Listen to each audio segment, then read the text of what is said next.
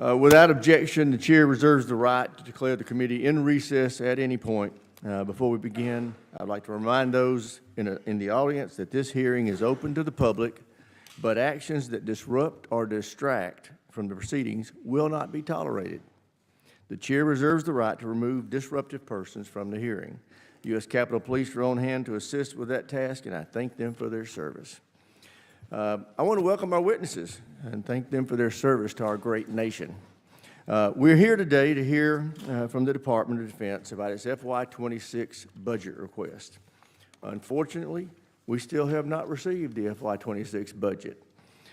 This historic delay by the Office of Management and Budget in releasing this information is absolutely unacceptable. It's impacting our ability to move forward with the NDAA, the next big step in enacting the President's Peace Through Strength agenda. That's a problem because threats to our nation have never been more urgent or complex. Adversaries like China, Russia, North Korea, Iran continue to expand their military power. They're no longer acting alone. These countries are strategically building alliances and supporting each other with drones, munitions, satellite technology, and energy supplies. And we're seeing that acutely in Ukraine. Make no mistake, a Russian victory in Ukraine would be a victory for China, North Korea, and Iran. We cannot let that happen. Russia must be stopped. Russia is not our friend. While our adversaries collaborate on the development and deployment of innovative new capabilities, we are facing challenges. Our defense industrial base has atrophied significantly, making it harder for us to sustain prolonged conflicts. That's why now, more than ever, it is critical that we make a significant investment in our national security. This investment is at the heart of achieving the President Trump's Peace Through Strength agenda. We look forward to steps toward enacting that agenda with our reconciliation legislation. Together with the President and our Senate colleagues, we've developed a historic investment of $150 billion plus up that will go a long way toward modernizing our military, rebuilding our industrial base, and restoring American deterrence. While this is a great first step, it will have limited impact without sustained investment in the following years. To truly achieve the President's Peace Through Strength agenda, we need to grow the defense spending to at least 4% of GDP. But we need to be smart about how we invest these dollars. That begins with identifying and cutting inefficient and unnecessary DoD spending. The Secretary has taken the lead on that, and we appreciate his work. But spending wisely also means fixing a broken acquisition system that is needlessly driving up cost and delaying delivery of critical capabilities to our warfighters. The current system is simply not meeting our needs or the warfighters. It is not taking advantage of America's innovative private sector, and it's not the most efficient use of taxpayer dollars. The bipartisan SPEED Act that the ranking member and I introduced this week will fundamentally reform defense acquisition. It streamlines the process and significantly reduces the time it takes to field new military capabilities. I know the Secretary is determined to fix the broken system, and I look forward to partnering with him to enact real, meaningful, game-changing reform. I also look forward to understanding from the Secretary what the administration's plans are for a global force posture. Maintaining a forward presence of U.S. troops in strategic areas across the globe is essential to ensuring peace through strength. The current level of American forces stationed in Eastern Europe are a crucial bulwark against further Russian aggression and another devastating war in Europe. Our forces in South Korea protect our ally, but also serve as a critical strike force if North Korea attempts a launch on our homeland. U.S. service members in CENTCOM and AFRICOM are fighting daily to defeat the terrorist threat against America and Israel while maintaining maximum pressure on Iran. And our forces in Japan, the Philippines, and throughout the Pacific are keeping China's hegemonic desires in check and preserving trade routes critical to our economy. Together, this collaborative posture forms the backbone of American deterrence. Secretary Hegseth is right when he says, America first does not mean America alone. I appreciate the time you recently spent in the Pacific and Europe reinforcing our alliances and partnerships, but also pressing our allies to increase their defense spending. It is long past due for our NATO allies and those around the globe to shoulder a greater share of the collective defense. But we must understand it will take some time for them to grow their capacity. In the interim, we should not make large-scale posture changes that undermine our deterrence. I look forward to working with the administration on building the ready, capable, and lethal fighting force we need to deter our adversaries. And with that, I yield to my friend, the ranking member, for his opening statement. Thank you, Mr. Chairman. I appreciate that. And I'll start with three substantial notes of agreement. One, we do face an incredibly complex threat environment. We face Russia, China, Iran, North Korea, various other terrorist organizations working together against American interests in a way we have never seen before, and with an economy like China's that we've never seen before. It's going to be very difficult to meet those challenges. Second, innovation is incredibly important and crucial to that. The changes in warfare are happening at a more rapid pace than I think we've ever seen before. We have to innovate more quickly, and I appreciate your leadership on getting after acquisition reform, because what's absolutely true is the Pentagon is not ready for this right now, and certainly that predates this Secretary of Defense and this administration. It's a problem that we need to get after, to do the acquisition reform so that we can get the materials that we need quickly. Innovate more quickly. We've got a lot of good ideas in this committee. Look forward to working with the administration on trying to get that done. Second, the budget is a major problem. It is simply unacceptable that we are this late in the year and we do not have a budget. That's the basics of how you plan to do all of that. And this is but the culmination of a series of problems. We had a CR for FY25, largely at the insistence of President Trump. And then, by the time we did pass a budget, it was just a CR. And now we're on a path again towards a CR in FY26. There is no budget transparency and no plan that we can see. And what we have seen happening at the Pentagon in the interim is also very disturbing and without explanation. There's been talk about 8% cuts across the board. Nobody on this committee knows what that means. Some of it is happening and has not been made transparent to us. Is it going to make us better? Is it part of a larger strategy? Nobody really knows. We also heard the plan to cut 20% of the flag officers. Again, no strategy, no plan. This is why the budget is so important. The budget can inform all of this. Maybe that's a good idea, but we have no idea because there is no transparency and no follow-through. Also, quite disturbingly, within the Department of Defense and also across the federal government, the one and only criteria that is consistent is loyalty to Trump, as opposed to loyalty to the law or loyalty to the Constitution. This started with one of the more shameful events in DoD history, and that's when we pulled security details from former members of the Pentagon who faced security threats. Why were those security details pulled? They weren't pulled because anything told us that they were safe. Chairman Milley is one great example. He was on the threat list because he carried out an order from President Trump, and rightfully so, to kill Soleimani in the Middle East. He's now on Iran's hit list, and we pulled his security detail, leaving him and his family vulnerable. Why? Because he had the audacity to say something critical of President Trump. I mean, that's just embarrassing. If you told me 10 years ago on this committee that something like that would have happened, I wouldn't have believed you. And now we have a dictate from the White House saying that all federal employees will be tested for whether or not they are supportive of President Trump.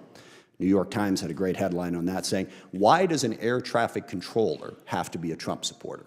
Well, I would ask, why does an acquisition professional have to be a Trump supporter? If you're focused on loyalty, you're not focused on competency, you're not focused on ability, and it is the wrong way to go. Even within the budget, we see the influence of the president over the influence of common sense. We've all heard about the Golden Dome. When I first heard about the Golden Dome, it was interesting because it reminded me of a joke I first told about 12 years ago when we were dealing with a large number of Pentagon programs that were more ambitious than practical. Future Combat Systems, the Expeditionary Fighting Vehicle. basically they had, well, this is what we want. And we had this joke that, well, all I want is sharks with freaking laser beams attached to them. That became the armed services thing. I actually have a little plastic shark that my staff made for me with a laser beam attached to it.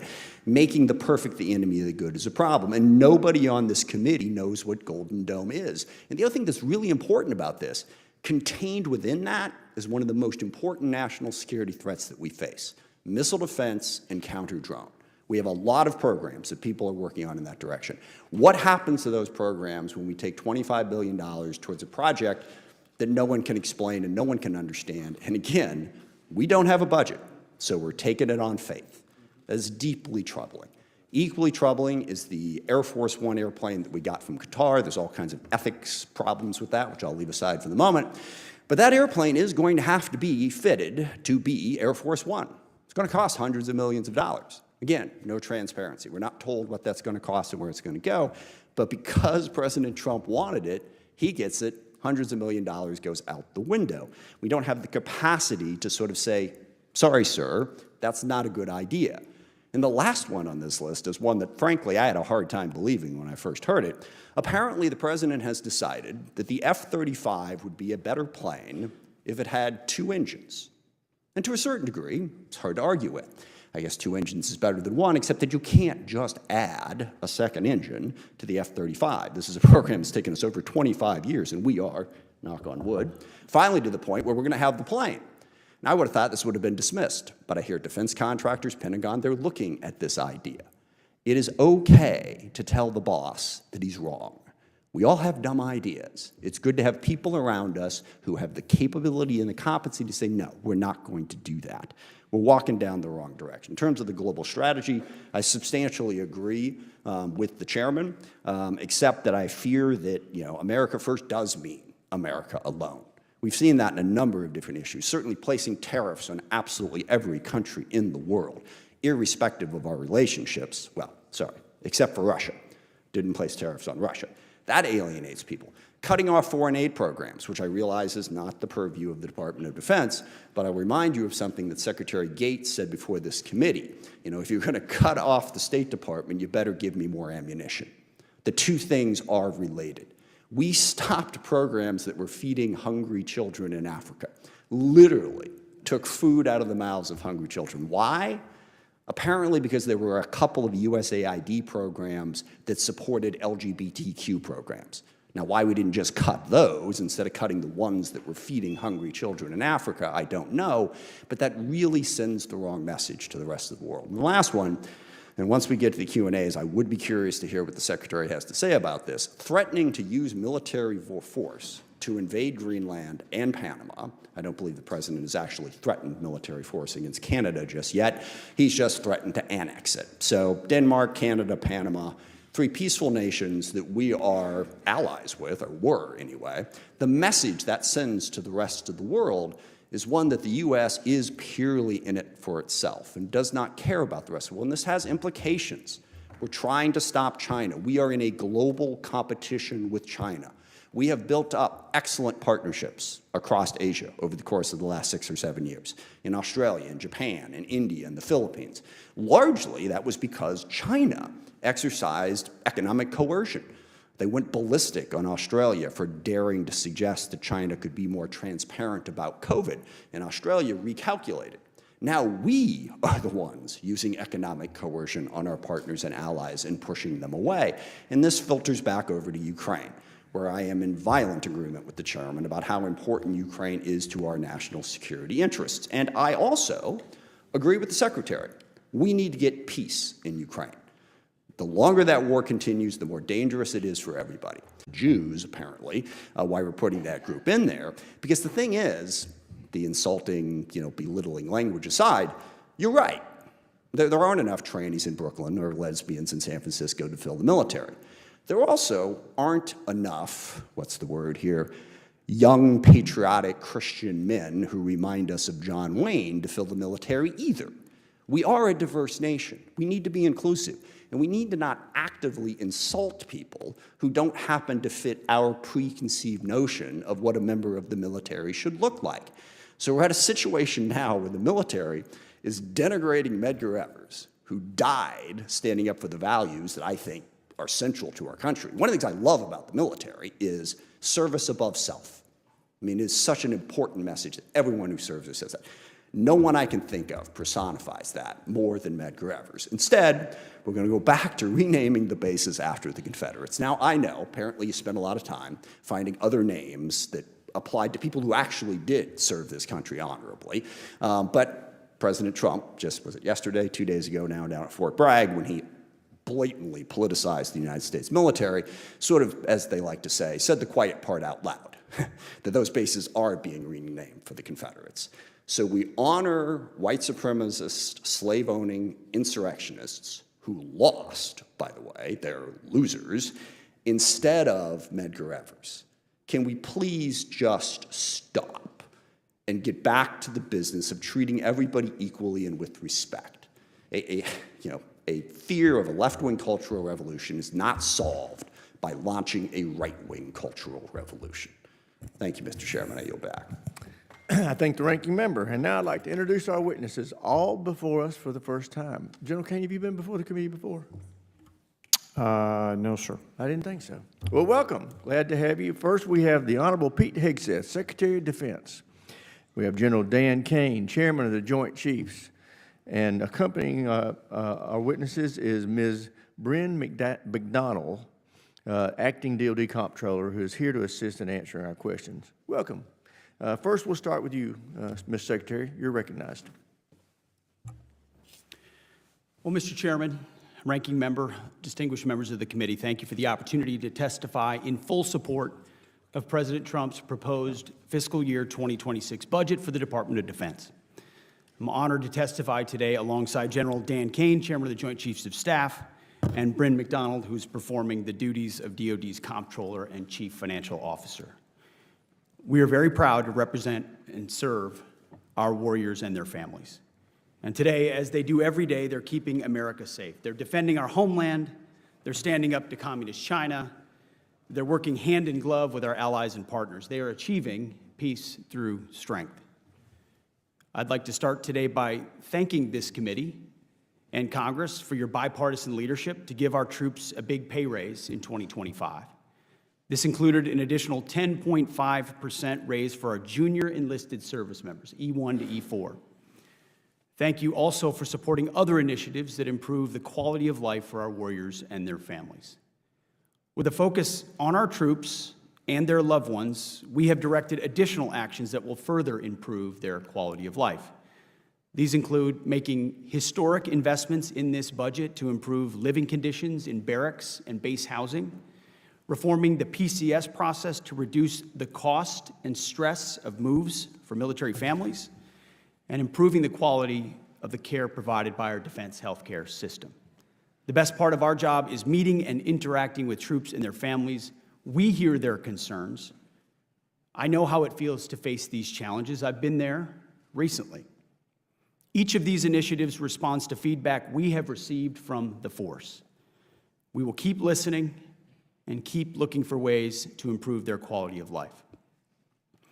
Under President Trump's leadership, this budget puts America first and gives our warriors what they need. The $961 billion budget request, more than $1 trillion in total for national security, ends 4 years of chronic underinvestment in our military. Now, as is customary with first-year administration budget releases, additional time was necessary to implement this president's initiatives. In the last 4 months, we've moved quickly to reverse course after 4 years of weakness and mismanagement. In that 8% exercise, we found nearly $30 billion in savings across the department, which we reinvested. We killed wasteful programs, targeted bureaucratic excess, and redirected funding from Biden-era priorities to President Trump's priorities. Working with the Department of Homeland Security, we have increased border security. We reduced China's malign influence in our hemisphere. We defended freedom of navigation in the Red Sea. However, we still have a lot of work ahead of us to achieve peace through strength, a lot of deferred maintenance to catch up on. To carry out the President's mission, we have set 3 priorities for the department: restore the warrior ethos, rebuild our military, and reestablish deterrence. First, we are restoring the warrior ethos. President Trump charged me to focus relentlessly on warfighting, lethality, meritocracy, standards, and readiness, and that is exactly what we've done since day one. We are refocusing on what is truly important, which is warfighting and our warriors, sweeping away distractions and bureaucracy. We are setting standards that are high, equal, and unwavering. DEI is dead. We replaced it with a colorblind, gender-neutral, merit-based approach. Our force is responding incredibly to these changes. Because of President Trump and his America First priorities, recruitment and retention under this administration are higher than they've been in decades. Historic numbers of young Americans are putting on the uniform and raising their right hand because they believe in the leadership they see. This budget provides a historic level of funding for military readiness, putting our warfighters and their needs first. Second, we are rebuilding our military. 25 years ago, our military was unchallenged. Yet we squandered that advantage as China carried out an unprecedented military buildup. President Trump, as he did in his first term, is correcting those mistakes. And we're doing this by, as was mentioned multiple times, reviving our defense industrial base, reforming our acquisitions process and working with Congress to do so, and rapidly fielding emerging technologies and new weapons so our warfighters can meet the challenges of an evolving nature of warfare.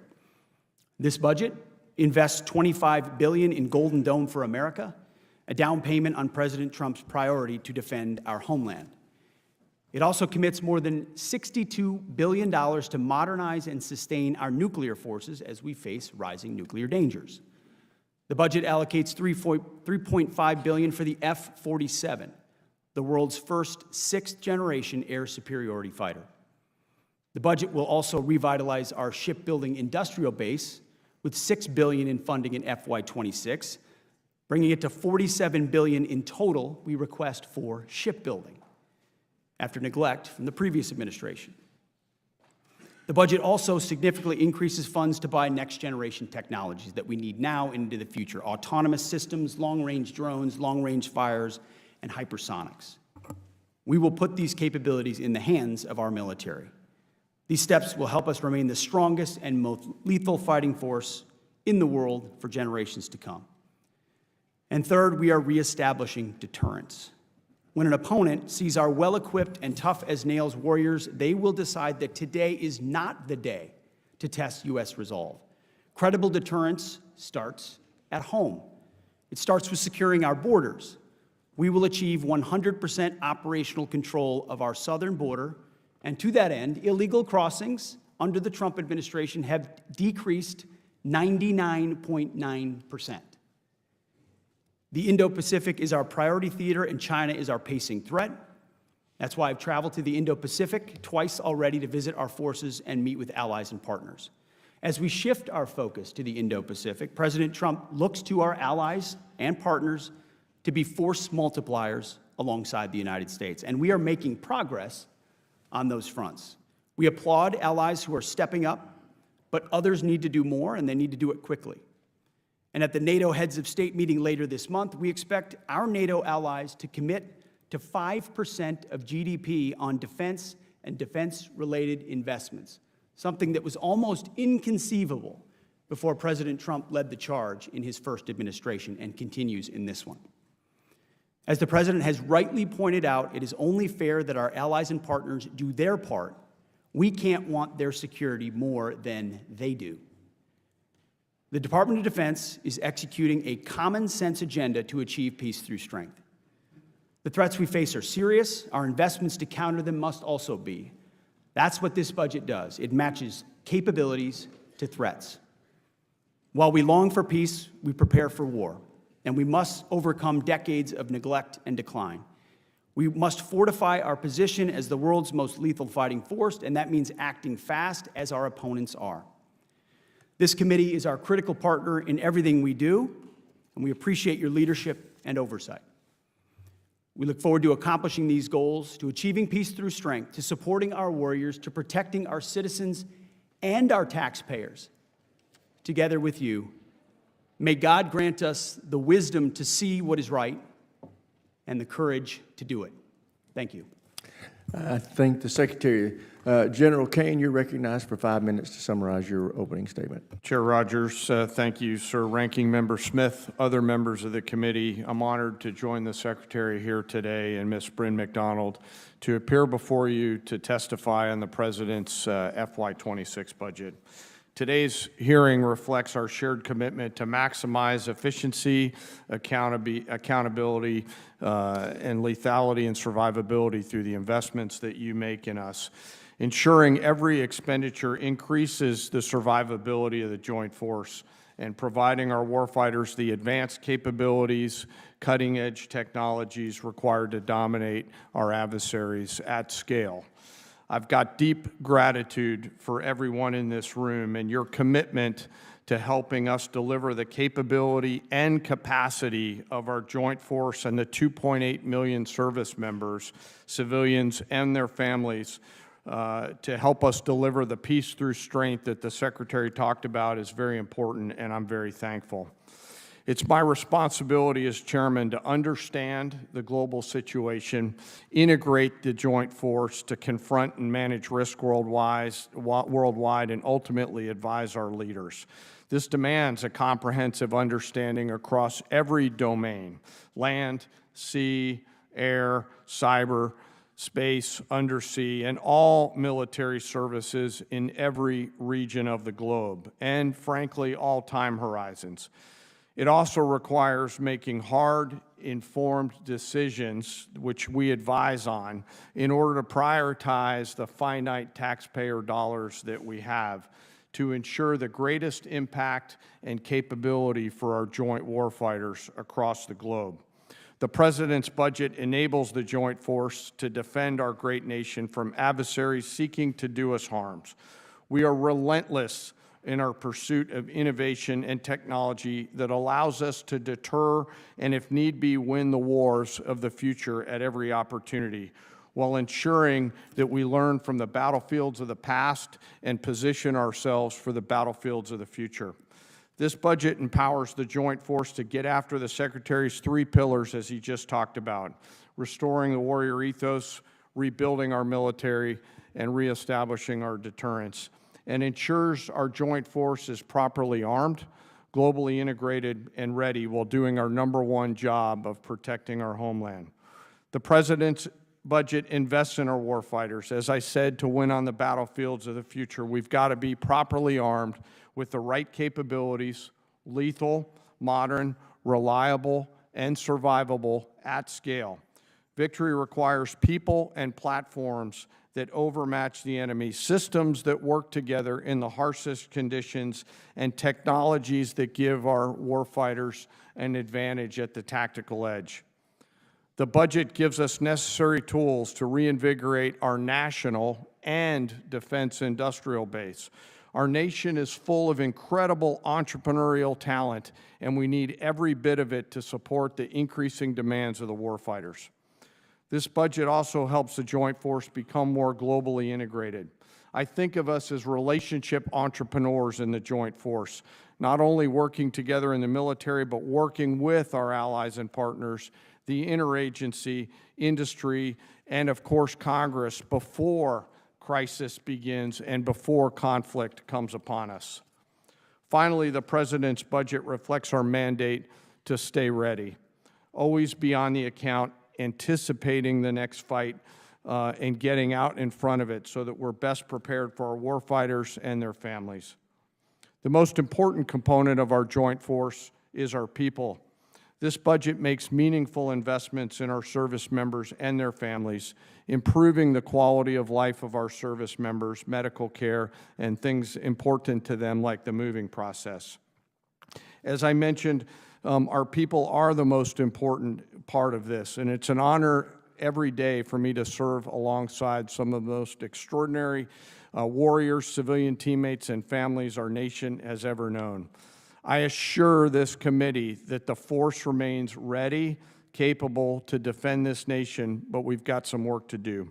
With your continued support and prudent investment, we will maintain our competitive edge, strengthen our advantage, and ensure that our men and women in uniform are equipped with the right capability.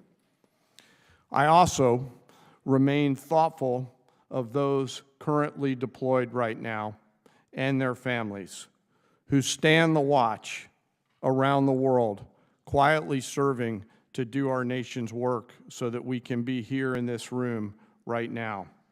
And I also hold a special remembrance for our fallen and their families who continue to show us every day what real courage and tenacity looks like. I thank the Congress and this committee for your support and collaboration in our shared commitment to deliver peace through strength. I look forward to your questions, and again, I'm honored to be here. I thank the witnesses, and I now recognize myself for the first questions. Secretary Hegseth, you know, you've talked with me about this. We both know the President has a peace through strength agenda, and he's serious about it. And as I have talked to you about this, we are at the lowest level of defense spending as a nation in 80 years, and that has got to change. And I think that you and the President have sent a strong signal about wanting to get after that and change it with this year's proposed spending that includes the reconciliation package, which will put us over $1 trillion. It's a great first step. But as you and I both know, it's a 1 year. We're going to have to see continued funding, in my opinion, and growth in that top line in the out years. Do you share that opinion?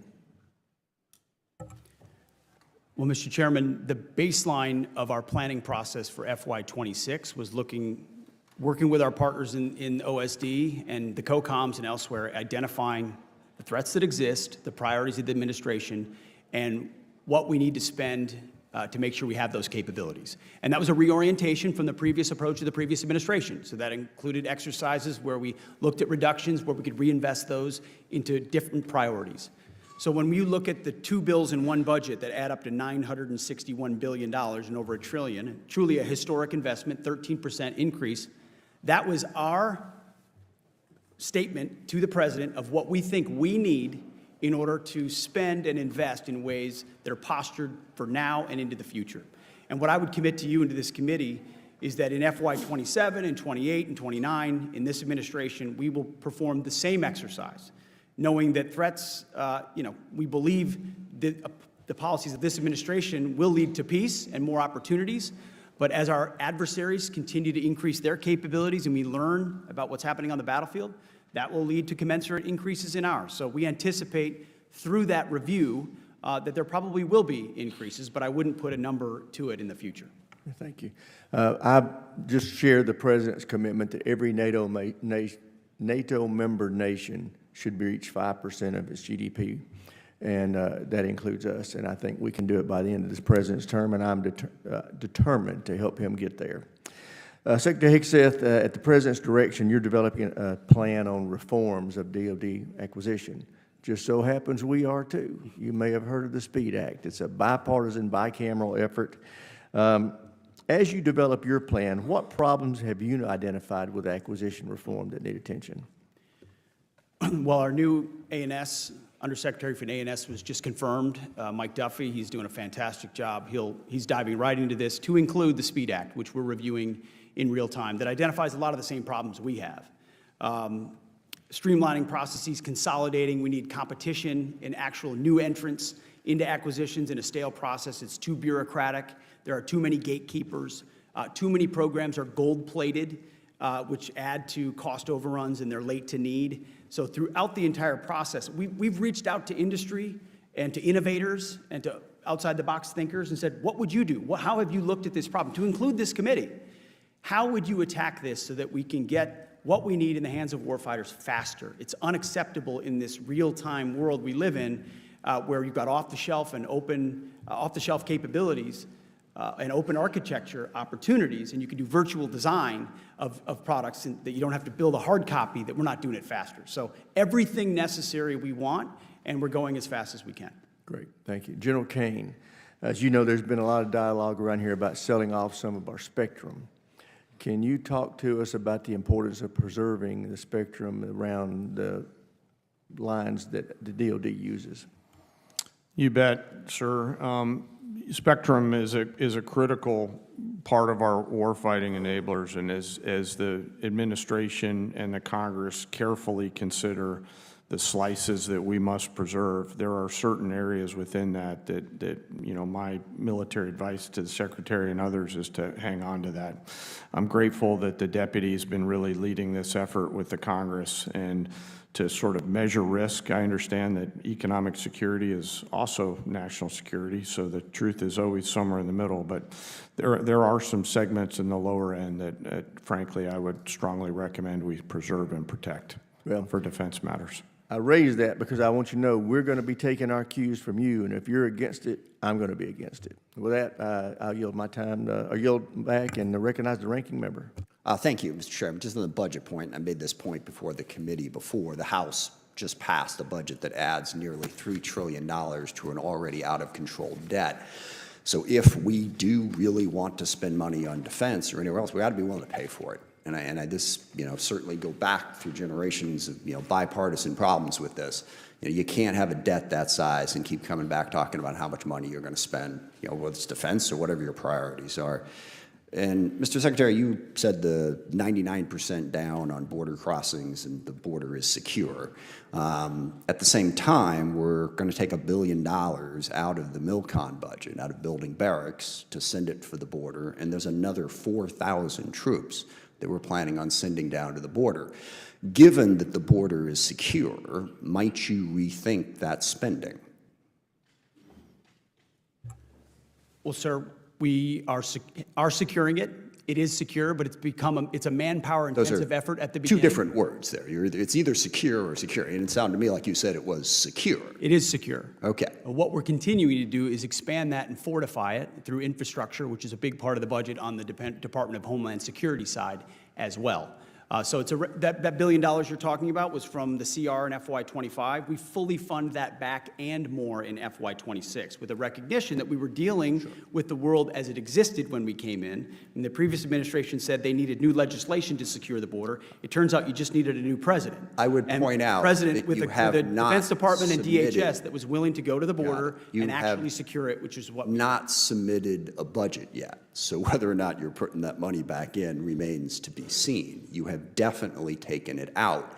And I think the obsession there, and I don't disagree, the border needed to be secure. But from a pure budget standpoint, let's just not keep the political focus on that. Let's make sure that we're funding some of the other priorities that we have. So when it comes back to acquisition reform, and the chairman's point, it's our committee, certainly Congress is part of the problem. We set up a lot of requirements. Defense contractors are part of the problem. I'm curious, how would you get after reforming the culture at the Pentagon so that you can move faster, number one, and number two, how would you get after the defense contractors that push the requirements process? And specifically, what would you do about the requirements process to try to speed things up?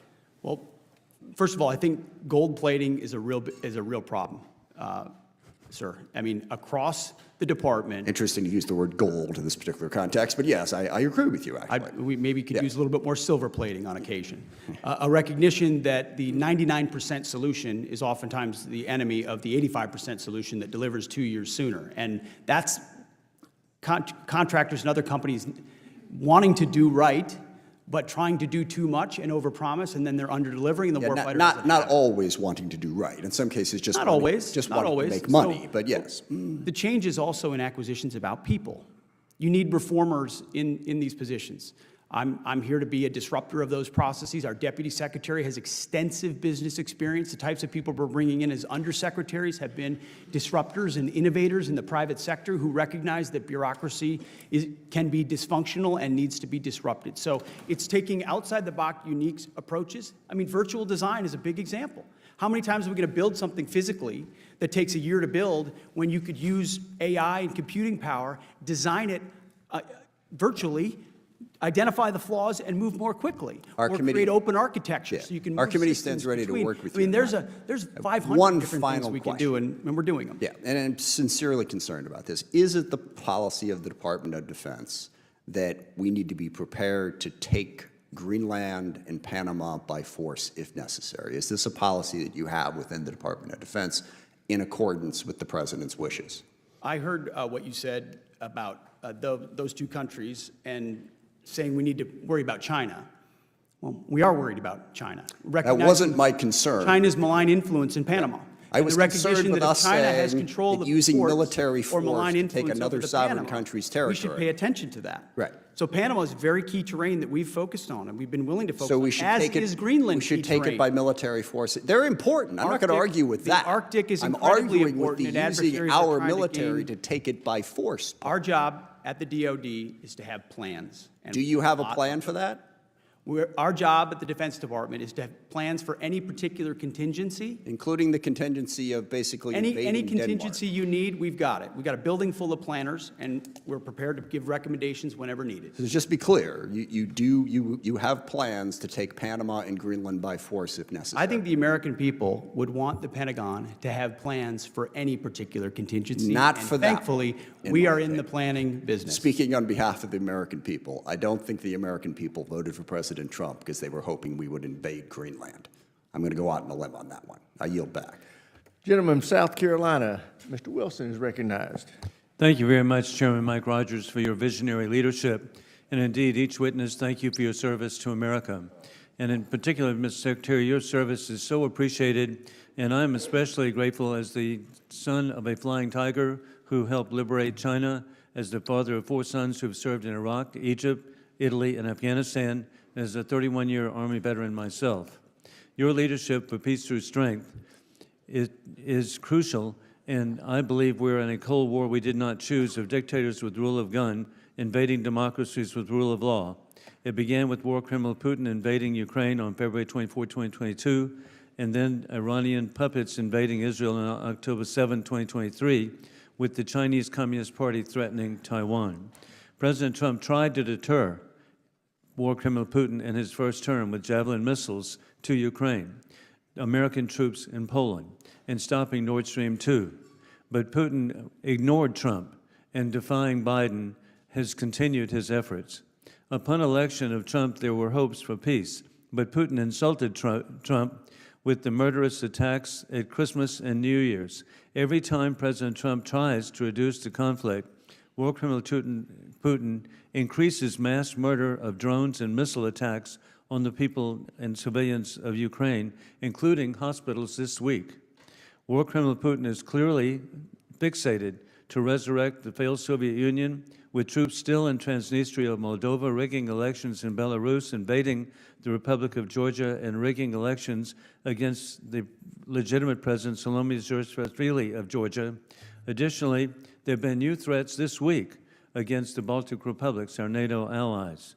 Every outreach by Trump has been mocked by Putin. With that in mind, an incredible achievement of President Trump is to awaken our NATO allies, now including Sweden and Finland, that with Germany pledging now 5% remarkably, and 17 of our allies now provide a larger GDP support for the people of Ukraine than the United States because of President Trump's encouragement. What is the latest status on encouraging our NATO allies of providing for peace through strength? Thank you for the question, sir. The one thing I would take issue with is the characterization that Vladimir Putin ignored President Trump. I think Vladimir Putin paid a lot of attention to President Trump in his first term, and that's why the invasion did not happen under President Trump's watch. Instead, under the weakness and perceived weakness of Joe Biden. Ignored and proceeded to He paid attention insult under President Biden, Trump, and but then when Joe Biden was in the But office it really set the stage, sadly, that if he had really appreciated what President Trump was trying to do, he wouldn't have invaded again, but whether Biden's president or not. But to your question about Europe, Yes. President Trump has invigorated a truly historic investment amongst NATO allies to shoulder the burden of the defense of the continent of Europe. Vladimir Putin saw what he believed to be weakness, and I believe President Trump has stood up to that by reminding our allies that they need to spend on their own defense and ensure that they're able to shoulder the burden to defend the continent. That's been a good development. And indeed, I was grateful last February coming back from the Organization of Security and Cooperation in Europe and meeting with the president, and I told him how exciting it was to see our allies understand that indeed he supports Ukraine, he supports NATO and peace through strength. And General Kane, I particularly appreciate your VMI credentials of professionalism, and with that in mind, we understand that even today, the International Atomic Energy Agency has declared Iran in breach of non-proliferation agreements, and what are we doing to deter the aggression coming from Iran? Well, sir, first, I noticed in your bio that you went to that other school in Lexington, which is always hard for me to get my head around, sir. Hey, I grew up in the holy city of Charleston. When I saw Vimis, I thought they were Citadel cadets. Yes, sir. I'm now a joint guy, so I'll keep all those comments to myself, sir. You're here. You know, sir, throughout, you know, the IAEA report is certainly troubling.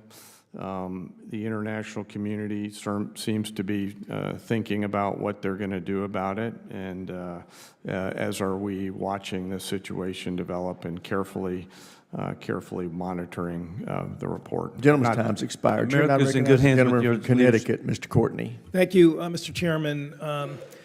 Mr. Secretary, this morning, the eyes of our closest allies, UK and Australia, are on your department as a result of Undersecretary of Policy Eldridge Colby's announcement that last night that he's launching a 30-day review of the trilateral AUKUS mission. I would just note that it's not just their eyes, it's our eyes in this committee. In 2023, by a vote of 310 to a small minority, we passed the AUKUS authorities and followed up on that in terms of AUKUS investments in the billions of dollars into our submarine industrial base. Australia has reciprocated, as you know, with its own investments in our submarine industrial base. And since then, since 2023, what we've seen that the three countries working together, that we now have well over 100 Australian sailors and naval officers that have gone through joint training. I've seen them in my district at graduation ceremonies. They're joint crewing Virginia-class submarines. We also have joint U.S.-Australian submarine repair work that's happening in Guam and Hawaii. And our submarine industrial base last year delivered 2 Virginia-class attack submarines. They're the New Jersey and Iowa. This year, it'll be Massachusetts and Idaho. And the year following, it's going to be Arkansas and the Utah are going to be delivered during that 3-year period. General Kane, how many nuclear-powered attack submarines is in the Chinese Navy? Do you know that answer? It's nuclear-powered attack boats. I Yes. mean, it's How many attack yes, sir. nuclear-powered? Many. I'll get you. No, the well, the number. answer is 6. Yes, sir. Okay, so what we've seen in the industrial base is that last year, this year, and next year, we're going to be delivering that identical number. They're building a 7th. You can check the Wall Street Journal, and you can see where that boat ended up at the bottom of the Yangtze River because of their inability to actually do the hard work of building nuclear-powered submarines, which is probably one of the most complex undertakings in really industry of any sort. Again, the Australians are investing in Perth, and so that we are going to have rotations of Virginia-class submarines that are already started to happen. Admiral Paparo testified in vocal support of AUKUS when he came before this committee just a few weeks ago. And again, I would just say, you know, there is nothing wrong with reviewing any program. We're all accountable. Anything of this magnitude certainly deserves review. But a 30-day review on a project that really took years to develop, in which this committee was instrumental in terms of in enabling. And in my opinion, China's reaction to AUKUS is the ultimate sort of endorsement of AUKUS because they hate it. And the one commitment I would ask, Mr. Secretary, is just your commitment that this committee in Congress is going to be integrally involved in whatever the review process is, because we have skin in the game, we have history, and we have allies who really are, again, issuing statements this morning. The Prime Minister of England, the Stephen Lovegrove, the special representatives for AUKUS, Richard Marles, putting out statements trying to reassure their countries that the U.S. is still going to follow through on this commitment. And we want that reassurance as well from you. Can you, again, give us that commitment that Congress will be involved in this review process? And I have one more follow-up question. As it has been, Congress will be involved, but I've had an ongoing review myself. I've spent a great deal of time with Marles and Healy at the Australia and UK. And I've been following your work reviewing it myself. Yes. Secretary Colby's reviewing it. We know that. It's all important to make sure it fits our needs. State also. Department, by the way, has skin in the game too, and they should be involved in it as well. I just want to reiterate Mr. Rogers' point and Mr. Smith's point. If we really care about strengthening the industrial base, we need to have procurement stability, which means we need to have a budget, a real budget, not a $20 billion shipbuilding budget, which Senator Wicker just eviscerated a couple of days ago. That's $17 billion less than the last Biden shipbuilding budget. That's what got sent over to us. And again, that's the way, and I represent a district that is the general contractor for both programs. You want to strengthen hiring, supply chain, and facility growth. You need to have procurement stability. That's not what we're seeing from the Office of Management and Budget. I yield back. Chair now recognizes the gentleman from Ohio, Mr. Turner. Mr. Secretary, thank you for your written statement, and also thank you for your recognition of the importance of our nuclear deterrent, and specifically our investment in our modernization of our nuclear deterrent.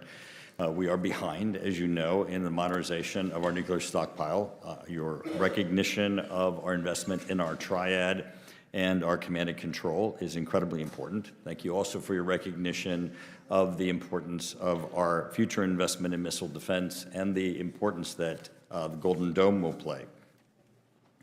The Secretary General of NATO has recently made statements of his concern of Russia's future attempt to place an anti-satellite nuclear weapon into space. Specifically, he has said, "We are aware of reports that Russia is examining the possibility of placing nuclear weapons in space. This is very worrying. Space is also very important for our deterrence and defense, just as important as land, sea, air, and cyberspace. In recent years, space has become increasingly clouded, dangerous, and unpredictable. We know that competition in space is fierce. I recently had the opportunity to speak to him. He was at Wright-Patterson Air Force Base in my community as we were commemorating the 30th anniversary of the Peace Accords. His concern was that this is not getting worldwide enough of attention. We had General Saltzman recently in front of the committee. He has characterized that if Russia were to place an anti-satellite nuclear weapon into space, that would be day zero, that if that was put in space, that next day, that it would be irresponsible for us to count on space, that we would have to spend trillions of dollars and seek technology that we don't have to find solutions as an alternative to space, both commercially, for military, in really to redo what is really society today. As you know, it would affect both our nuclear deterrence, our efforts for missile defense, even our investments in Golden Dome. In this venue, obviously, we can't discuss all of the details of what we're doing, but I would ask if you would please confirm that this is a threat that is a priority to the Department of Defense, as it has been characterized by the Secretary General of NATO, and acknowledge that as it is a priority for us to prevent the deployment of nuclear weapons in space, and that it is a priority for us to work with our allies to uphold our commitment to the Outer Space Nuclear Treaty that prohibits the deployment of nuclear weapons in space. Sir. Well, thank you for the question, sir. As you alluded to, there are a number of aspects to this question or answer that can't be discussed here, but I would underline our complete commitment to the space domain, to the hardening of the space domain, to prevention of escalations in the space domain, but most importantly, to the dominance of the space domain. I mean, that is, it is the future of how we see, it's the future of how we sense, it could be the future of how our adversaries fight and how we deal with that. So I think President Trump, yet again, was ahead of the curve when he created the Space Force in his first administration. People said we didn't need it. We are relying on it every single day now to ensure alongside the Space Force and private enterprise, that we're delivering the capabilities we need that are resilient, that are redundant, that are capable of all aspects of all-domain warfare, if necessary. And preventing adversaries from gaining an advantage is a huge part of how we look at space. This threat is not classified. Russia's threat of deploying an anti-space, an anti-satellite nuclear weapon in space is not classified. Obviously, this is a priority of the Department of Defense, and I just want your confirmation that this is a priority that you're tracking, and you too see that as a threat to the United States, and certainly to the United States and our space infrastructure, and certainly, our whole national security infrastructure. We track all potential escalations. Yes, sir. And lawyer here, I just want to help you out because people try to twist your words. You are not confirming in your testimony today that at the Pentagon there are plans for invading or taking by force Greenland, correct? That is not your testimony today. All my testimony is that the Pentagon has plans for any number of contingencies. It is not your testimony today that there are plans at the Pentagon for taking by force or invading Greenland, correct? Because I'm sure as hell hope that it is not your testimony. We look forward to working with Greenland to ensure that it is secured from any potential threats. Excellent. I yield back. Chair now recognizes the gentleman from California, Mr. Garamendi. Thank you, Mr. Chairman, and thank you for your opening statement, your concerns about Ukraine and the budget issues. Mr. Secretary, in your opening statement, you spoke to the issue of cutting waste and abuse at the Pentagon. I assume you intend to do that. Is that correct? Yes? No? We have done that, sir. All right. And therefore, it must be your responsibility. I want to bring to your attention a statement that the President made in early February. He said there is no reason for us to be building brand new nuclear weapons. We already have so many. You could destroy the world 50 times over, 100 times over. And here we are building new nuclear weapons. And they're building new nuclear weapons. We're all spending a lot of money that we could spend on other things that are actually, hopefully, much more productive. So I'd like to focus for a few moments on one of the most expensive programs at the Department of Defense, the Sentinel ICBM, which is to replace the Minuteman III. The cost of this program has exploded from $78 billion to over $141 billion, not including a new nuclear bomb for the Sentinel and the command and control systems, which would add somewhere $20 to $40 billion. All the while, we have a Minuteman III that can continue to provide the ground leg of the triad for at least 10 to 15 more years. Should we cut the Sentinel program? Well, President Trump is correct to point out that proliferation is very dangerous, but he has also, in his budget, ensured we fully fund the nuclear triad, every aspect of it, in a historic way. The Sentinel, as one leg of it, and that modernization is critically important. As you know, it faces a Nunn-McCurdy breach for being behind, and as a result, it has to be reviewed, but it's incredibly important. And so our budget does look at ensuring to... Excuse me, sir. So you have made a decision to continue even though the review is incomplete? The review is ongoing. The investments we've made allow us to continue should the review come out the way we hope it does. You continue the Sentinel program even though the Nunn-McCurdy review is incomplete. I'd like now to move over to Ukraine. The chairman of this committee spoke very strongly about the Ukraine situation. And the necessity of the United States being strong in support of Ukraine. It's very, very clear that a review of what Mr. Putin has said over the last 2 decades, that he is determined to reestablish the Soviet empire, and Ukraine is the current step to achieve that. Ukraine's security is our security, my view, and what is dangerous for Ukraine will be dangerous for NATO and therefore dangerous to the United States. Yesterday, 2 days ago, in response to Senator McConnell, who asked, which side of the Ukraine conflict do you want to win? And you said, the president is committed to peace in that conflict. Ultimately, peace serves our national interest. and we think it serves the interest of both parties, even though that outcome will not be preferable to many in this room, at that time the Senate, and I would also say this room too, preferable to many in this room and many in our countries. Mr. Secretary, when you said that peace serves our national interest, does that peace come from a complete surrender of Ukraine and total victory for Russia? That's never been a characterization of my statement, sir. We think peace is in the best interest, but I would point out, Ukraine is not the U.S. and Ukraine is not in NATO, and to draw that comparison is to draw one that is not correct. But we hope for peace. We believe peace is in the best interest of the United States of America, and our policies are pointing Well, let toward me that. go back to what I asked you.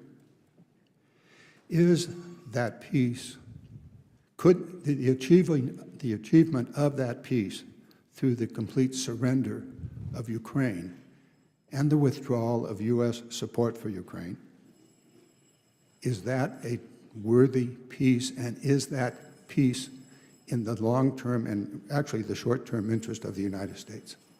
If you look at the billions of dollars that have been invested in Ukraine, you could hardly characterize that as a surrender from the United States. So the existing military front line of troops is as difficult as it is, moving slowly.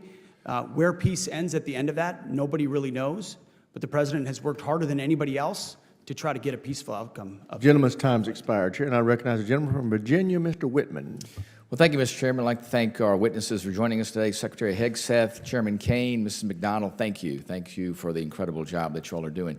Secretary Hegseth, I want to begin with you and talk about all the efforts that went into the defense portion of the One Big Beautiful Bill and making sure that we're getting all the pieces of this correct. Lots of back and forth, and we know that there's a long-term need to make sure that we get this right. And we want to make sure, too, as we look at priorities from all the different bodies, that we are assuring that those are continued on as the process takes place. We know there's going to be additional investments in things like shipbuilding and ground vehicles, and we've also made substantial investments in modernization, including things like Golden Dome, things that are critical to this nation's future. I just wanted to get from you, can you assure the committee that of the $150 billion that's here, that it is going to be laid out and spent in exact alignment with what the committee has laid out, really on a line-by-line basis? Well, sir, you will have, and I can refer to Bryn on that for the details, but you will have a complete reckoning, and many of it the committee already does have, of what we intend to spend and where. But from our viewpoint, it's two bills, one budget. Right. And ultimately, we've worked with the committee and will continue to ensure that every priority is funded either through the base bill or through reconciliation. But I defer to Bryn. Yeah, no, just concur with the Secretary. We've worked very well with Chairman Rogers' staff and with Senator Wicker's staff on it as well, and we'll continue to do so now that the data of the budget is released. That's great. Listen, I think it's key, especially since there are a lot of different moving parts here, to make sure that we're all in alignment with that. Yesterday, Admiral Kilby confirmed that the U.S. Navy still needs a sixth-generation fighter, that FAXX is still critically important. And earlier this year in our Tactical Air and Land Subcommittee, we received a lot of testimony about the continued requirement need for FAXX, the Navy's unique need to have that fighter that is able to function in a highly contested environment, having the ability to deal with even more ability for our adversaries to sense that aircraft. We know that in the FY25 CR, there was $453.8 billion, put $1 million put towards that. I'll get the number right. And in reconciliation, $500 million. So you can see Congress is consistently pushing ahead and saying this is where we need to go. And we'd be a little surprised if the support for this fell off, especially since we're looking at the requirements and not seeing any change there. So, General Kane, I wanted to get from you, do you still see the requirements for FAXX being the same today as it's been developed through the recent months by the Navy to project and say this is what the Navy needs in order to have that ability to provide a tactical air presence in places like the South China Sea and elsewhere where that environment is going to be highly contested? Congressman, thanks for the question. And, you know, as we look at the threat picture out in the Pacific, the requirements themselves, I think, are still valid. I think it comes down to a question that many of the folks on the committee have talked about, and that's the ability to produce at a particular time.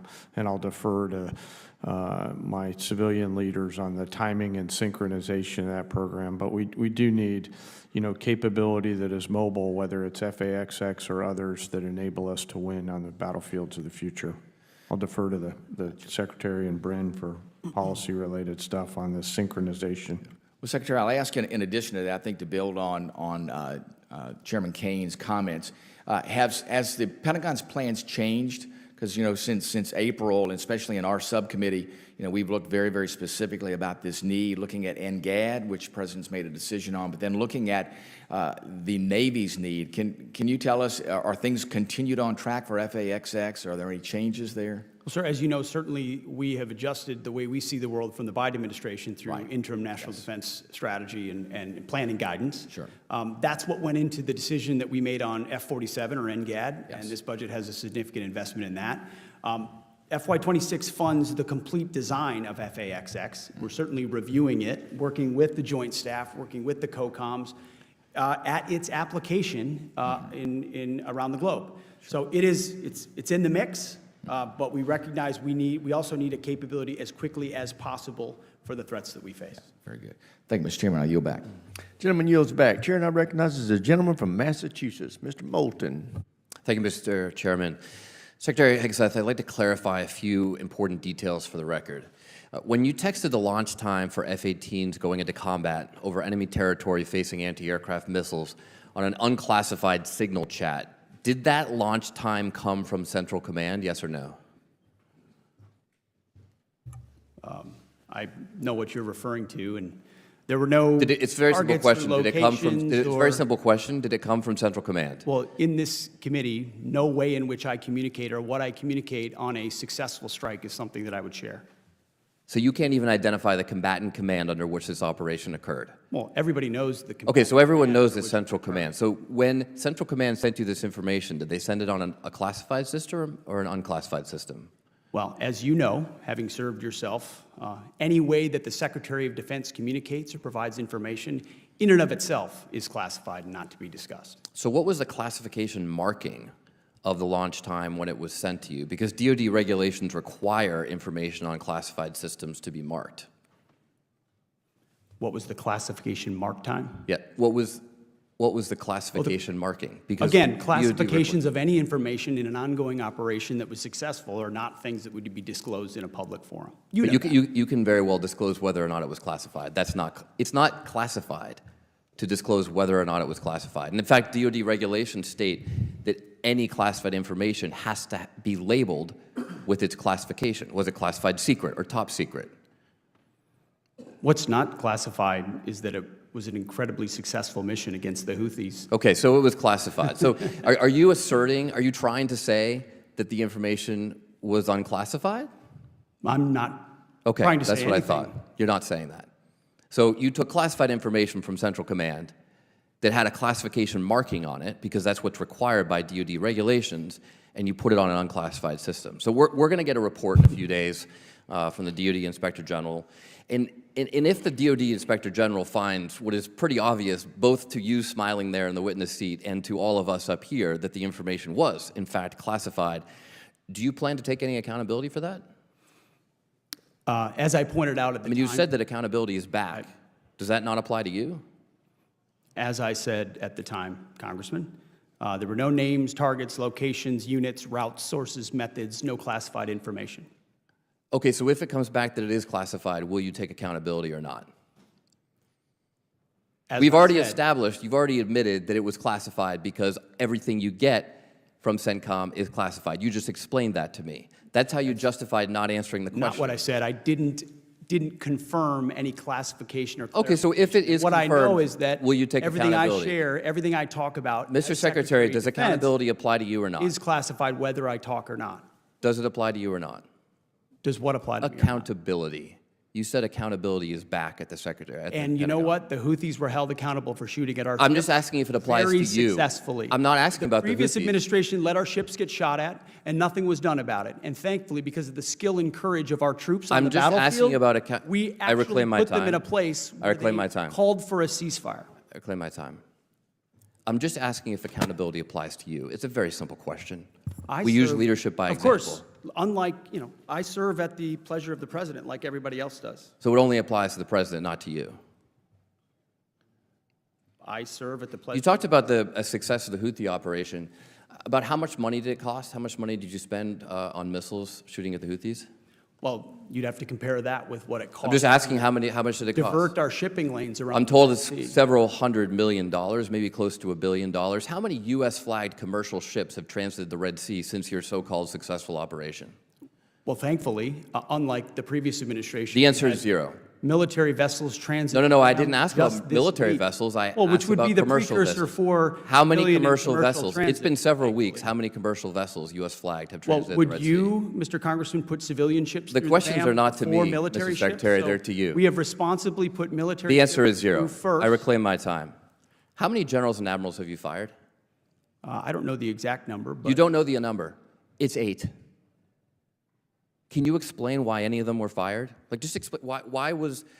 They all serve at the pleasure of the president, and I think. No, I'm just asking you why. General Kane is a great example. I'm just of asking a you leader why. That we And need you at probably this learned time. at Princeton what why means. Why did you fire him? They serve at the pleasure of the president, and we Why want better did you representation fire in him? each and every of those. You can't each and explain every why one you of those fired any of places. them? Gentleman's time's expired. Chair, and I recognize the gentleman from Georgia, Mr. Scott. Thank you, Mr. Chairman. Ma'am and Mr. Secretary, most of my questions are going to be for General Kane. I will tell you, Mr. Secretary, I would appreciate it. Opportunity to speak with you offline about a couple of things. I'm from Georgia. Spoke with you briefly. I supported Hal and Julia Moore's name remaining on the base, as you know. I support Eisenhower's name remaining on the base. I don't want to go too far into that. I don't want any questions. But I will tell you this, the selection of Gary Gordon, one of the most valorous, heroic acts of any American soldier, certainly in modern times. He was one of the 2 soldiers that went in with Black Hawk Down, Delta snipers, that both died there together. I do have a suggestion on that. When the Army has named anything after Gary Gordon, Randall Schugart's name has been tied to the name. The Army has historically named things Schugart Gordon because those 2 guys went in together, they fought together, they literally died together, and the historical accounts cannot figure out which one actually died first. And so if the name in Augusta is going to change back to Gordon, I just respectfully suggest that you consider Schugart Gordon as the Army who has historically named other things. You can't tell Gordon's story without Schugart's story. And I say that respectfully. General Kane, the Communist Chinese Party assesses U.S. strength, that our strength lies in our alliances and partnerships. If they believe those ties are fraying, how can we use the Ukraine war to demonstrate U.S. strength, capability, and resolve to regain leverage over the Chinese and their assessments of the United States? Well, sir, thanks. Thanks for the question, and first, thanks for recognizing 2 great warriors who showed us what courage and tenacity look like when you infill into the place that they did on those 2 MH-60s, knowing full well what they were going to face on that objective, and then making the full commitment to give their lives on behalf of an injured teammate. That's what America looks like. So thank you for highlighting that, sir. Bless you, Congressman, by the way. He's a SEAL. That Yes, doesn't sir. work. Yes, sir. I know a lot of SEALs. Sir, I think, mill to mill, military to military, our relationships with allies and partners around the world remain incredibly important. I'm grateful to serve alongside so many great, not just joint force partners, but international partners as well. And I think that the courage and tenacity that our forces out in EUCOM have shown through this journey and the teammates that they've built on both sides of those borders is an example of what we should be doing. If I can follow up with that, the assessments, Ukraine would survive 9 days, 10 days, some 15 days at the outside. But the rapid innovation cycle that they have candidly taught us, in some cases, how do we implement that into the U.S. defense industrial base and get our weapons developed as fast and candidly at the cost, because we cannot afford to pay what we're paying per weapon for what we're going to have to do. And at the same time, how do we develop the defense systems against drones so that we don't lose multi-million-dollar tanks to $5,000 drones? Yes, sir. Thanks for highlighting the innovative, entrepreneurial, and diabolical spirit of attack that exists out in that part of the world. And, you know, I've been out there and seen what they're doing in terms of drone manufacturing, iterating on the line, linking up with partners, taking the fight to the enemy out there. It's impressive. And we've learned from those examples. That same spirit of innovation has come back to the United States. And when I think about rebooting our defense industrial base and our national industrial base, I think of it through 4 C's, and it starts with that culture that you're alluding to about innovation and entrepreneurialism inside combat. The second part is creating some competition, and I think that's a key part as you help us do that here in the Congress. Third thing is we gotta write better contracts on our side. 100%. And we have to be better buyers and share the risk, as I've talked about with the chairman before. And Gentleman's time's expired. Chair, I Thank you, Mr. recognize the Chairman. gentleman from California, Mr. Carbajal. Thank you, Mr. Chairman. It shouldn't come as no surprise that I have serious concerns with both the deployment of the National Guard and the Marines to Los Angeles. I served in the Marine Corps. We are trained to be war fighters, not for crowd control. Everyone here should be alarmed that the president has sent armed forces into a city against the wishes of a governor and mayor. I am concerned this administration is purposely escalating the situation with this step and politicizing our armed forces in the process. Let's call it for what it is. It's political theater. Hegseth, are the Marines in Los Angeles ordered to protect property by any means necessary? Sir, I would say the ICE officers and police officers being attacked is not political theater. The National Guard and Marines, just yes or no. Just yes or no. the National Guard and Marines have the full authority to protect federal ICE agents, Yes or federal no? agents, and Just federal buildings. can you just say yes or no? This isn't Fox anymore. Just yes or no. They're there to protect federal agents and federal. Another BS answer. Under the SRUF, the use of force, are Marines allowed to fire warning shots? No. Now that's more like it. Isn't that easy? Well, you know, I'm going to beat this drum because you refuse to take responsibility. Will you take responsibility for having made a mistake? Not to mention, many people would say break the law in participating in the Signal group chat that included a journalist, your wife, your brother, where classified information was shared. Sir, every way I communicate is authorized. Every way I communicate. Okay, if you want to say that. I have called for your resignation. I didn't think you were qualified before your confirmation, and you have done nothing to inspire confidence in your ability to lead competently. You broke the law in sharing classified information, and in doing so, endangered the lives of our service members that you are responsible for. Your inability to hold yourself accountable makes you incapable to lead. This alone makes you unfit to be the Secretary of Defense.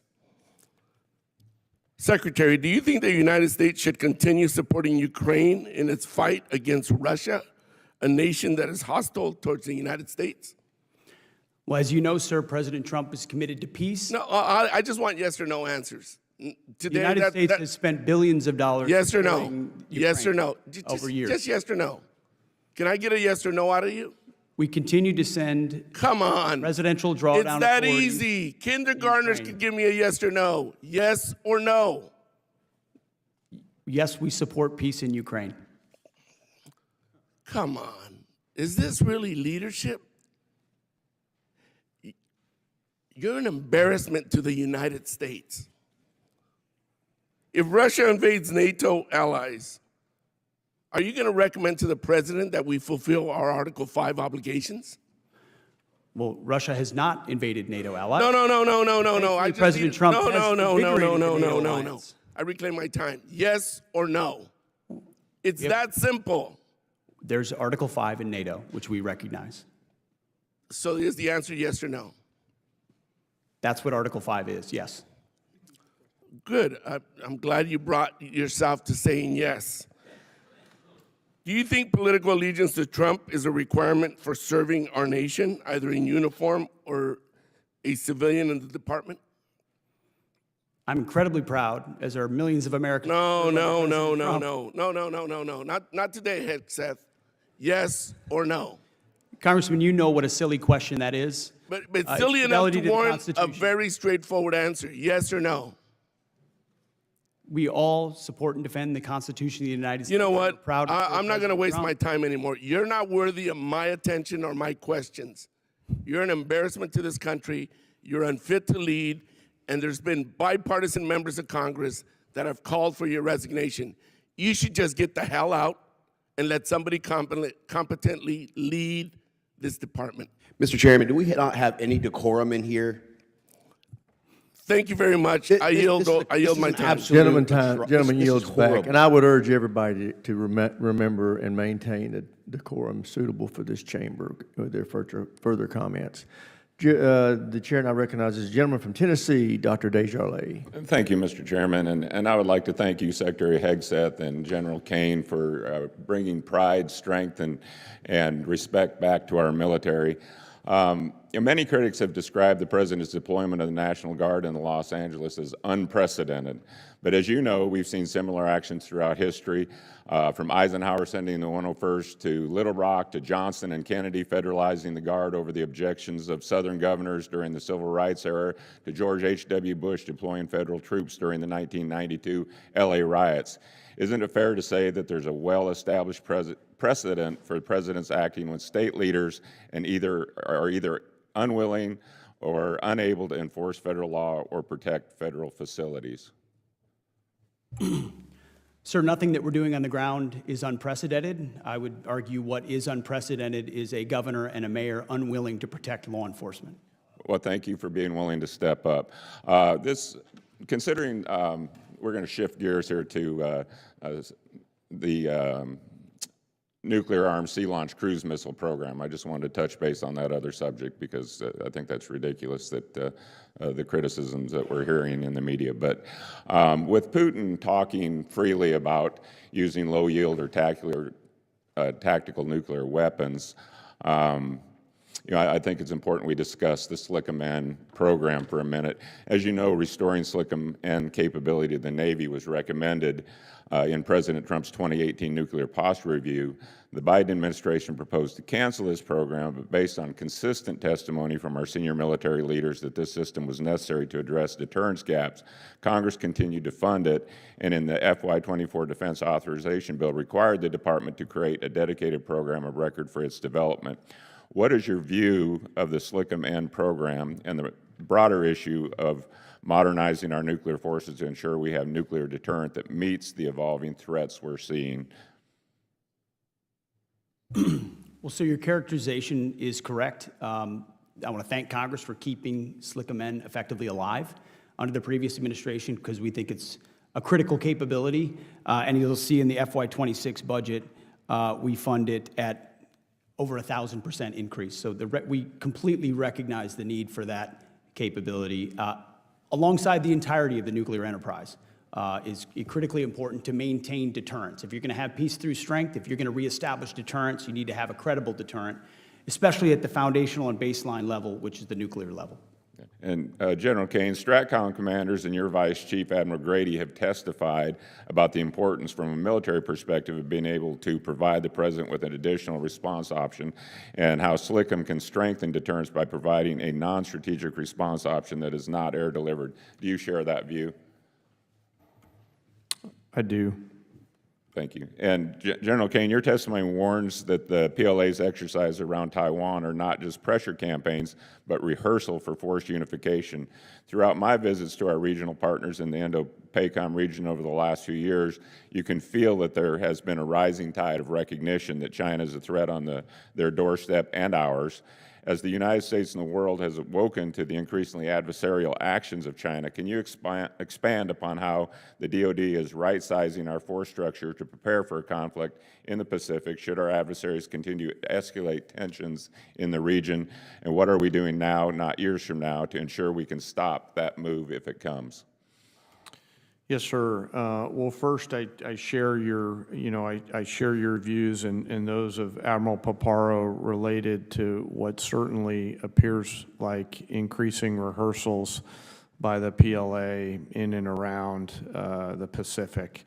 The administration and the Secretary in particular, through our interim National Defense Guidance and Strategy, which I won't get into in this forum, but is clear around the need for the department to focus on the Pacific and to scale our combat capability with systems, capabilities, and effects that would prevent Xi from advancing his narrative and create, frankly, multiple simultaneous dilemmas in their decision-making. And so we continue to work diligently on that through the services, as you talked about, and it's something that I'm keenly focused on with my global integrator role.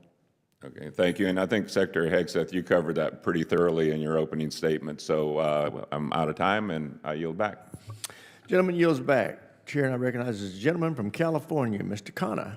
Thank you, Mr. Chairman. Mr. Secretary, I'm hoping we can start where we may have common ground: no war in Iran. In 2016, President Trump was one of the few people on the Republican stage to have the guts to say that George W. Bush's war in Iraq was an utter disaster. He promised the American people no endless wars. Tucker Carlson has said that thousands of Americans will die if there's a war in Iran. And he is cautioning that currently neocons are trying to get President Trump into a war in Iran. Representative Marjorie Taylor Greene has said the American people don't want to bomb Iran. Will you today assure the American people and the MAGA movement that you will not bomb Iran unless we are hit? Congressman, it's good to hear you quoting conservatives. When they're right, I quote them. I will tell you this: the president has been earnestly and completely committed to a peace process, has given Iran every opportunity, those talks ongoing, but he also fully recognizes the threat that Iran with a nuclear weapon would exist. Will you commit to us not bombing them? I mean, that's what the conservative MAGA movement is calling for. It online, you'll see. I mean, they want a commitment that we not bomb Iran unless we're directly hit. Well, here in this forum, it wouldn't be prudent for me to commit or not to commit. My job is to be postured and prepared in the region, just as the chairman. How about this? For any potential capability. Would you agree with this analysis that Netanyahu is itching for a fight? If Netanyahu uses American missiles to hit Iran, he's going to drag us into a war there because Iran's going to say they're using American missiles. Our military knows that you cannot just through hits eliminate Iran's nuclear capability. They'll simply go underground, and they will then end monitoring. And unlike Iraq, they're in heavily civilian sites. Will you stand up today and make it clear to Netanyahu that that escalation, what he's threatening just yesterday, is not in the American interest, that he should not be dragging America into war with Iran? Well, Congressman, that question included a lot of speculation. What I know is that Bibi Netanyahu is going to put his country first, and we're going to put our country first, and we're positioned properly in the region to ensure that we're prepared for any potential contingency. Are you concerned about his escalation into Iran, and will you assure the American people you're going to do everything possible to keep us out of a war in Iran? We remain, as the president has said, committed to creating the conditions for peace, creating the conditions for talks where Iran does not I've have the given you my ability sentiment. to develop a nuclear weapon. I'm running out of time, 2 minutes, so let me ask you another matter. Senator Baldwin asked you about the legal authority for the Marines in my state. I disagree with you. I thought not only do I not want Marines in Iran, I don't want them in California. But I don't want to get a gotcha. You know, they said, what provision? Your administration since then has filed in the federal district court. You're arguing that the Marines should be allowed to defend federal property. I disagree with you. That's your argument. Here's where I hope we can agree. Whatever the federal district court decides, will you abide by it? Well, this is a pending Sure. pending situation. So will you agree, though, that it's not my legal view, it's not your legal view that makes the decision in America. It's the federal judiciary.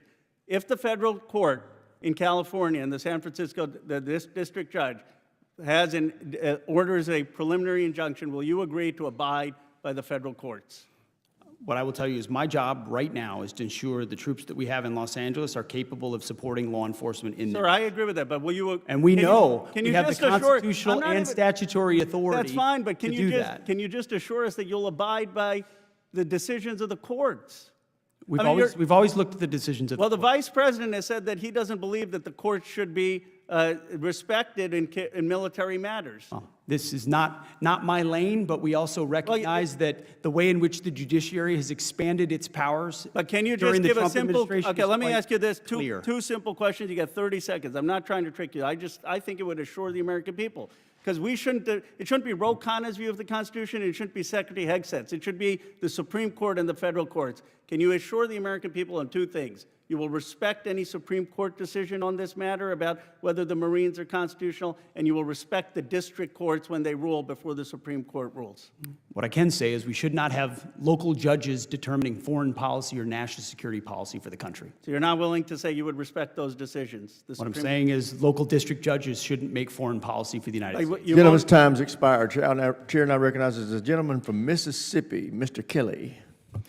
Thank you, Secretary Hegseth and General Kane, for being here today. Under President Trump's leadership, America's restored deterrence and secured our southern border. Thanks to this renewed strength, we're seeing positive momentum in both recruiting and retention. Our adversaries are thinking twice, not just because of our advanced capabilities, but because of the courage and dedication of the men and women in uniform who defend this nation every day. Still, we face serious growing challenges. China remains a pacing threat. Deterring that threat requires more than just strategy. It requires a strong, responsive defense industrial base. That starts with the timely and adequate investments, and investment begin with a budget. We have to have a budget. Despite defense spending is the price of deterrence, and we've got to stay focused and strong. With that being said, Mr. Secretary, I've championed the Ships for America Act with Mr. Garamendi from California and Senator Young and Senator Kelly in the Senate. I know the administration is behind this. Right now, are you committed to getting this SHIPS Act and getting our maritime industry and base to where we need it to be a strong maritime nation, which means a great nation? Sir, I would refer to Bryn for the actual details of what is included from that bill in our budget, but I can say top line, we are historically committed. $47 billion in shipbuilding in this budget alone. It was mischaracterized because of baseline versus reconciliation, but when you look at the total investment, historic. Same with defense industrial base. So we recognize the failures and failings of the past. We're also not just pouring money into the same processes. We're hiring innovators, and we've got secretaries who are driving change, personally reviewing each shipyard across the country to recognize what's failing and what isn't, how we address workforce issues, how we address modernization. I'm going to take that as a yes where I can get something yes. else, because we work with the administration, the Senate, and the House, bipartisan, bicameral, throughout the administration to get that done. Acquisition reform. General Kane, thank you for your leadership. As the committee works to streamline acquisitions through the SPEED Act and give program executive officers, PEOs, more agility, I want to make sure that we're doing the right things at DOD writ large, especially when we're talking about Navy and Air Force and some of the programs that we do. Requirements cannot be shifted on a yearly basis. They at least need to stand steady through an administration. So we need requirements that are steady. We can't tell them how to build things. What we need to tell them is the capabilities we need and let industry build that. We can't always let perfect be the enemy of good. We need to keep and maintain during the acquisition process intellectual property rights so that we can repair those things ourselves, so that we can 3D print. There are so many things that we can do better that we put artificial barriers because we have a risk-averse DOD now, especially in acquisitions. And finally, we need to make sure if we say we're building 4 destroyers next year, we don't need to next year say, well, we're going to change that to 3. We have to send a steady demand signal. We have to do block buys, and we have to hold these PEOs responsible for finishing the program or at least getting it to a point where it's in production. We cannot rotate every 2 or 3 years. Are you committed to make sure that we do everything we can to help our industrial base give the Army, Air Force, Navy, and Marines the products they need to win? Well, sir, there was a lot of goodness in the statement, and by the way, thank you for your service yourself here in the uniform for so many years. You covered a lot of ground between requirements to PEOs. One of the things that I think we, both the military and the Congress, are going to have to think through is how do we buy aligned with the technology development curve, back to your point about requirements. And what I need to try to think through with you is how do we ensure that the force of the future has the relevant and current combat capability to dominate on the battlefield. And technology is evolving so incredibly fast that we need both a requirement system, an acquisition system, leaders that understand that. And I think that's going to require some partnership between the department and the Congress to think through that and clarity around what are we solving for. And finally, real quick, Secretary Hegseth, please have the Navy get us a shipbuilding plan that is not an option. We have not had one for the last 7 years. Please get us a 30-year shipbuilding plan, of which the first 4 years are locked in. Gentleman's time's expired. Chair, and I recognize the gentleman from Massachusetts, Mr. Keating. Thank you, Mr. Chairman. I'm going to take my time to react to the testimony already given. The 3 pillars that each of the witnesses and the Secretary highlighted. Pillar number 1, restore the warrior ethos. You know, I've had the privilege in this committee to see firsthand a special window of our troops, their courage, their tenacity, their commitment. You don't have to restore the warrior ethos, sir. It's already there. We've never lost it. Pillar 2, I just want to highlight something that is a concern. Pillar 2 is the border security issue.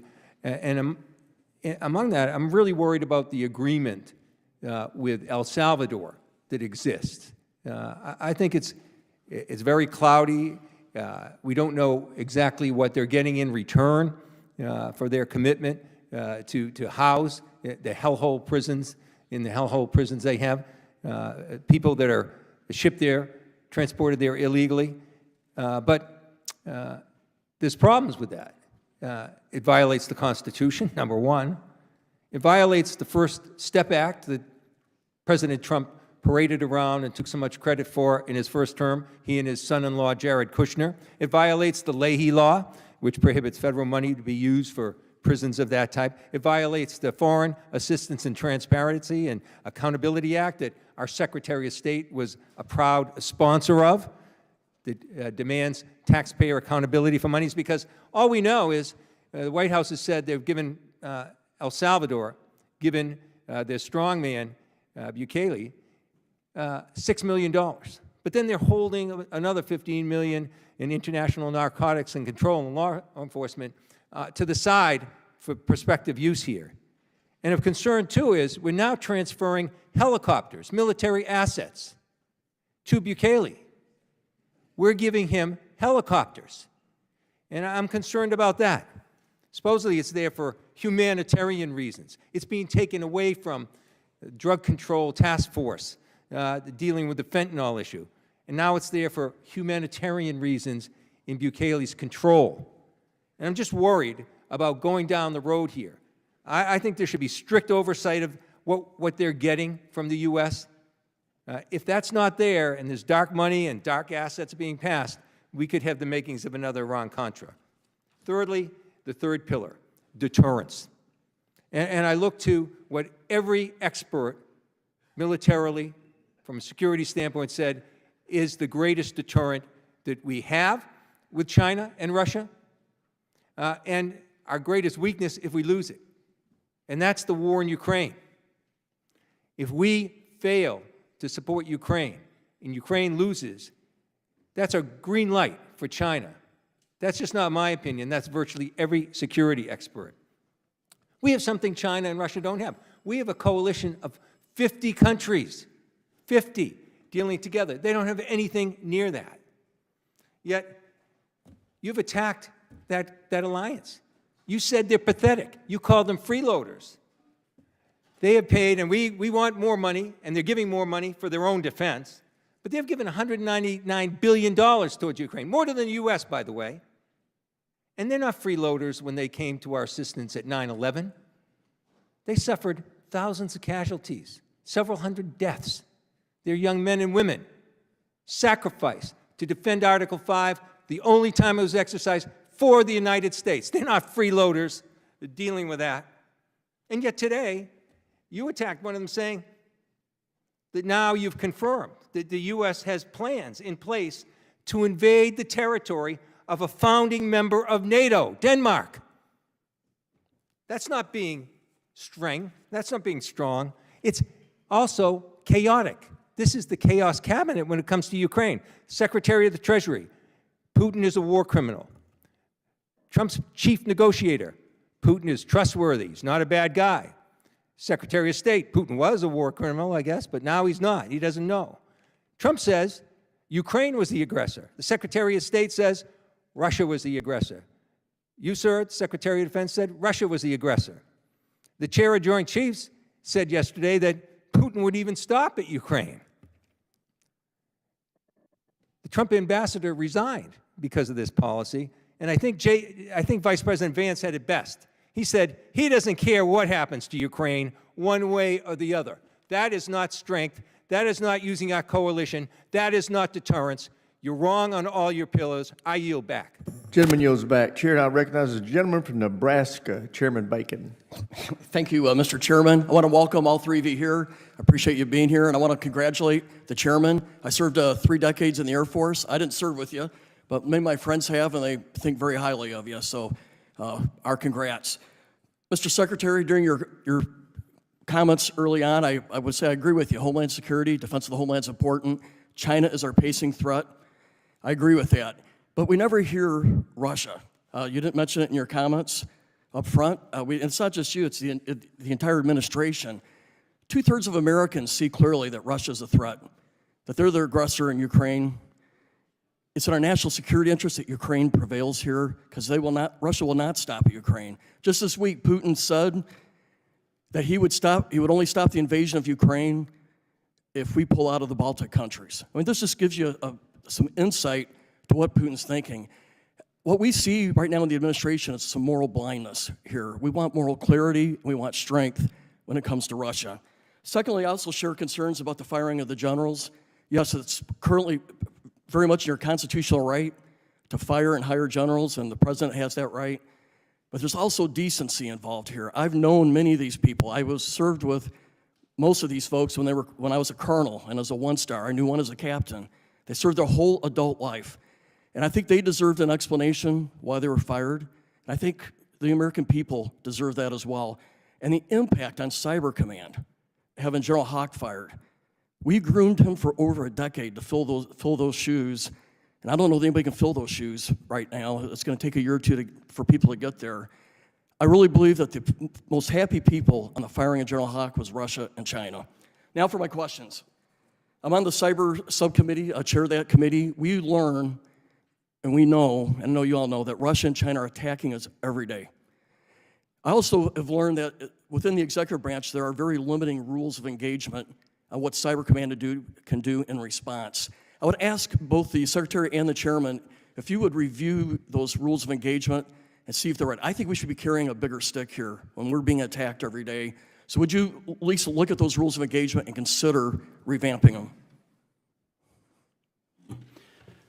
Sir, we do review those on a regular basis, and I would say there's been some incorrect reporting on what has or has not been done, but internally we're ensuring that anything we do on cyber offense or cyber defense is coordinated with the administration's priorities and the way in which the department views threats and how we manage them in real time. So as I mentioned, I'm the chairman of the committee, and I've talked to multiple layers. They are restricted based off of the rules of engagement. Maybe they're appropriate. I just hope we relook at them, because if China can attack our energy grid, our Wall Street grid, our hospitals, I think we should be reviewing, okay, is our responses adequate? So I just wanted to submit that for you to think about and consider. I agree China is the pacing threat. And the best way we want to prevent a war. Day one of a war with China and Taiwan is a day too late. I happen to know that we owe billions of dollars of weapons to China, or to Taiwan. We've committed to them, or they purchased them. And this is really a previous administration's fault. We're talking billions of dollars of weapons. They need sea mines now. They need Harpoon missiles, air and missile defense, things like that. I asked the previous secretary under the previous administration, what are you doing about it? He says, well, I'm studying it. He's the secretary. I just asked for you all's review and figure out who's behind do we got to kick to start getting these weapons to Taiwan faster so we have deterrence. And I just appreciate your comment to that. I'll defer to the chairman as well, but this is not something we're simply reviewing. It's something we are implementing in real time. I think there was a lot of talk about a shift to the Indo-Pacific in previous administrations, but the department had not put in place, not just, there was strategy changes at some level, but driving change into the institution to make decisions, prioritize, and trade-offs in your budget, in force posture, in training and exercises, in where you forward position troops and munitions. Those are the things we're actioning in real time, and I think very differently than in the past, with a realistic view of what threats could emerge in the Indo-Pacific. I defer to the chairman. Sir, I'll just add in general terms about the size and capacity of our defense assistance worldwide. You know, that all tacks back to our national and defense industrial base. And what I'm encouraged by is the leaders that we have in the department, in the joint force, and in the Congress right now. It feels like if not now, then when? And if not us, then who? And these are the right leaders across the USG to get after this and to support through Let's Gentlemen's turn this fight now. Gentlemen's time's expired. Chair now recognizes the gentlelady from Pennsylvania, Ms. Houlihan. Thank you, Mr. Chairman. Mr. Secretary, I've been looking forward very much to our time together. My name is Chrissy Houlihan. In addition to representing a part of Pennsylvania, the 6th District, I also am a veteran. I come from a family of veterans and service members, and it's very deeply personal to me, this conversation that we're having, as I know it is to you as well. Over the last several days, I've had the opportunity to watch a bit of the hearings that you have testified at this week, and I can see and know that you have quite a bit to say. But since I only have 5 minutes, I'm going to try and focus my time on a concept that you talk about very frequently, and that is lethality. By definition, lethality simply means being capable of causing death. Secretary Hegseth, I have a couple of clarifying questions that I'd like very much to get through. So in the interest of time and efficiency, I would ask just simply for a yes or no from you for the answers to these questions in advance, and I thank you. So given that definition of lethality, would it be fair to say that both men and women are, generally speaking, capable of causing death? It depends. Yes or no, sir? Depends on the context. Yes or no? Yes or no? Are men and women capable of causing death? It depends on the context. Yes or no? It depends on the context. It's unbelievable to me that you can't come up with an answer whether or not a man or a woman can cause death. That's an obvious yes. Would it be fair to say that the U.S. military trains our soldiers in multiple ways to be capable of causing death, whether they are men or women? That's a big part of our job. Yes. Would it be fair to say that both men and women are capable of pulling a trigger of a rifle to cause death? Yes or no? Sure. And would it be fair to say that both men and women are capable of operating an unmanned combat drone or maybe pushing a button to launch a missile to cause death again? Yes or no? I know what you're getting at, ma'am. Yes? But it is, So lastly, men and women sir, carry equipment differently, a lastly, sir, 155 round lastly, differently, a sir, rucksack differently, reclaiming a 240 my Bravo time, machine gun I asked differently. about There missiles are and drones, different- sir. It is the gentlelady's Reclaiming my time. time. men and Reclaiming women. my Just time, pause. sir. It is the gentlelady's time. Would it be fair, finally, to say that both men and women are capable of piloting a jet or a helicopter to combat people and to cause death as a consequence? A lot of wonderful female Yes pilots. or no? So while I agree with you that physical fitness, as you were mentioning, is a very strong and important component of lethality, the warfighter that you have written about in your books and talked about on various podcasts is but a very, very small piece of the overall lethality picture. In fact, we estimate only about 10% of our military personnel are directly involved in the kind of combat that you're referring to. Rather, 90%, that's the math, of our troops are doing other jobs that support and enable those 10%. So to put it simply, lethality cannot be measured solely by the damage that a 6'3", 225-pound Christian male with a rifle can do to the enemy anymore. Sure, I agree he's part of that solution, but it is an incomplete and at best very dangerous and very homogeneous description of that. Lethality is equal parts technical skills, tactical experience, cognitive problem solving, and physical fitness. It's not about one person, but it's about many. It's not about blue or red. It's not about liberal or conservative, Christian, Jewish, or agnostic. It's not about North and South. Here are some statements that you have said previously about women in service. This is 2024, sir, not when you were a 19-year-old. You have said that women are life givers, that dads push us to take risks, and that moms put the training wheels on our bikes, that we need moms, but not in the military. Secondly, you have said, I am straight up just saying we should not have women in combat roles. It hasn't made us more effective, and it hasn't made us more lethal. With what's left of my time, sir, I will say to you that women have served our country for 200+ years in our militaries and in service and protection of our nation. They are watching you, what you do and what you say, and we deserve better from you. Women can and do serve with lethality today. We can and do all of the jobs that are required of us. Yes or no, do you believe military women should be in all roles in the military? Women have joined Yes our or military no, sir? in record numbers under this Should women be administration. in all roles in the military? Standards should be high and equal for Yes all positions. or no, sir? We agree. Should they Standards- be in all roles in the So military? my job is that yes 10% or no? stays as sharp as Reclaiming my possible. time. Standards should be high and equal. Reclaiming my time. Will you agree that that women should be able to perform in all combat roles, assuming they meet the standards? Gentlelady's time's expired. It's all about standards. Before we move to the Disappointing. next witness, I would like to hearken back to my several decades ago time as a trial lawyer and remind the members, you control your questions. The witness controls his or her answers. You can ask a yes or no question, but the witness is entitled to give his or her answer the way they choose to frame it. With that, I recognize the gentleman from Texas, Dr. Jackson. Thank you, Mr. Chairman, and thank you to our witnesses for being here today. I deeply appreciate your time. Mr. Secretary, I would like to start by apologizing for some of the rude and childish behavior that was demonstrated earlier by one of my colleagues. I think I speak for several members on this committee. I apologize for that. Unfortunately, it's probably not the last bit of disrespectful grandstanding that's going to take place before this hearing is over. Secretary, under President Donald Trump's leadership, our government has been refocused on the most pressing challenges facing our nation. Instead of woke DEI and climate change programs, this administration is advancing our military readiness and lethality. As adversaries seek to challenge the United States, we must do better to equip, train, and defend this great nation. And Mr. Secretary, on behalf of the patriotic Americans in the 13th Congressional District of Texas, I want to thank you for what you're doing to reclaim our military. I think you're doing a wonderful job. Last month at SOF Week, you stressed an important and foundational SOF truth. People, not equipment, make the critical difference.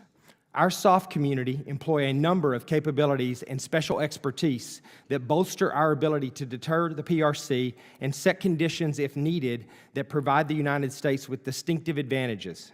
We ask a lot of our special operations forces, more and more as each day goes by, and that's only going to continue. Crisis response remains a critical mission performed by SOCOM, And despite flat funding, this responsibility has risen as high as 200% over the last decade. Mr. Secretary, as you highlighted during Soft Week, our operators' lethal precision and timely crisis response capabilities have met these growing demands every single time. Given this significant and sustained increase in operational tempo, what can the department do to alleviate resource constraints in SOCOM's budget to ensure critical crisis response capabilities are properly funded and that our SOF operators can continue to meet the evolving global threats, both with great power competition and in the counterterrorism arena?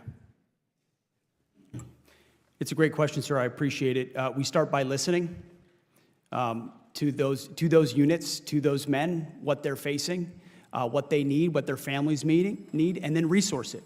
Because not only have they been used more than anybody else over the last 20 years, but even in just the last 4 or 5 years, the amount of times we call on the Special Forces community, Special Operations community, has increased. So the funding needs to match that, which you'll see in this budget. The training needs to be commensurate with it. And then I think morale and standards really matter.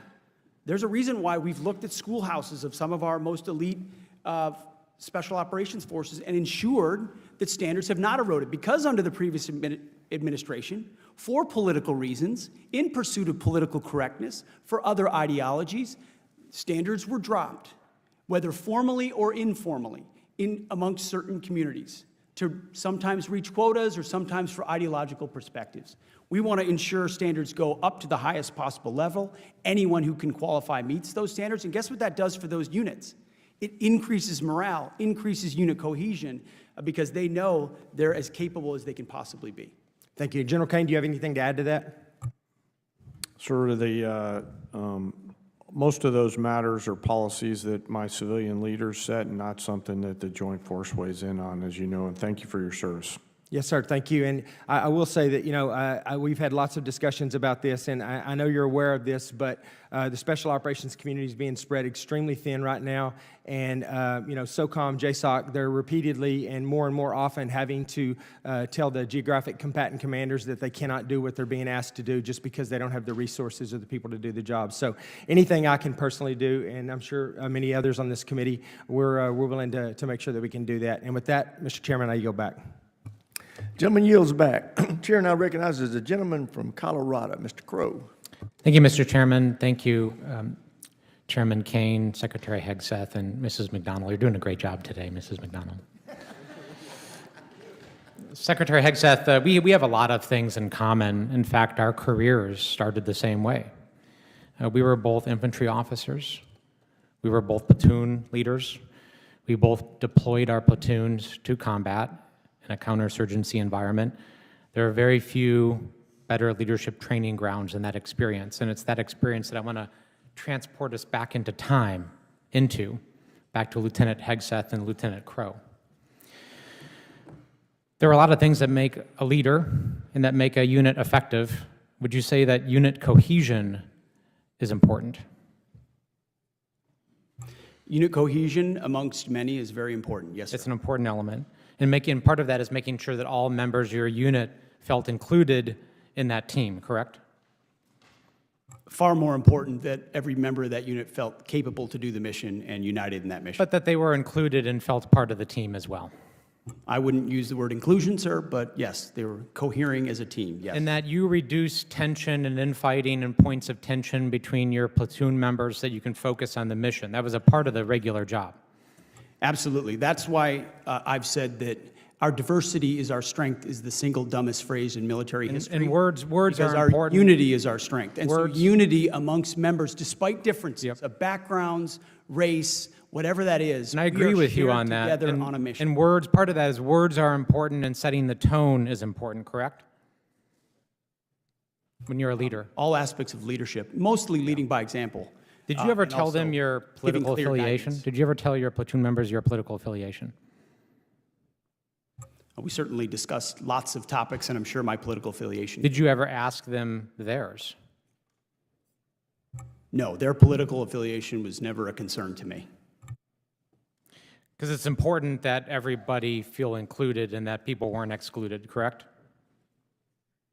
That would be My platoon, antithetical to I'm leadership. sure my platoon contained Republicans, Democrats, and independents, and I had no idea what their affiliation was. Okay, that was actually my next question, so I appreciate you answering that.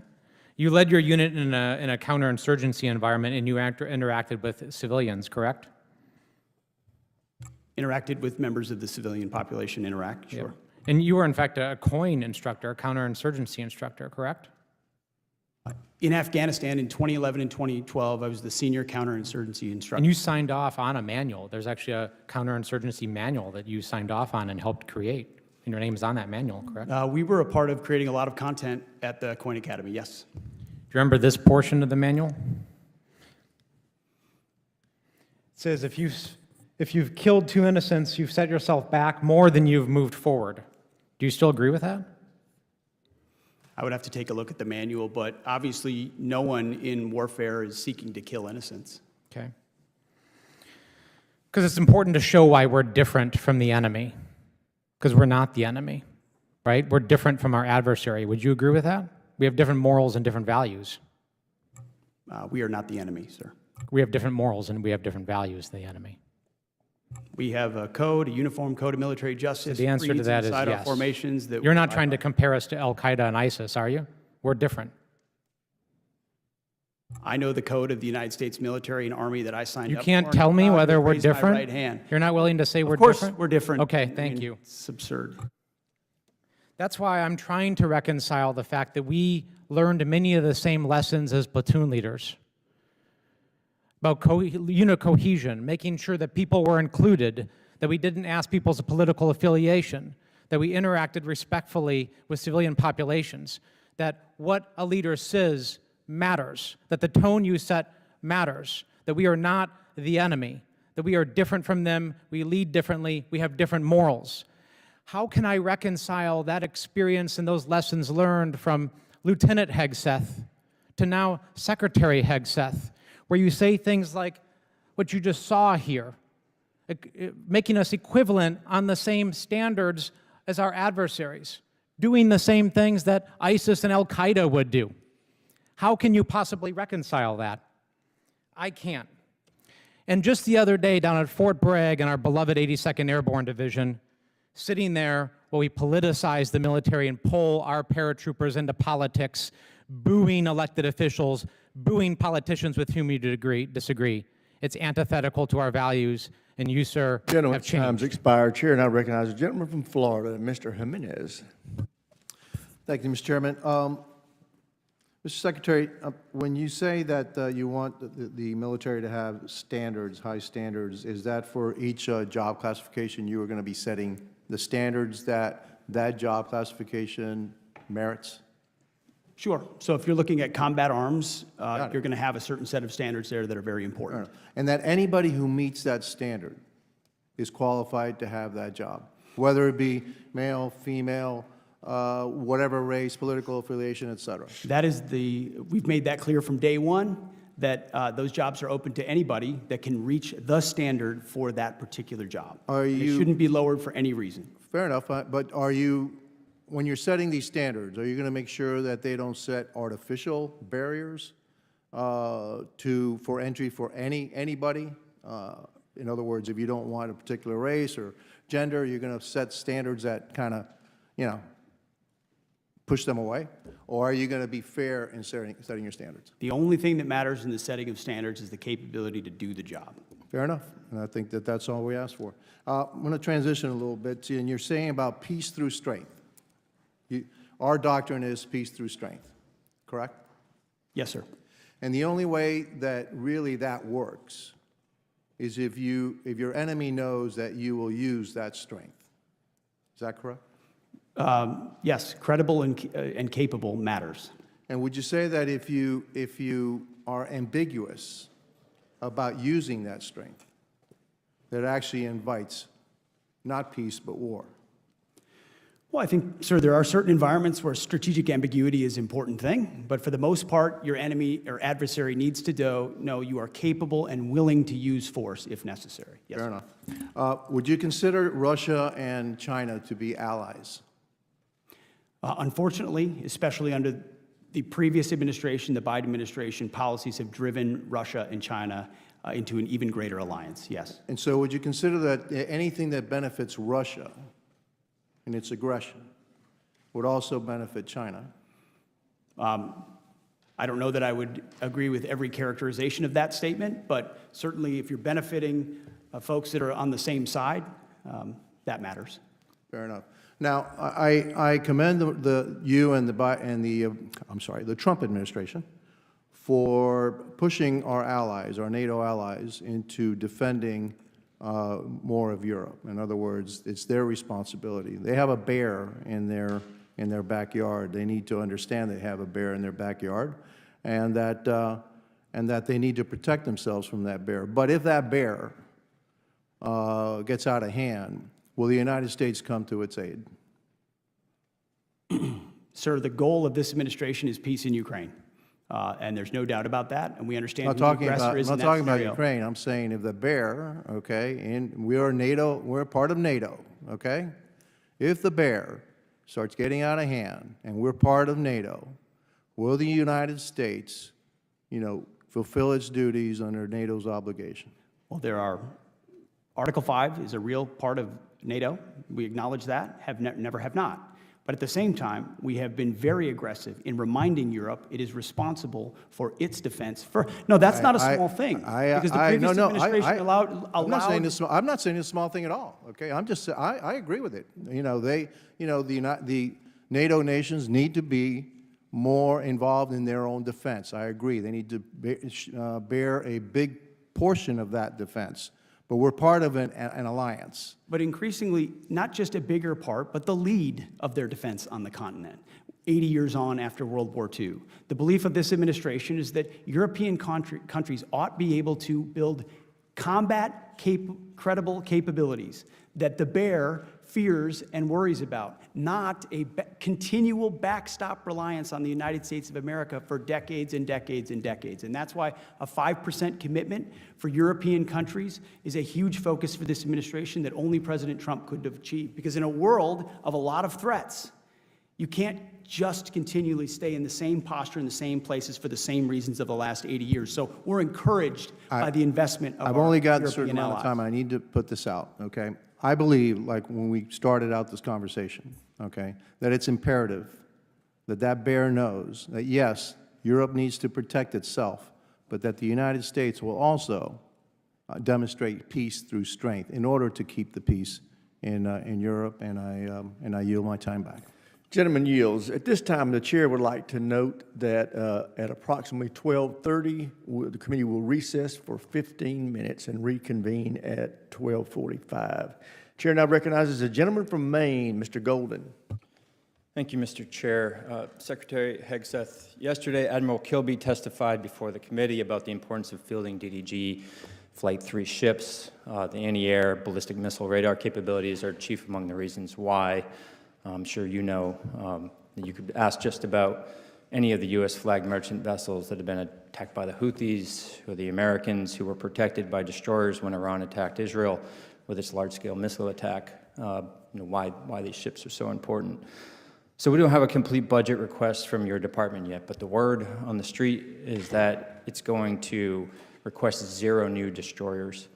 Of course, destroyers are well known as the backbone of any modern Navy fleet, and China is closing the gap between us and them, having doubled its destroyer fleet in the last 20 years.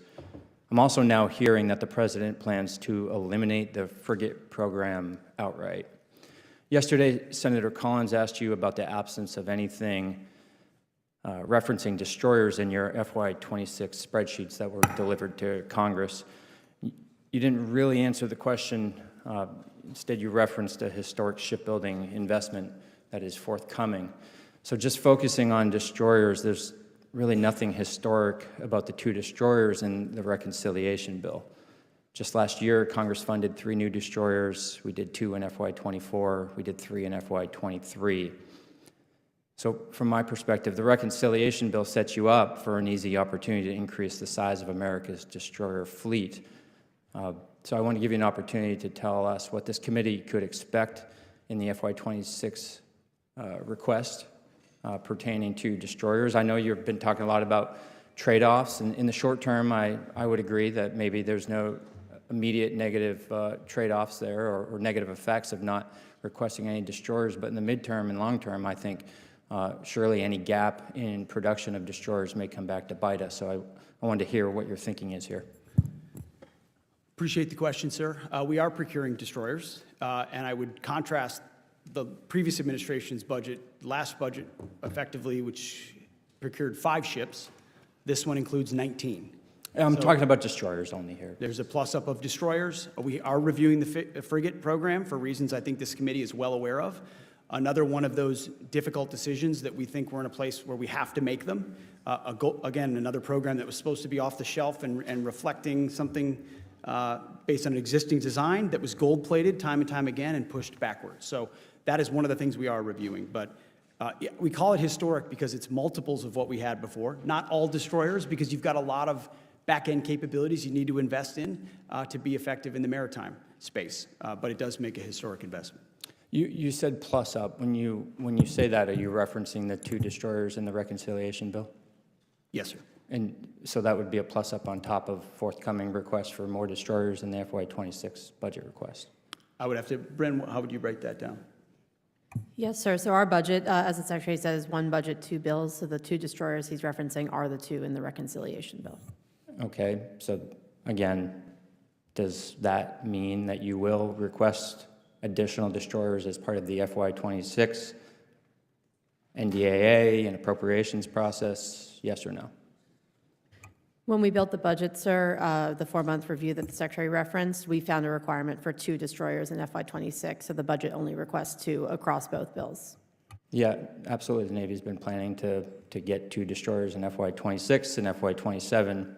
However, I think this committee, the Senate, appropriators as well, have been pretty clear that the destroyers in reconciliation were to supplement that anticipated request of 4 ships in 2 years, not supplant it. So, you know, I suppose if that's all you're asking for, it'll be up to members of this committee in the Congress whether or not we want to exercise what we think is the right call here, which would be to grow the size of our destroyer fleet, not slow down its growth. So with that, you can take the 40 seconds if you have any other comments, or I'll yield it back. Gentleman yields back. Chair now recognizes the gentleman from Texas, Mr. Luttrell. Thank you, Mr. Chairman. Mr. Secretary, General Kane, and Ms. McDonald, thank you for joining us today. Mr. Secretary, I'm very laser focused in on the advancements and the build out of hypersonic capabilities in our military. And at the classification levels, obviously in this room, and I'll always be concerned and you know, always plan for the worst and hope for the best. But we are very far behind when it comes to our ability to build out hypersonics. The nefarious actors globally are really kind of taking advantage of that over the past 2 decades, and they're way out front. Can you give me, and you can pass this off to Mr. Kane if you like, but I'd like to hear where we are, and are we moving forward aggressively enough to outfit our arsenal? I will defer to the chairman on that, but very aggressive. Long-range fires, hypersonics are central to this FY26 budget in some creative ways as well. So I wouldn't fully agree with every characterization of what you said. We're catching up in quickly on capabilities, and that's because of things that are known and things that are unknown in hypersonics, because that's a capability that we need to have existing and need to have. Well said. Yes, sir. Need to have. General? Congressman, first, thanks for your service and the teams. Appreciate it. And a bunch of SEALs in the room here, so I'll be mindful of that. They're not as good as I was. No comments, sir. Case in point. Yes, sir. Sir, it's very much on our joint force radar. As you know, the services handle a lot of that. The Navy's all over SM-6 Block 1B, which will hit in 2029. The Air Force is working on HACM and doing operational tests on that now, and thinks that was progressing along the way. We're looking at partnering with industry to look at additional capacity and capability in the hypersonic side, but the ability to leverage that capability to cause dilemmas in those ground force commanders on the other side is key and essential, and something that we're very focused on through the services. Okay, good to hear. Mr. Secretary, I've spoken to the Secretary of Navy, Secretary of Army. I've spoken to Secretary Collins of the VA, and I'm going to completely shift gears on this with you. If I'm able to accomplish anything, and I'm putting this out for public consumption, so I'm probably going to get beat up for it, but if I can, before I leave this place, this wonderful place we call Washington, D.C., if I can make the transition from Department of Defense, our service members, into the VA space seamless and effective, I have done something amazing. Now, as a veteran yourself, I can understand, I most certainly understand, you know the complexities of what it looks like when somebody says, hey, thank you for your service, here's everything you need. The VA is that way. We lose 6,000 veterans a year to suicide. We have disability claims that are through the roof, and our veteran community is more or less lost. And I wholeheartedly believe if the DOD and the VA worked shoulder to shoulder with this, where it was almost just a drag and drop. Here's your DOD service record. VA, he or she are on the way. There we go. You have them. We're good to go. And the VA and the veteran is absolutely taken care of. That does not exist currently, and it's something that I'm working every day on. And I know you will support this. I'm probably putting words in your mouth, and I shouldn't do that, but I want you and the Secretary of the VA to if you haven't been in the room together to talk about this, I'd love to be involved, and we can move on and focus on other things. As you know, I do agree wholeheartedly. I hope you've seen Secretary Collins and I, we looked for it. We've never seen a memorandum written together by a DOD secretary and VA secretary, which we signed together in his office at the VA. He came to see me. We talked about it. I came to see him in his office. We put out a video and a memorandum and put our staffs together to say, this is a problem we need to fix. We need to streamline that transition in real time for those who serve. So we're fully committed. Thank you, sir. And I'll reach out to your office for that point of contact so I'm not going to hover over top of them, but I'd like to have somebody I can talk to on a weekly basis. Thank you. And I yield back, Mr. Chairman. Thank you. Gentleman yields back. Chair now recognizes a gentlelady from California, Ms. Jacobs. Thank you, Mr. Chairman, and thank you to all of our witnesses for being here. Secretary Hegseth, as you probably know, today is National Women's Veterans Day, and in your confirmation hearing and in subsequent conversations, you've said, and I'm quoting you now, women in our military have and continue to make amazing contributions across all aspects of our battlefield, and that women were some of the best soldiers you served with. Do you still stand by those statements? Yes. Great. Thank you. As you probably know, I represent San Diego, the biggest military community in the country, so I meet with countless service members all the time. And with your focus on emphasis and on merit and standards, I wanted to tell you about 3 incredible women in our military. So the first woman is a major responsible for advanced collective warfighting training. Her officer evaluation report rates her as most qualified. And some of the comments included are, and I'm quoting now, she lives the Army values and demonstrates the warrior ethos daily. She rates within the top 5% of officers I've encountered in 18 years of military service. The second woman is an aviator with a record of over 50 combat missions, including deployments to Iraq and Afghanistan. 2 quotes from her most recent fitness report in April include, quoting again, "People excel under her leadership, and she has my strongest possible recommendation for promotion." The third woman is an instructor for an Army ROTC battalion. According to her evaluation report, her overall performance was rated at far exceeds standards, and the comments include, she is undoubtedly within the top 5% of non-commissioned officers I've worked with in my 22 years of service. Given their stellar qualifications and accomplishments and their record of surpassing standards, I assume that you agree that the Pentagon and the services should do everything they can to retain women like these, correct? I would commend the major, the aviator, and the instructor for their service. Great. I'm glad you agree, because I also believe we should be recruiting and retaining the very best and brightest in our country to serve in the military. And yet, you are actually kicking out these 3 highly qualified service members solely because of their identity. These are trans women. And you are using the very same arguments that have been used against desegregating the military or allowing women to serve or allowing gay people to serve. And in all those cases, those arguments were wrong. So I think it's clear that this is actually not about standards or, and I'm quoting you again, an equal, unwavering, gender-neutral, merit-based system, because if it were, you would be keeping these women in. Instead, you are the one injecting culture wars into the military, and it's at the detriment of our military readiness and national security. Now, General Kane, I'd like to turn to you. So to be clear, these are men who think they're women. These are women. I'm happy to educate you on, But these are men. on trans and so issues at another what we've time. identified is that there's mental health issues with that belief system. I'd like to turn to that General are Kane detrimental now. to readiness, and that's the determination that we've made and that we stand behind. Gender dysphoria. And so you don't complications. trust your commanding officers to be able to evaluate the people under them to decide if that were true, wouldn't that show up in their fit reps? And yet these fit reps are from the last 3 months, and all of their commanding officers say that they exceed standards. I'm turning to General Kane now. General Kane, I'd like to touch on something you said yesterday before the Senate Appropriations Committee. When asked whether the United States is under a foreign invasion, you said, at this point in time, I don't see any foreign state-sponsored folks invading.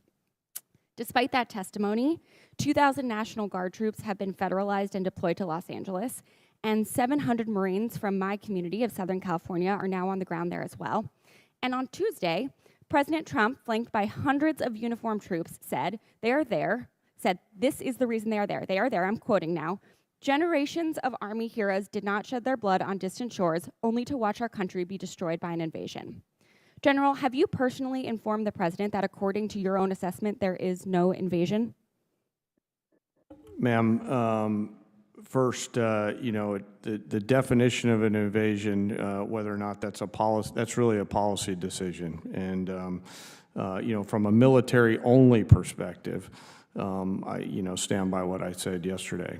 But, my advice to the president in any particular matter from a security standpoint, or for the secretary for that matter, I keep that between them. I understand that, but the highest ranking military advisor in the country does not believe there's an invasion, and yet the President of the United States is federalizing the National Guard and deploying Gentlelady's active time's duty expired. Marines in the name of an Gentlelady's invasion. time's expired. This will be the last member before we have our break. Gentlelady from South Carolina is recognized. Thank you, Mr. Chairman. And just to clarify, I want everyone to know that men are not women. And I find it deeply offensive as a woman who's broken glass ceilings. So to all the women out there who are fighting their way through their track meets, their scholarships, their jobs against mentally ill men, I want you to know, Republicans, we see you and we support you. Thank you, Mr. Chairman, and thank you to Secretary Hegseth and General Kane for joining us today. The Department of Defense and our armed forces exist to protect our country's interests and our citizens' freedoms. Under the previous administration, this mission was supplanted by divisive ideology and social experimentation. Allowing ideological advocacy to come before military readiness was an enormous mistake. At the direction of President Trump and under your leadership, the DoD is rightfully returning to its focus on lethality and readiness. Our country faces a complex array of challenges and must maintain unparalleled readiness. The changes you are implementing at DoD are critical to returning our military to its core mission. So I have a few questions for you, Secretary Hegseth, today. How much did the Biden administration spend on DEI programs at DoD? Well, when you look at directly or ancillary reflections of it, it was billions of dollars, ma'am. And did it focus on equitable outcomes rather than merit or improve our effectiveness in the military? No, I think if you look at ongoing operations under the Biden administration and also recruiting and retention under the administration, it was a distraction, not an enabler. Do DEI programs make our military more lethal? No. Secretary Hegseth, how much money did the Biden administration spend on the chemical and surgical mutilation of our service members under the guise of gender-affirming care? I don't know, but $1 is too much. I agree. Did sex change experiments in the chemical and surgical mutilation or castration of service members improve our defense capabilities and make us more lethal? No. That's what I thought. Secretary Hegseth, can a history of mental health conditions disqualify someone from military service? Yes. And is gender dysphoria a documented mental illness included in this list of disqualifying conditions? It was not, but it is now, per an executive order from the White House and reinforced by the Defense Department. Gender dysphoria is properly recognized as a mental disorder and a disqualifying one for military service. God bless America. Okay, so I welcome the announcement of the Navy that they would be ending animal testing on cats and dogs. Huge win for animal lovers and those against the barbaric treatment of cats and dogs. However, I understand there are still some active Biden-era dog and cat tests being funded by the DoD. Secretary, do you plan to end these experiments as well? As you know, Congresswoman, we've looked at a lot of those. We've reviewed a lot of those, and we've ended a lot of those. There are probably others under review, and we will do that. I would love for you all to do a review and eliminate all of them, to see them ended as well. Do you think you'll enact a DoD-wide ban on conducting or funding cat and dog experiments? Do you think that'll be in the future under your leadership? We will review that. Right now, our focus is studies that actually add to our capability, our readiness, our warfighting ethos. So if they don't contribute to enabling better capabilities, then they will be reviewed and ended. Okay, and talk to me about recruitment. How far, you've already hit your recruitment numbers this year so far, right? Or close to it? In record numbers, yeah, months and months ahead in all services. Why do you think that is? Well, I think a new commander-in-chief was elected in November and inaugurated in January, and I used to call it the Trump bump. I think you can't call it that anymore. It's a tsunami of young Americans who believe in the direction President Trump is taking the country, and specifically his leadership as commander-in-chief, and they look at a fighting force that's going to be back to basics. We get accused of wanting to do ideology. It was ideology on the other side that was pushed into the military. Yeah. We're pulling that out and getting back to basics, fidelity to the Constitution, focus on warfighting. Americans respond when that's the focus, and that's what we've seen. So if there's a young person watching today on C-SPAN, and I hope that there are a few, and if they're looking at, they don't know what they want to do with the rest of their life, how do they get recruited into the military? What can they go do today, right now, to come work for you? Well, the menu is large of any different services, any different jobs, and contrary to the narrative being pushed by one side, we have record number of females, minorities as well. This is not just one group of people joining the military, and we welcome all Americans who are qualified to serve our country. Thank you, Mr. Chairman, and I yield back. Gentlelady yields back. As previously stated, the committee will stand in recess for 15 minutes.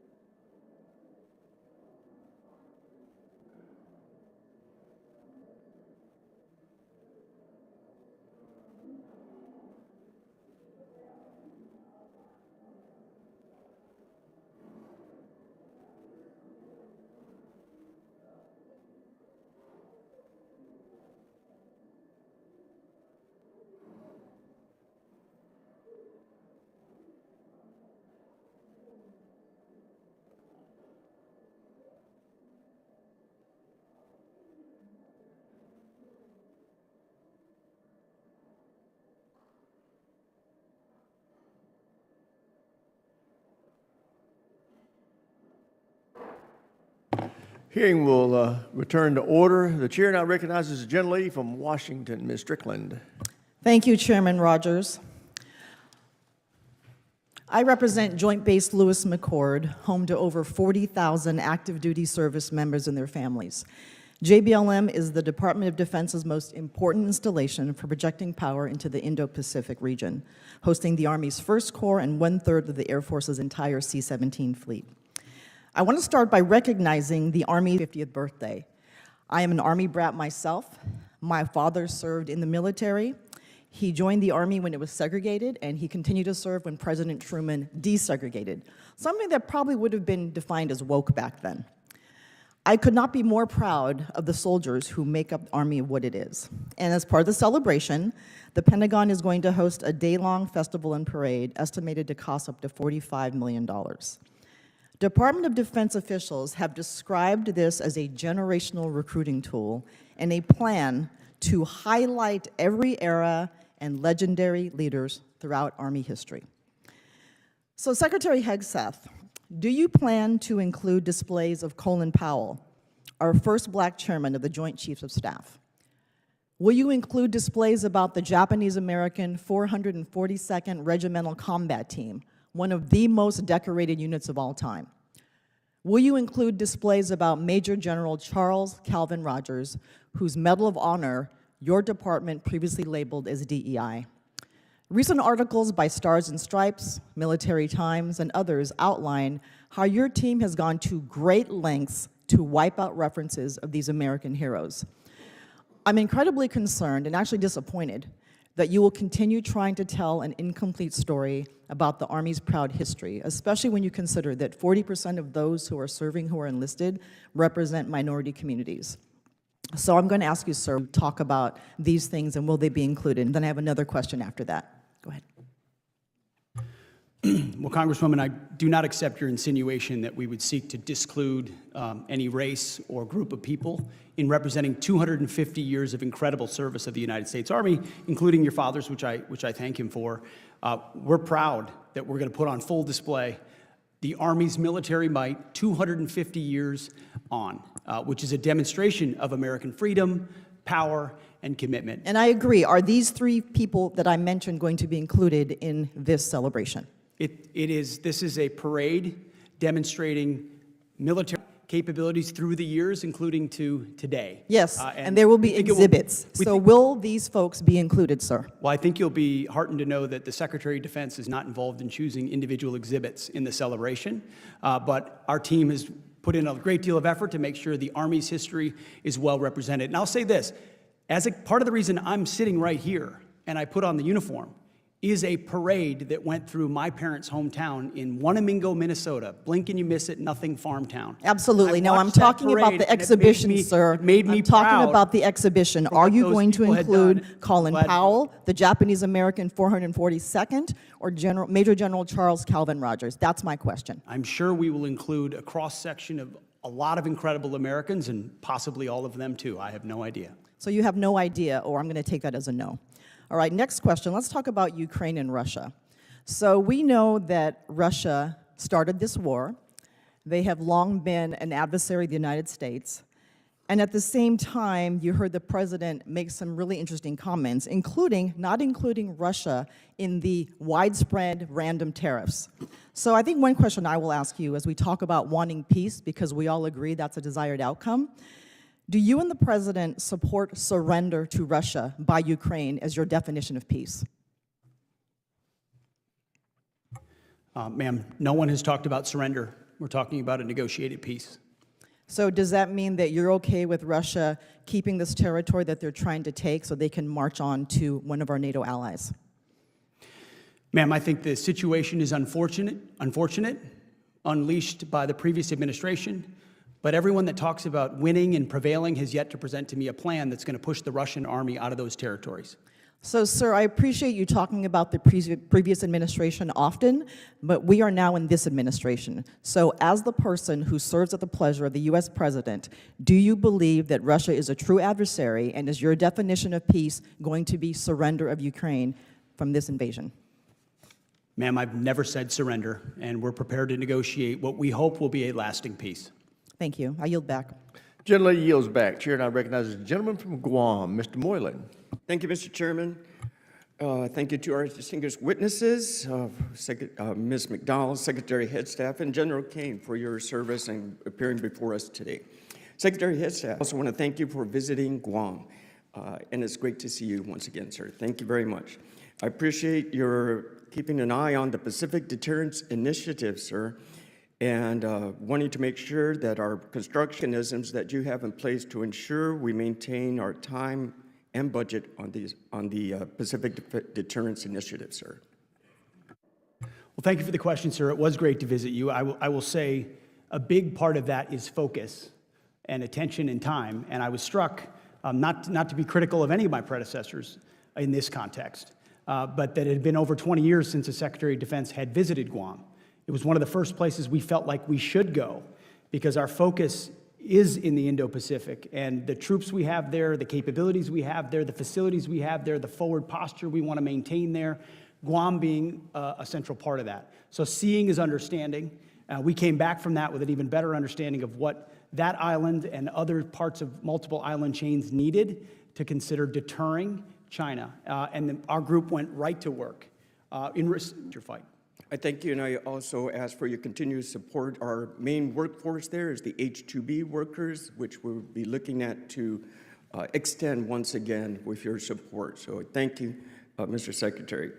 One thing that would be helpful for our contractors on Guam is regarding the design, bid, and build. So this makes a lot of delays and change orders and cost overruns due to our site locations and our logistical complexities. As the department, or I asked the department also to review some lessons learned from the design build versus design bid build models. Instead, that will really speed things up, and I'm hoping your budget will enable more flexibility for our contracting strategies to do just that. One of the core pillars of how we're changing MilCon acquisitions is flexibility, with a recognition that each site, CONUS or OCONUS or more far-flung, has unique complexities, workforce complexities, logistical challenges, resourcing challenges that need to allow the local leadership there to adapt as quickly as possible. And the last thing the DoD usually does well, especially the bureaucracy, is adapt. So we're trying to give maximum flexibility and latitude, sir. That will be extremely helpful. Thank you, Mr. Secretary. And then General Kane, you know, with the transition to fully integrate Guam Defense System, GDS, how are we synchronizing the existing capabilities like THAAD and Aegis Ashore and the Golden Dome? Architect plans to ensure seamless integration with global missile warning and reconnaissance systems. Well, sir, thanks for the question, and thanks also for your service in the Army previously. You know, the importance of integrating our defense capabilities is critical, and as we look at systems like that, and Aegis Ashore, the department is looking carefully at what has to be true to make sure that the other systems like GDA are able to bring forward a layered defense system from sensing layer all the way through the kinetic layer to ensure that we don't have any gaps. And so that's something I know the team that is running GDA, the team that's running THAAD and Aegis are doing, sir, down in the services. Thank you. And I think a lot of research will be done for the island of Guam to make sure this is right to protect our nation and our island at such a forward proximity. And then this lessons learned from that will help our nation build on the Golden Dome. Would that be a correct statement? Sir, I think, you know, our goal is to share lessons from not only your home, but the other places that GDI and Golden Dome will be a part of. And so they do accelerate our learning, sir. Gentleman's time's expired. Chair, and I recognize the gentlelady from New Jersey, Ms. Sherrill.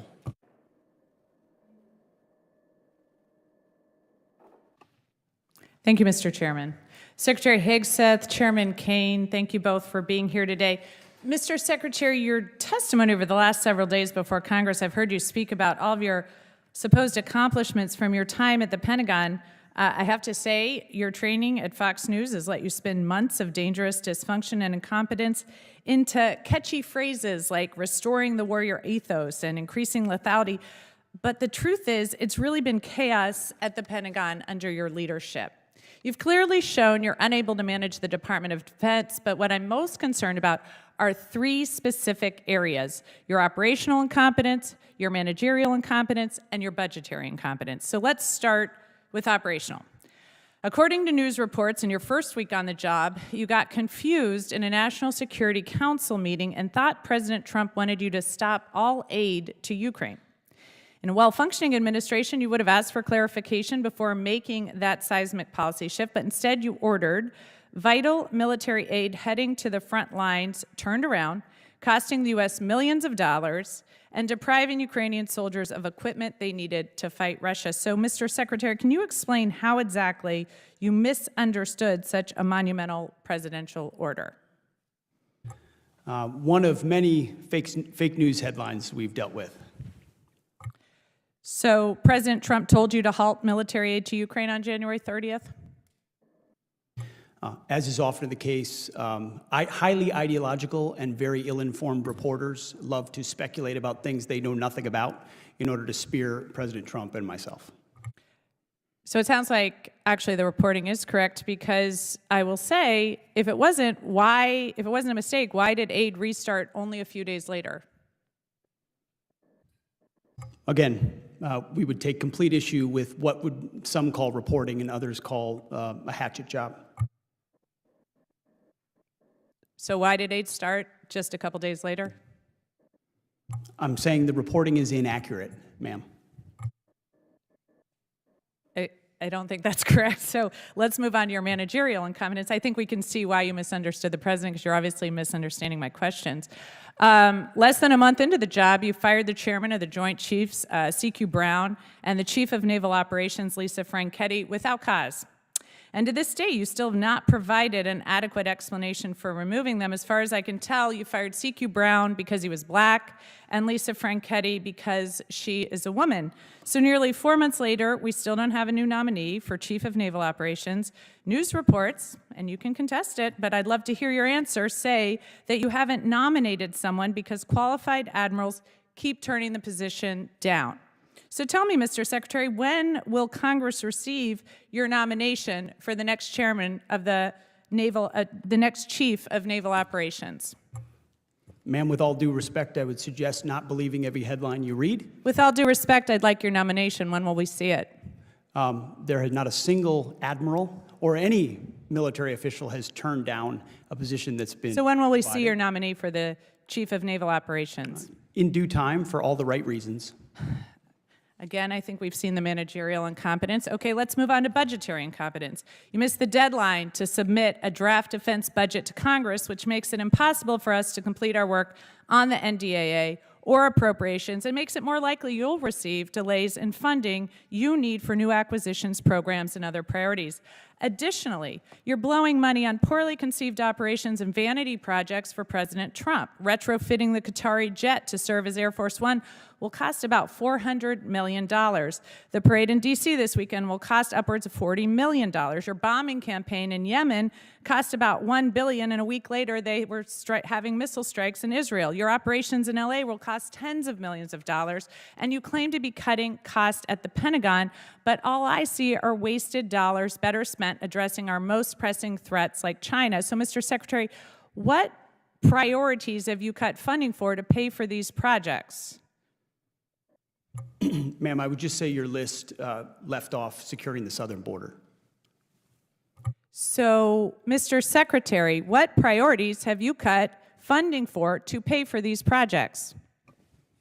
We make trade-offs every day, and I would imagine what we want to spend on is quite different than what the previous administration did. Well, I think Made the American those changes quickly, and they're reflected in this budget, and we're very proud of them. I think the American people can see why I'm so concerned about this incompetence. Thank you, and I yield back. Gentleman yields back. Chair, and I recognize the gentleman from Florida, Mr. Mills. Thank you, Mr. Chairman, Mr. Secretary and the panel. Let me just go ahead and commend you on an amazing job that you've done, not only in highlighting the importance of the warfighter, but also guaranteeing that our recruitment and retention is at the highest levels that we've seen. This is due to good leadership, not managerial problems, as one of my colleagues just tried to reiterate, and will note for the record is walking away because they know they don't want to hear the actual facts and truth. I'm going to go through a couple of things. They keep bringing up this plane, this aircraft. Well, let's go through history. This has been a long-standing cultural share, as aviation was one of the most remarkable things that man had innovated. And in 1945, President FDR actually gifted a Douglas DC-3 to King Abdulaziz, which marked the beginning of civil aviation in Saudi Arabia. The airplane is nothing more than a reason to complain about the president advancing U.S. interests, and this is more to conflate optics than actual outcomes. But we'll let them go ahead and spend their wills on a $400 million upgrade, not realizing the total cost of an aircraft. I think that's a cost savings, a good negotiation.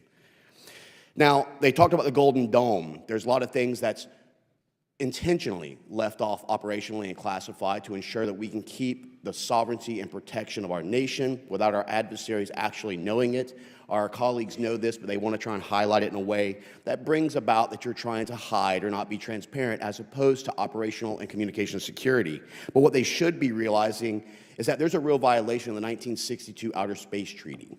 That when the leak was made about Sputnik 2's capabilities and what Russia was trying to do to arm and weaponize from a nuclear capability in space, that maybe we should take a vital interest in not just what we're seeing here on Earth, but what we're seeing abroad as well. The president knew this in the first administration, which is why he created Space Force.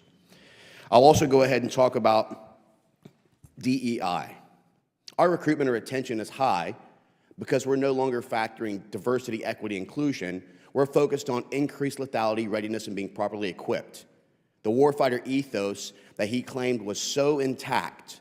If it was intact, we wouldn't lower our standards. And our standards aren't arbitrary. The standards that you are setting for our armed forces are based on real military and combat needs that we have seen and evaluated, and usually lessons that are left from bloodshed and loss of life that we then base our standards upon to guarantee that we have the best, strongest, and most prepared warfighters and the greatest voluntary force in the world.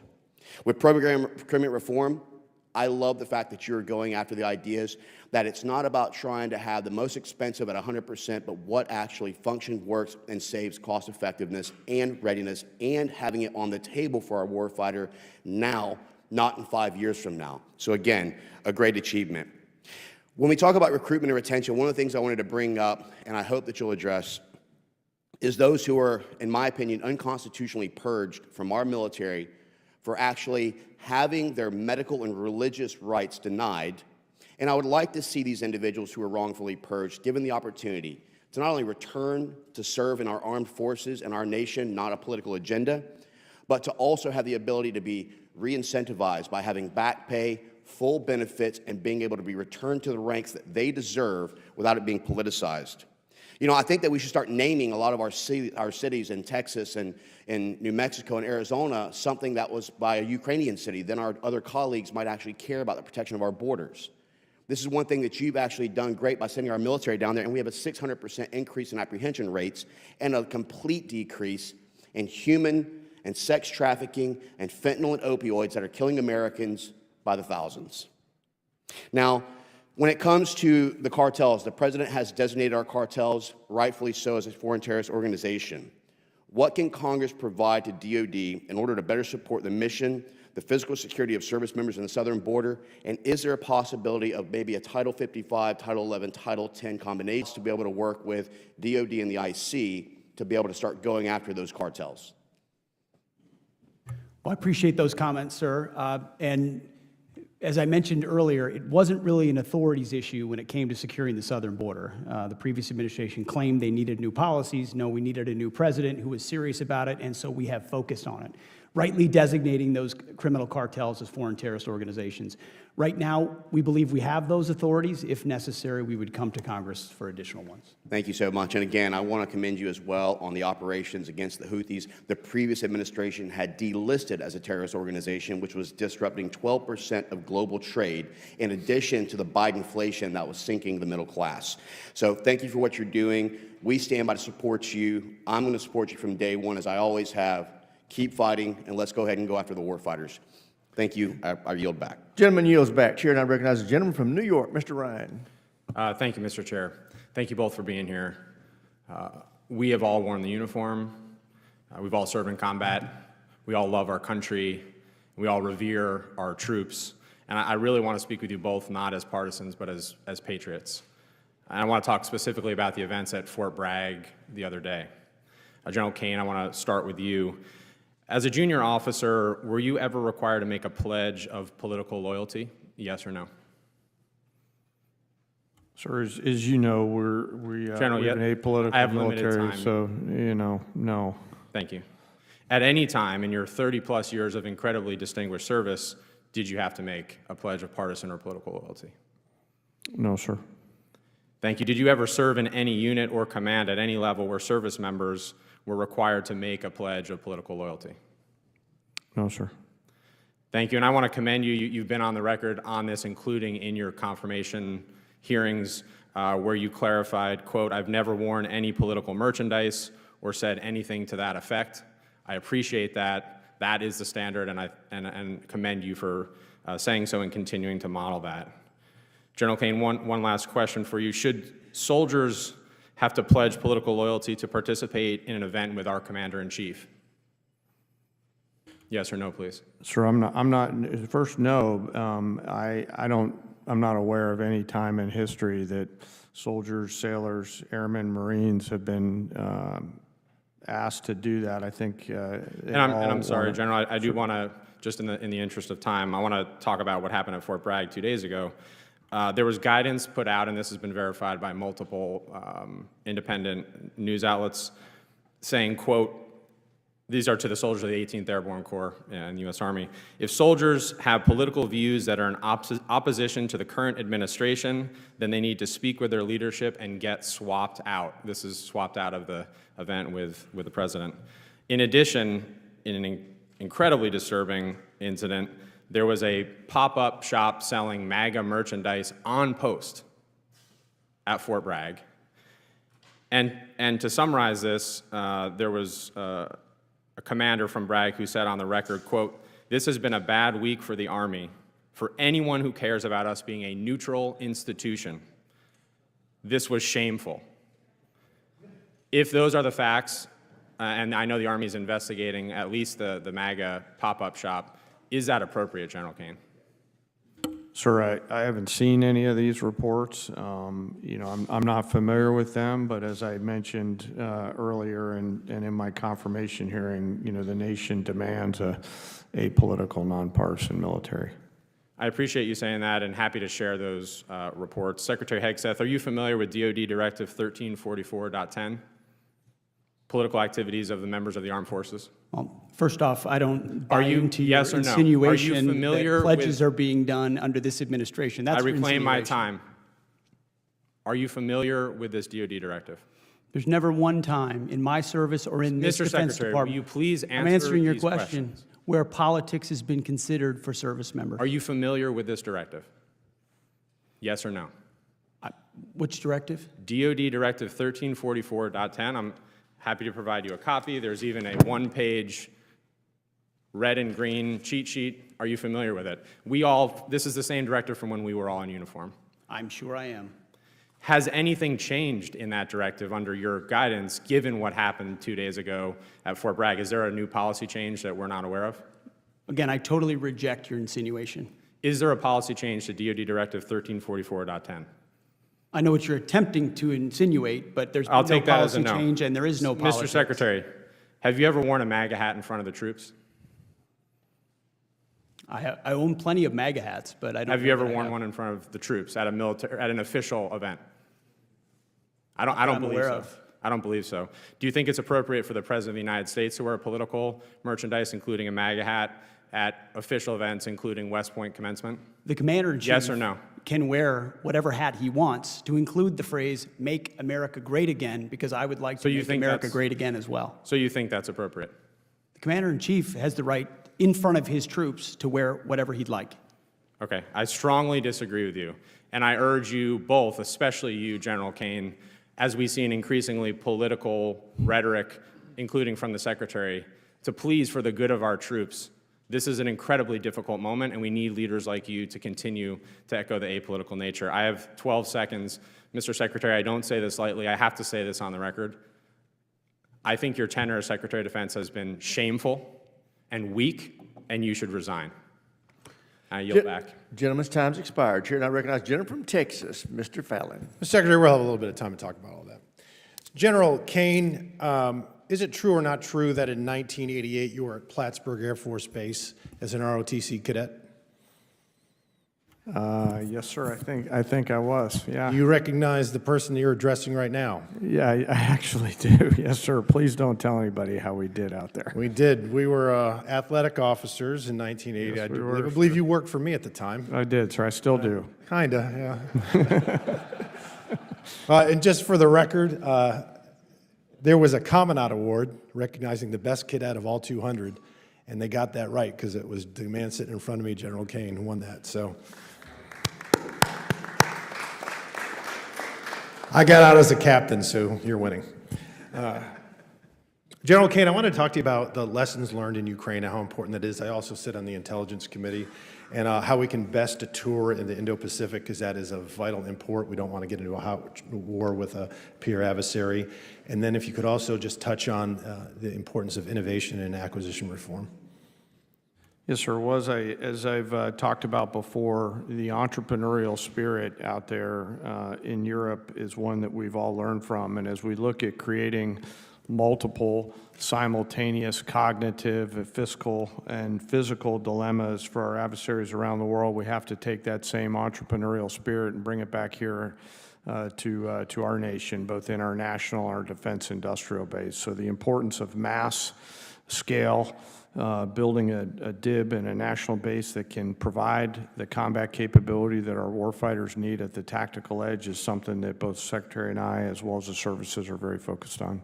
Oh, thank you. And you're both a breath of fresh air. Mr. Secretary, I wanted to visit with you a little bit about recruiting first, and then I do want to talk about politics in the military.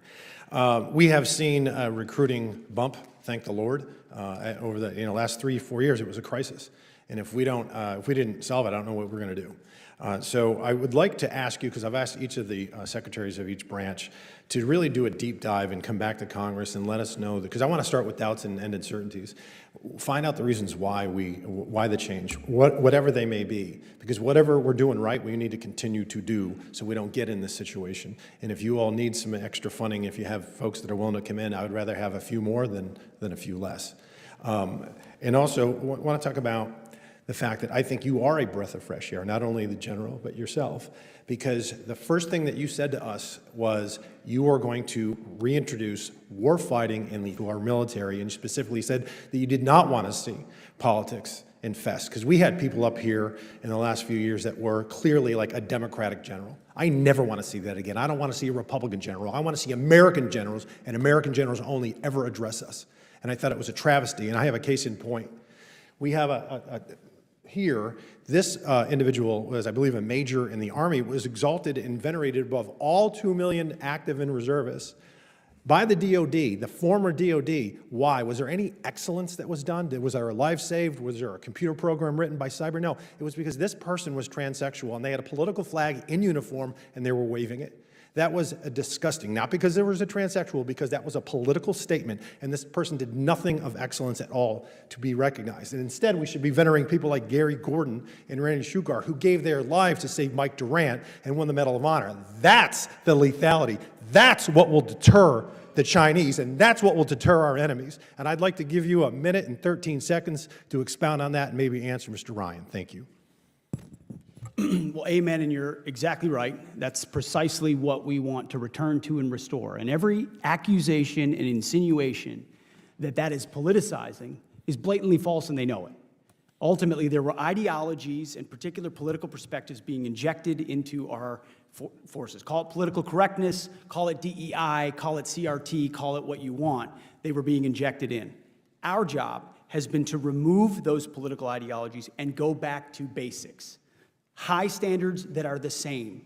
We're not looking at race. We're not emphasizing your differences. We're focusing on our unity, which is the point of any formation. Every formation I've ever looked at, I didn't look at the race or background of the people in that formation. I wanted the most capable leader, squad leader, team leader across the spectrum, able to do the job, because when it hits the fan, that's what I need, and our enemies need to see that. And let me say something about the chairman. He is the most professional, apolitical, military expert I've ever worked with, and our country is grateful, should be grateful, to have him at the helm because they are in very steady, apolitical hands. And he does Gentleman's a time's fantastic job. expired. Chair now recognizes the gentleman from New Mexico, Mr. Vasquez. Thank you, Mr. Chairman. Mr. Secretary, I understand that the border is a top priority for you and the Department of Defense. Well, it's also one of my top priorities in my border district. That's why I've introduced bipartisan legislation to stop fentanyl at the border, secure our ports of entry, hire more CBP personnel, and combat the cartels, areas that I'm sure we agree on. Now, DOD has spent more than $525 million from the defense budget on military operations on the border. You've done it by diverting over $1 billion from military modernization and quality of life programs like housing. And as such, I'm sure you're well informed as to what your warfighters are doing on our border and the characteristics of the border itself. Secretary Hegseth, do you know how many border miles there are in New Mexico? Not the exact number of miles. Can you give me a round figure? Hundreds. Okay, 180 miles. Can you tell me where the border wall starts and ends on this map of New Mexico? I'm not properly oriented to your map, but I know that unfortunately, because of the administration previous, they did not have the opportunity to finish the border wall. Thank you, let it rust Secretary. on the ground instead of Thank you, putting it up, Secretary. And you have been defending to our New border. Mexico. Could you tell me where in New Mexico you've been to? I've been to the border twice to look at once at our national defense area down there because I can't recall a time when a Secretary of Defense has gone down in the first 4 or 5 months of his tenure to the border to better understand. Was that in the an urban situation area there. or in a rural area? Both areas, traversed rural areas and urban. Okay, so you must be Some familiar. with walls, some without. Secretary. And if President Trump was actually supported, we'd have a Thank you, border wall. Secretary. I reclaim my time. So the most remote part of New Mexico is called the Boot Heel. And I'm not sure that you spent any time in the Boot Heel of New Mexico. Mr. Secretary, I was raised on the border. I've lived there my whole life. I've worked alongside ranchers, farmers, landowners, wildlife biologists, and other stakeholders for over a decade. I headed a border security task force in my district before coming to Congress. I've traveled with Border Patrol on ATVs. I've hunted the border on horseback and hiked dozens of miles in the most remote stretches of the border in this region. Now, do you happen to know why there hasn't been a border wall built in the Boot Heel? Well, based on what you just described, you should be a big fan of what our administration is. Well, Secretary, I'm asking why a border wall has not been built. Funds have been allocated for other parts of the border. but Here's not what I here. know. Our commanders on the ground and others and our engineers would understand what goes where and why, and where there should be a border wall, there will be a border wall. Okay, It will be Secretary- funded through reconciliation. because Secretary, are you President Trump familiar with the is gonna Animas deliver Mountains, on it. with Alamo Hueco, with San Luis Mountains, with Guadalupe Pass or Long Canyon? Again, Critical border areas.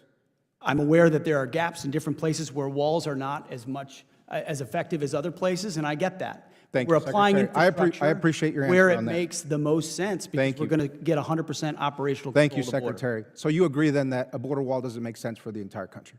I think we need a border wall across our entire border. Okay, so you should know then why it's almost physically impossible to build a border across the Animas Mountains and the terrain challenges that that poses and the billions of dollars. Do you know if there's roads on those mountains currently?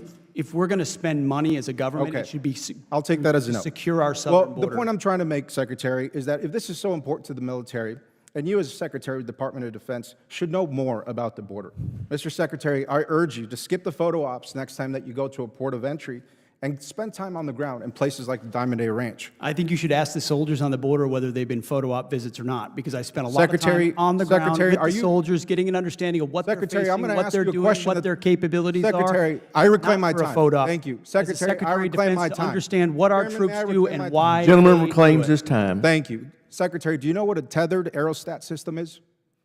I do. Okay. Well, great. Then you know that this type of surveillance technology is superior to having thousands of troops sitting in trucks looking at an empty desert. I've requested funds for more tethered aerostat systems. We haven't had a response from your department. Are you familiar with ASTs? What's an AST? Well, it's an autonomous surveillance tower. They're equipped with these advanced cameras that have the capability to relay critical information to border agents on the ground. And this type of technology is badly needed on the Boot Heel. And it's a much better expenditure than a border wall is. I've seen that. I've seen those towers in use. Great. Well, these technologies have been described to me by both Border Patrol and CBP as force multipliers, allowing their personnel to focus on law enforcement efforts while leaving this mundane surveillance task to much more efficient and cost-effective technology, a much more efficient way to surveil that part of the border. Now, Mr. Secretary, I have serious concerns with your fundamental lack of knowledge about the U.S.-Mexico border, considering the billions of dollars that DOD is slated to spend on this mission, with little clarity to those of us who live there. I would encourage you to do some homework on my region and learn what will actually make our border more secure and more safe. Thank you, Chairman. I yield back. Gentleman yields back. Chair now recognizes the gentleman from Georgia, Dr. McCormick. Thank you, Mr. Chair. First of all, I think it's great that the Democrats are finally concerned about the border. It's fantastic. I hope more of them join that fight in the future. It's fantastic, especially after 4 years of allowing millions upon millions across the border without any concern until now. When we talk about politicizing the military, I find it also very laughable when, for the first time, if you were to wear a "Make the Military Accountable to the Mission Again" hat, would that be considered political? I think in many ways that's one of our slogans. Okay, exactly. Mission accomplishment. When I was a young Marine and an old Marine, we were always focused on the mission accomplishment. One of the greatest things you've done is brought us back to our focal point, the ethos of the warrior. Make America great again. Also, I disqualify as political. That's something that every politician should want to do, let alone any military or non-military person that lives in America. So I dismiss that as political. I'm glad that you brought the mission back to all services. As a matter of fact, when I was down at University of North Georgia and we challenged you to come down to one of the Elite Eight, I was really impressed. I've always made fun of the Army, no offense to my Army comrades, about their PT. They were bringing it. They made it scientific. They're mission-oriented. They are absolutely focused 100% in large part because of the new leadership of the military, which I'm really excited about. And I'm looking forward to getting you down there.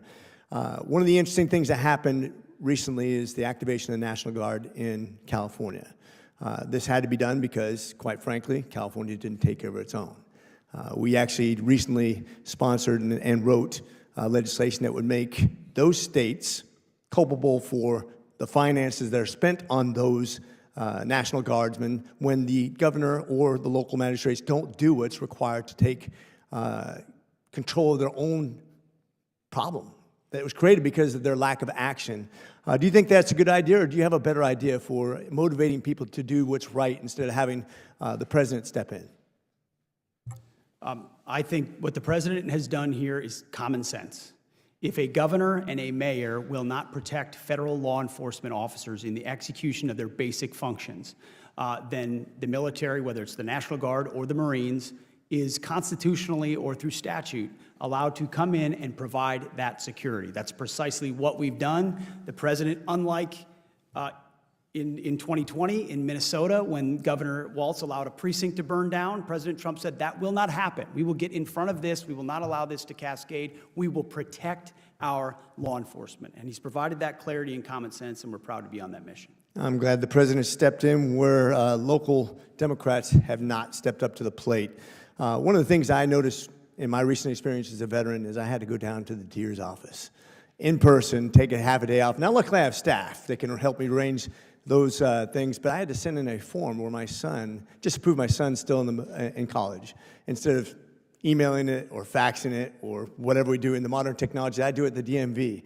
I will hope that you and your leadership would help us as veterans make it a much more friendly 21st century experience. And I would hope that you would look at that just in your administration. I appreciate you very much. Finally, I want to give you an opportunity to talk about a little bit about Ukraine. One of the things I've said all along is the president's one of the most peaceful presidents there is. When they worry about invasions of foreign countries, this president has avoided war like no other president in modern history. He has actually been very good at foreign relations despite his lack of previous experience. Now he has a lot of, and he did the Abraham Accords. One of the things that I thought would be interesting when we talk about peace from strength, the United States and Europe combined have a $50 trillion GDP. Russia has 2. We decimated them, we meaning the Ukrainian forces, with our support, decimated 50% of their armor and about 1 million casualties just based on a little bit they've given. Do you think, according to the Supreme Allied Commander who was testifying here before, that if we gave them wholesale support, we could end this war very quickly if Russia won't come to the table per President Trump's guidance? There are multiple ways in which we could help affect the front line and negotiations, and the department is prepared to support what might be necessary to do so, but our overall message is And there's been billions spent already, and there are presidential drawdown authorities that exist right now that are still going in support of Ukraine. But our encouragement is that our European allies continue to step up as well. General Kane, what do you think about Ukraine? You got about 10 seconds, sorry.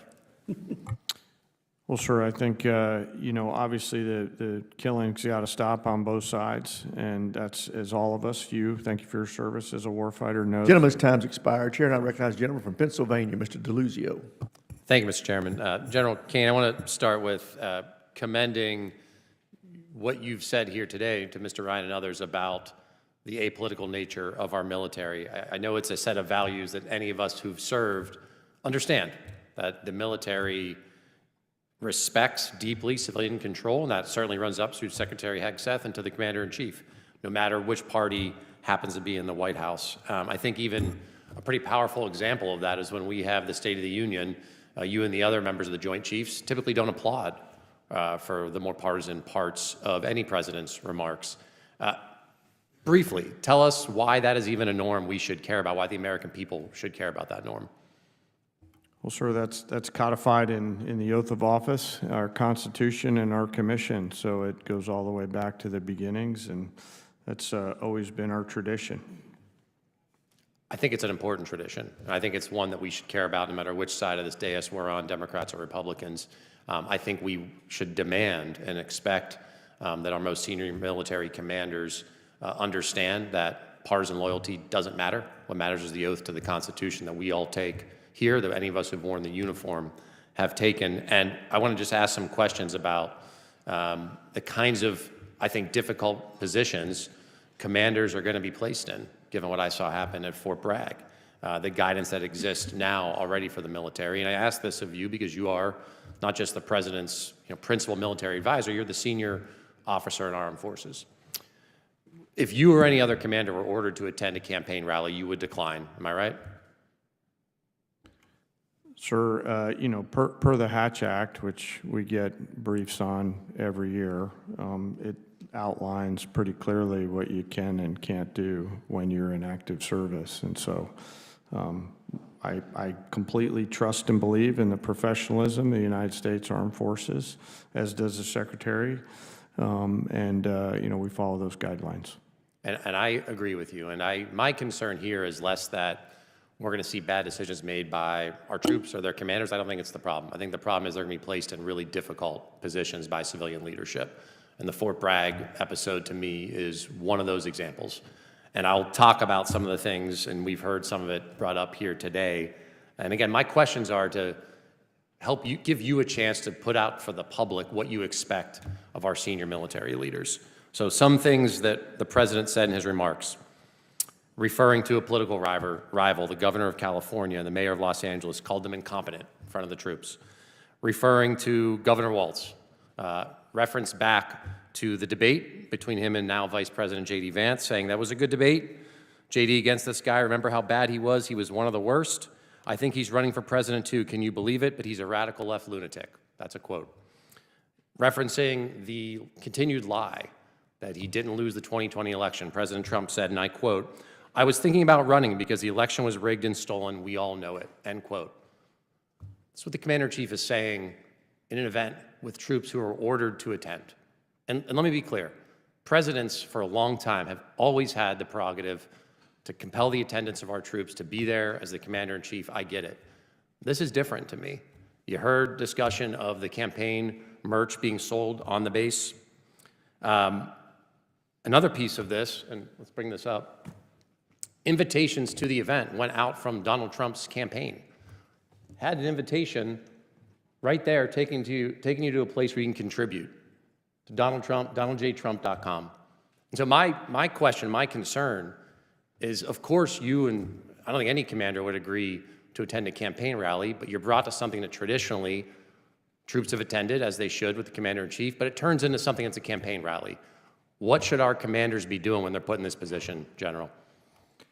Well, sir, I hope you'll allow me to answer this. By even my engaging in answering this question, that is making my job involved in politics.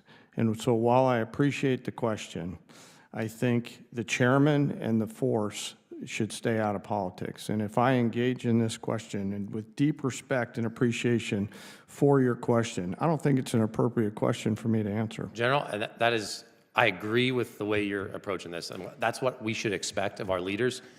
In the 10 seconds or so I have left, I will tell you I'm very concerned for the position that you and other senior leaders are going to be placed in by this administration. I'd urge you as the President's principal military advisor to give him advice to knock it off. I yield back, Mr. Chairman. Gentleman's time's expired. Chair, and I recognize the gentleman from Wisconsin, Mr. Van Orden. Thank you, Mr. Chairman. Mr. Secretary, did you take an oath to support and defend the Constitution of the United States? Yes, I did. General, did you? Yes, I did, sir. Well, let's delve into that document.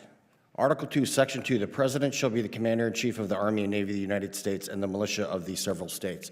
So when people are listening to the Commander-in-Chief, they are actually fulfilling their constitutional duty that they took an oath to defend and uphold the Constitution. And what these folks are saying is absolutely shameful, because when they are calling you incompetent, Mr. Secretary, guess who's listening? Our enemies.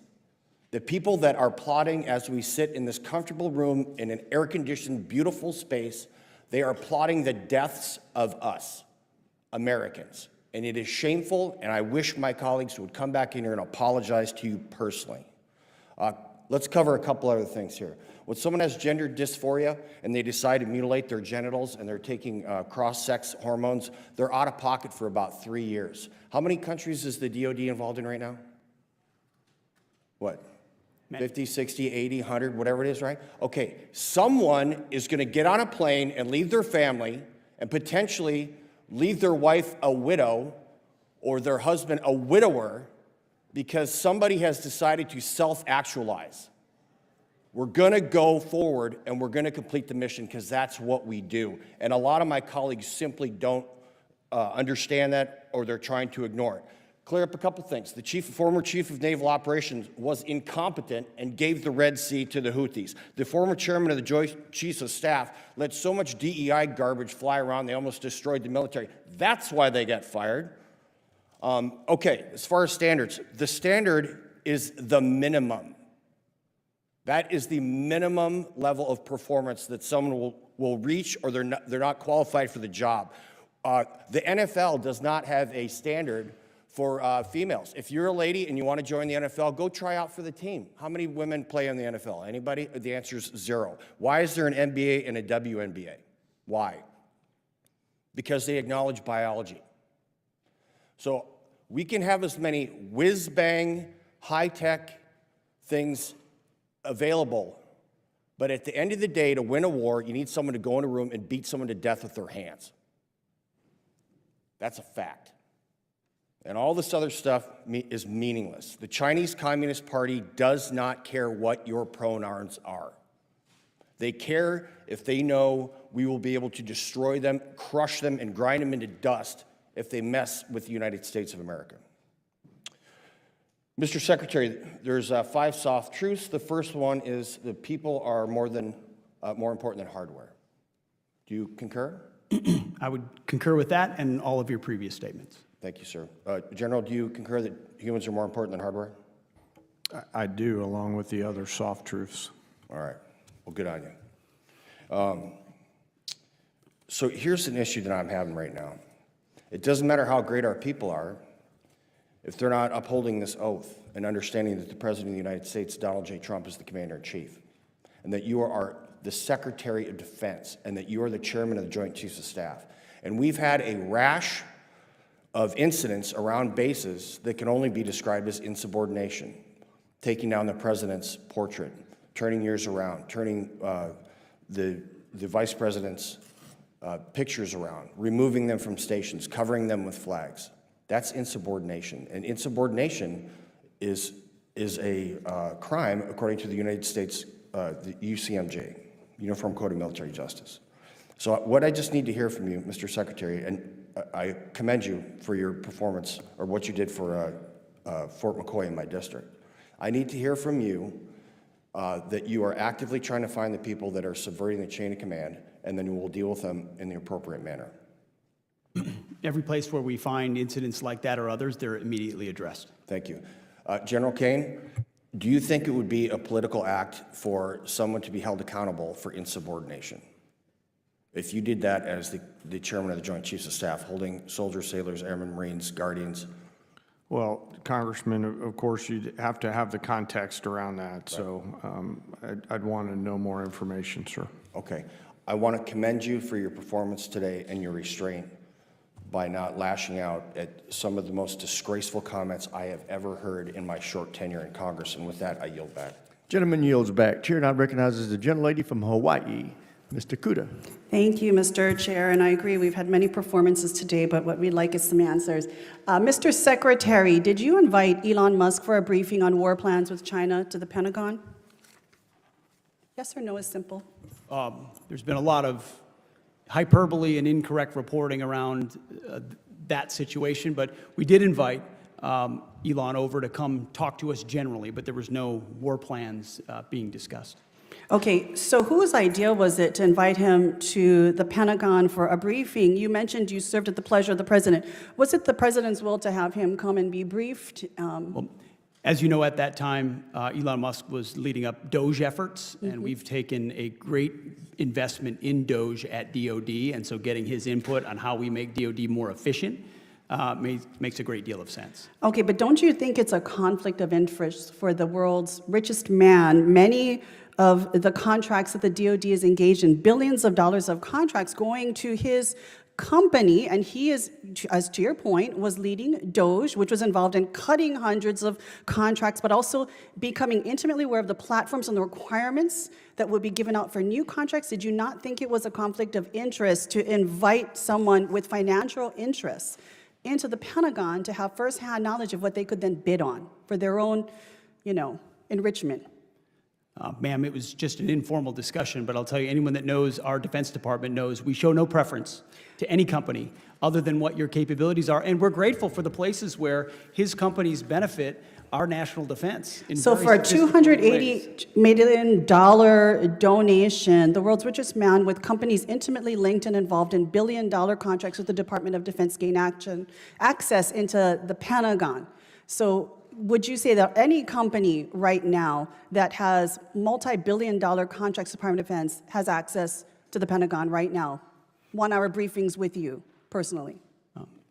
On the regular basis, the answer I is meet with many people and many different companies and many different aspects of our defense industrial base to ensure we have the best possible capabilities. It would be imprudent to do Well, I'm otherwise. sure for an investment of $280 million, Elon's investors are quite happy that it's come out into the billions. I want to jump questions right now. Mr. Secretary, on January 6, 2021, rioters and looters attacked federal law enforcement officials, vandalized and destroyed federal government property, and caused an estimated $2.7 billion in damages right here at the Capitol. Would you have sent the National Guard and the Marines in on that day?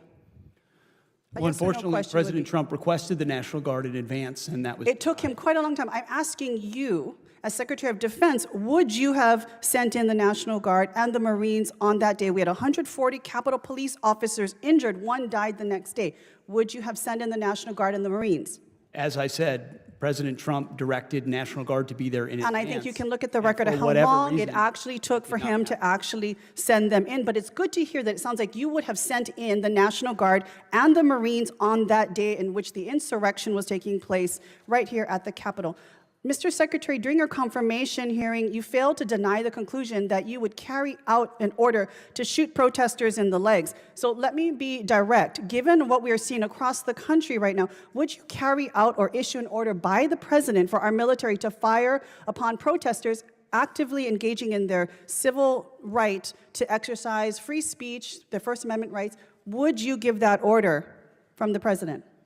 I assume you're insinuating what's going on in Los Angeles, and I wouldn't call Not just that a Los peaceful Angeles. If we protest. take a look at protests throughout the country, it's a simple question. If directed by the president, would you order our military to fire upon protesters? Simple yes or no. Ma'am, we have, as you know, and as this committee knows, we have standard rules of engagement that are in place that give guidance to our troops, and they abide by them.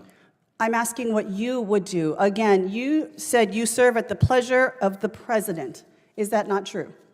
I do serve at the So pleasure. if the president told you to shoot people in the legs, would you do so? Now, you failed to answer this question as well in your confirmation hearing when asked by members of the Senate? Because I refuse to accept a false hypothetical that's attempting to put me in a corner and make it look like a At representation. a time when we have of another. more We have Marines and standard National rules of Guard in engagement Los and they are Angeles than followed. we do in Syria and Iran alone, I don't think this is a hypothetical. This is an actual situation that we are dealing with right now. So again, I will ask the question, the last 14 seconds I have, would you order our military to shoot at their fellow countrymen if ordered by the president? I think it's interesting that for 4 years, insurrection was the left's I think we favorite know your word, answer. Thank you, Mr. and that Chair. I when yield it's back. invoked in L.A., they were Gentlelady yields back. Gentlelady's time's expired. The gentleman from Virginia, Mr. McGuire, is recognized. Thank you, Mr. Chairman. Thank you to our witnesses for being here today. To all of our men and women who have served or are serving, your mission is important, and we would not have a country without you. Secretary Hegseth, I last saw you at Memorial Day. We really appreciate your remarks as we honored and remembered our fallen. Secretary Hegseth and General Kane, thank you both for being with us here today. General Kane, I'd like to say congratulations to you on your recent confirmation as chairman of the Joint Chiefs of Staff. President Trump has put his trust and confidence in two great patriots to lead our men and women in uniform. To me, MAGA, Make America Great Again, means America first. And that's America first, or Make America Great Again for all Americans, regardless of race, religion, or creed. And your policies are working, and day by day, week by week, all Americans are safer at home and abroad. So we commend you for your efforts. If you had a basketball team and you hated your team, you probably wouldn't win any games. And so I love the emphasis, all of us love the emphasis on patriotism and love in our country. Secretary Hegseth, I'd like to also thank you for all that you've done to restore the Department of Defense's focus on lethality and the warrior ethos. You know, facts don't care about your feelings, and our enemies don't care about our social experiments. A quote from the Commandant of the Marine Corps, I hope I don't mess it up, but he said, quote, "Our job is to stick bayonets in the hearts of our enemies." And these social experiments detract from that mission. I get messages from my Navy SEAL brothers and other veterans all the time applauding the work that you're doing. The distractions of the last 4 years of the Biden administration are finally out of the Department of Defense. DEI, which to me is Marxist, and it stands for didn't earn it, or no longer takes precedence in our military. Merit is once again valued. We're no longer worrying about the gender dysphoria or woke books in our DoD schools and those policies that have been erasing women. Climate change is no longer the concern of the warfighter. And by the way, I'm looking forward to celebrating with you guys on Saturday 250 years of a story that must be told of the U.S. Army. I want to thank President Trump for restoring American history. I know you had to jump through some gymnastics to do it. By returning the names of our bases to many of us called home during our time in service. And thank you and President Trump for showing the United States and the world that we are a nation built on law and order by the department's response in Los Angeles riots. Through your leadership and help of this committee, we will realize peace through strength and our warrior ethos. So Secretary Hegseth, Section 866 of the fiscal year 2025 National Defense Authorization Act directs the department to submit a strategy to ensure that solid rocket motor programs of record are adequately supported by the domestic industrial base. Yet solid rocket motor production is critical to a variety of systems, like President Trump's Golden Dome we have been lacking. I would say, Mr. Secretary, what progress has the department made in developing a solid rocket motor industrial base strategy? Well, I would say in particular, in general, the defense industrial base is a focus of ours. The projectiles and other capabilities being a huge part of that, munitions, but particularly on solid rocket motor projection, I'd have to hand it to my colleague, Bryn, if she has it on that line item. But if it was a priority that this committee identified and that we identified, then you can count on with a 13% increase in this budget, it has been plus. Well, we really appreciate that. By the way, in my district, Virginia's 5th congressional district, we applaud what you guys are doing to protect our country. We have a place called ATDM, Accelerated Training and Defense Manufacturing. As I toured the new Columbia submarine and the new Enterprise aircraft carrier, the Secretary of the Navy said the welders have the same level of training as a neurosurgeon, and we don't have enough of those guys, but they're doing that right there in my district, and if your schedule ever permitted to come visit, I'd love to tour that with you folks. And We appreciate all you're doing. So under President Trump's leadership, you said that recruitment is up in the Army, and I think you said all services up. Is that right? Yes, sir. Awesome. I appreciate that. And maybe getting rid of these divisive ideologies and focus on more what unites us has something to do with that. Would you agree with that? Very much so. It's the leadership from President Trump and the environment they're entering into, which is back to basics. By the grace of God. And I would say morale amongst our enlisted service members and across our military is up. Would you guys agree with that? I've seen that. Yes, sir. The force is united against the problems that we have out there. Well, we're lucky to have you. Thanks for all you're doing. If we could be of help, reach out anytime. God bless you. I yield back. Gentleman's time's expired. Chair, and I recognize the gentleman from North Carolina, Mr. Davis. Thank you so much, Mr. Chair, and thank you, Mr. Secretary, for being here today, and to General Kane. The radar just lit up, and at that point, we were in an hour-long fight, just trying to kill whatever we could. These were words of a pilot at Seymour Johnson Air Force Base, speaking of a deployment that occurred on April the 13th, 2024 in the Middle East, where pilots shot down rockets, drones, heading to Israel from Iran. Another pilot said, "It was a deployment like we have never seen before." Mr. Secretary, I'm incredibly proud of the airmen at Seymour Johnson Air Force Base. And I was glad to join the ACC commander at a decoration ceremony recognizing 31 of the airmen and what they accomplished, and they accomplished the mission on April the 13th. As you have highlighted the warrior ethos, lethality, and readiness, I cannot think of a better example than what we saw on April 13th. There was not a lot of time, there was a lot of scrambling. They packed up, took those F-15s to the Middle East, and they got the job done. Seymour Johnson plays a key role in our national defense. It also is a location of the Air Task Force. We have one of our Air Task Force, which aims to generate more efficient, integrated, and deployable units. Mr. Secretary, the Air Force has conveyed a commitment of plans to bring back F-15Es with the 229 engines from Lakenheath. Meanwhile, we're working right here trying to prioritize operational and maintenance needs at the installation. We also have to come back and address the training needs. In your opening statement, you mentioned NGAD, the F-47. Could you please just briefly expand further in terms of your vision of NGAD and looking long-term at the potential of Seymour Johnson Air Force Base and others to deliver and ensure the nation's continued air superiority in face of growing global threats? I'll take it briefly and then hand it to the chairman. I have met some of those men and women from April 13th, impressive Americans, some of the refuelers I've had a chance to talk to from that evening. We are investing in NGAD in a historic way, and the F-47, a lot of its capabilities obviously classified, but with a sixth-generation fighter of that type, it shows to our adversaries that we are prepared to project power in the future.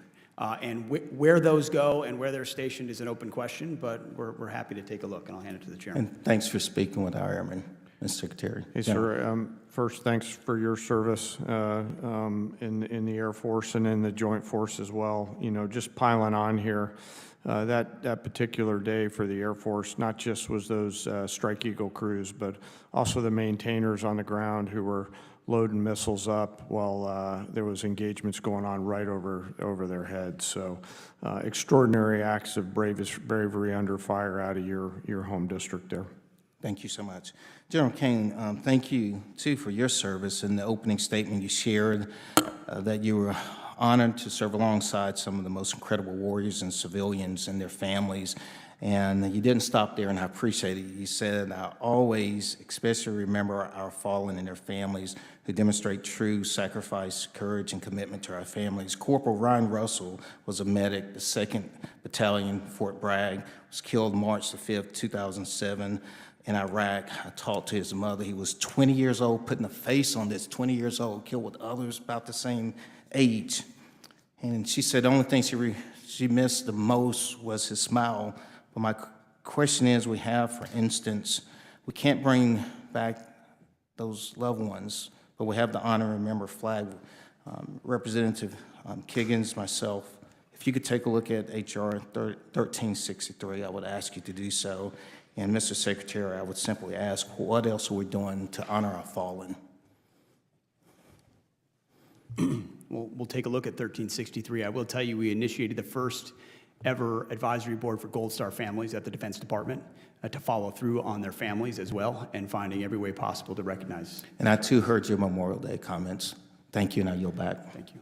We will yield, the gentleman yields back, his time's expired. We will now go to another North Carolinian, Mr. Harrigan, for 5 minutes. Thank you, Mr. Chairman, and Secretary Hegseth and Chairman Kane. Thank you all for your testimony today. I'd like to first identify with my colleagues' comments from Wisconsin, but I'd like to take it a step further. I think you all are owed an apology. And although I really wish that all of my Democratic colleagues' comments were of the nature of my colleague from North Carolina just a minute ago, that is not what happened today. And all we saw was flagrant disrespect towards both of you, and that's not what this committee is about.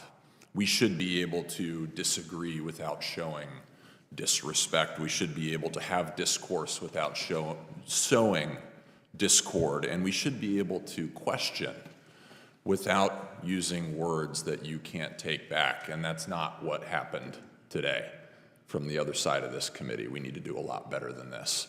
But I will say, gentlemen, that you handled those questions with humility and grace, and today many of my Democratic colleagues have struck out, and it's the second day in a row that many of my Democratic colleagues have struck out. So with that, I've got a couple questions for you today. Mr. Secretary, I want to talk about Army Transformation Initiative.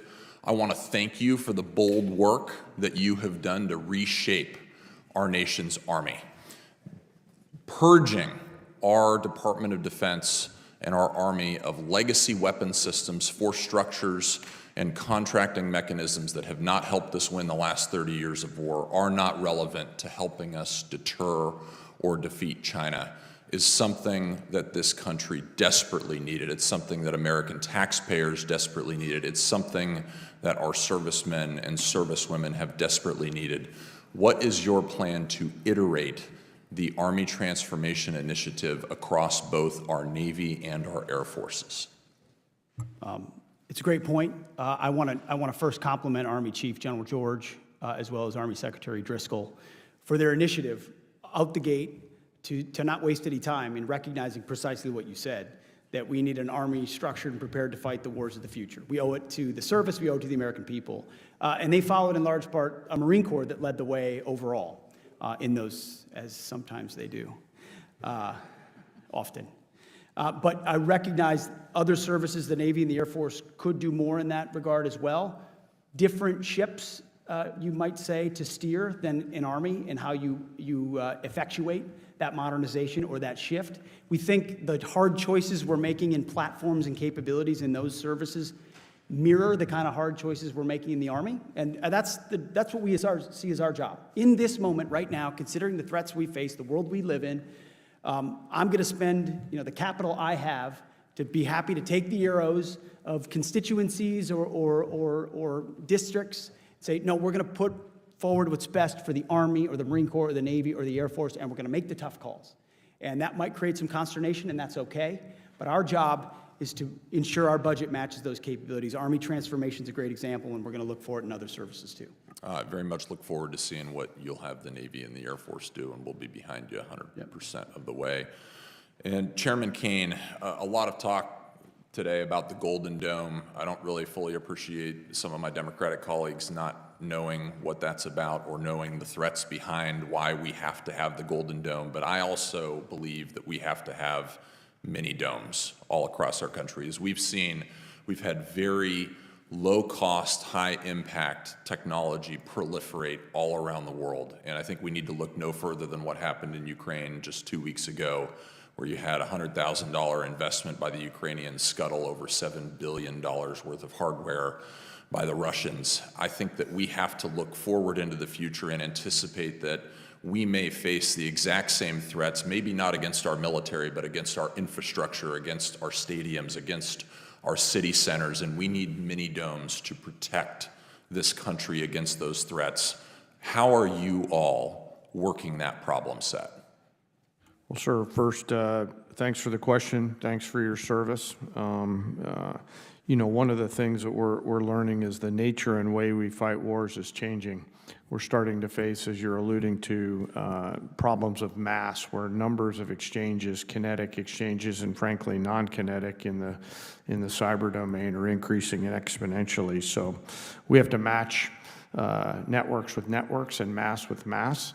And so as we move forward to create the force of the future, that's on our radar. Gentleman's time's expired. Chair, and I recognize the gentleman from California, Mr. Cisneros. Thank you, Mr. Chairman. Mr. Secretary, so many topics to cover. I represent California's 31st District, located in Southern California, where you've deployed the National Guard and Marine Combat Battalion in an effort by this administration to provoke a confrontation. God only knows for what reason. As my colleague from Tennessee mentioned, the military has been activated before by the president, but let's tell the whole story. President Johnson federalized the troops after the governor of Alabama activated them to keep black students out of the University of Alabama. President Johnson did it so the students could attend the university. He did it for the right reason. He corrected a wrong. California did not ask the president for help, and the presence of the military is an effort by this administration to intimidate and incite fear and violence amongst its citizens. You failed at ensuring basic operational security by sharing classified data over an unclassified network. This was blatant, lazy, and put service members' lives at risk. And knowing that your office is a SCIF, I hope you are not bringing in your devices, your personal cell phone, or even your work phone, because that's not supposed to be in there either, right, your cell phone, into your office to send these signal chat texts. Your blatant lack of basic OPSEC would have gotten you resigned, forced you to resign from any other administration.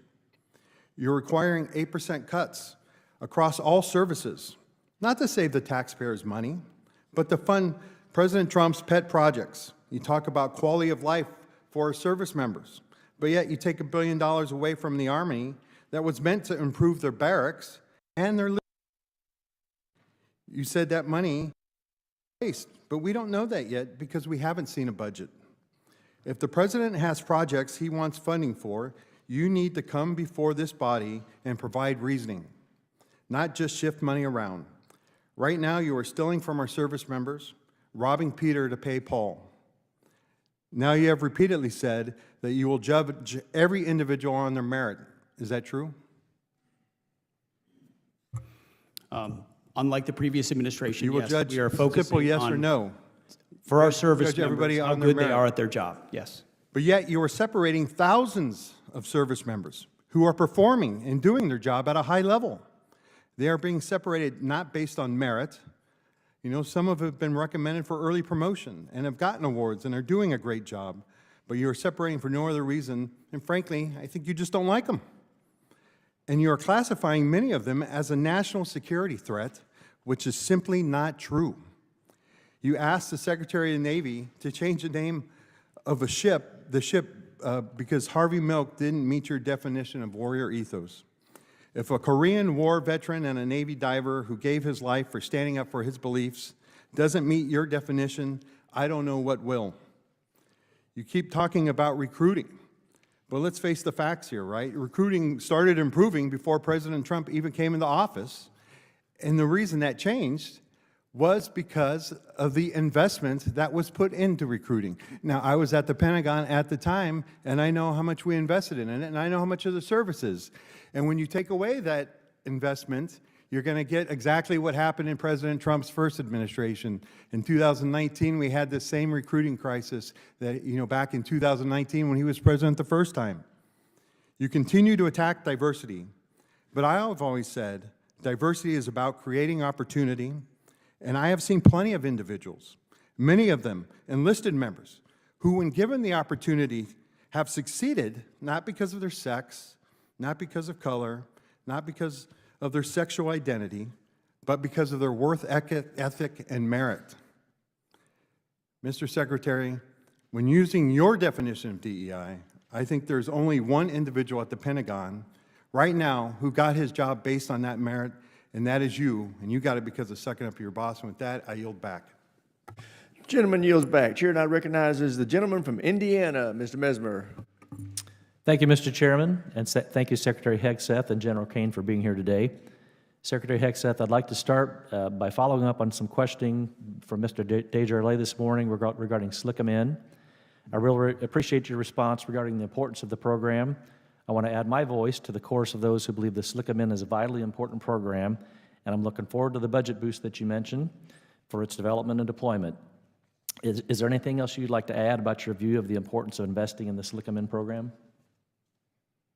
No, nothing to add to what I said previous. I think it's an important part of the dynamic battlefield of the future to continue to maintain the proper level of deterrence. Excellent, thank you. General Kane, in response to a question in front of the Appropriations Subcommittee on Defense about non-strategic nuclear capabilities, you spoke about the 4 Cs across enterprise that you also mentioned here this morning. I'd like to focus my question on the competition piece.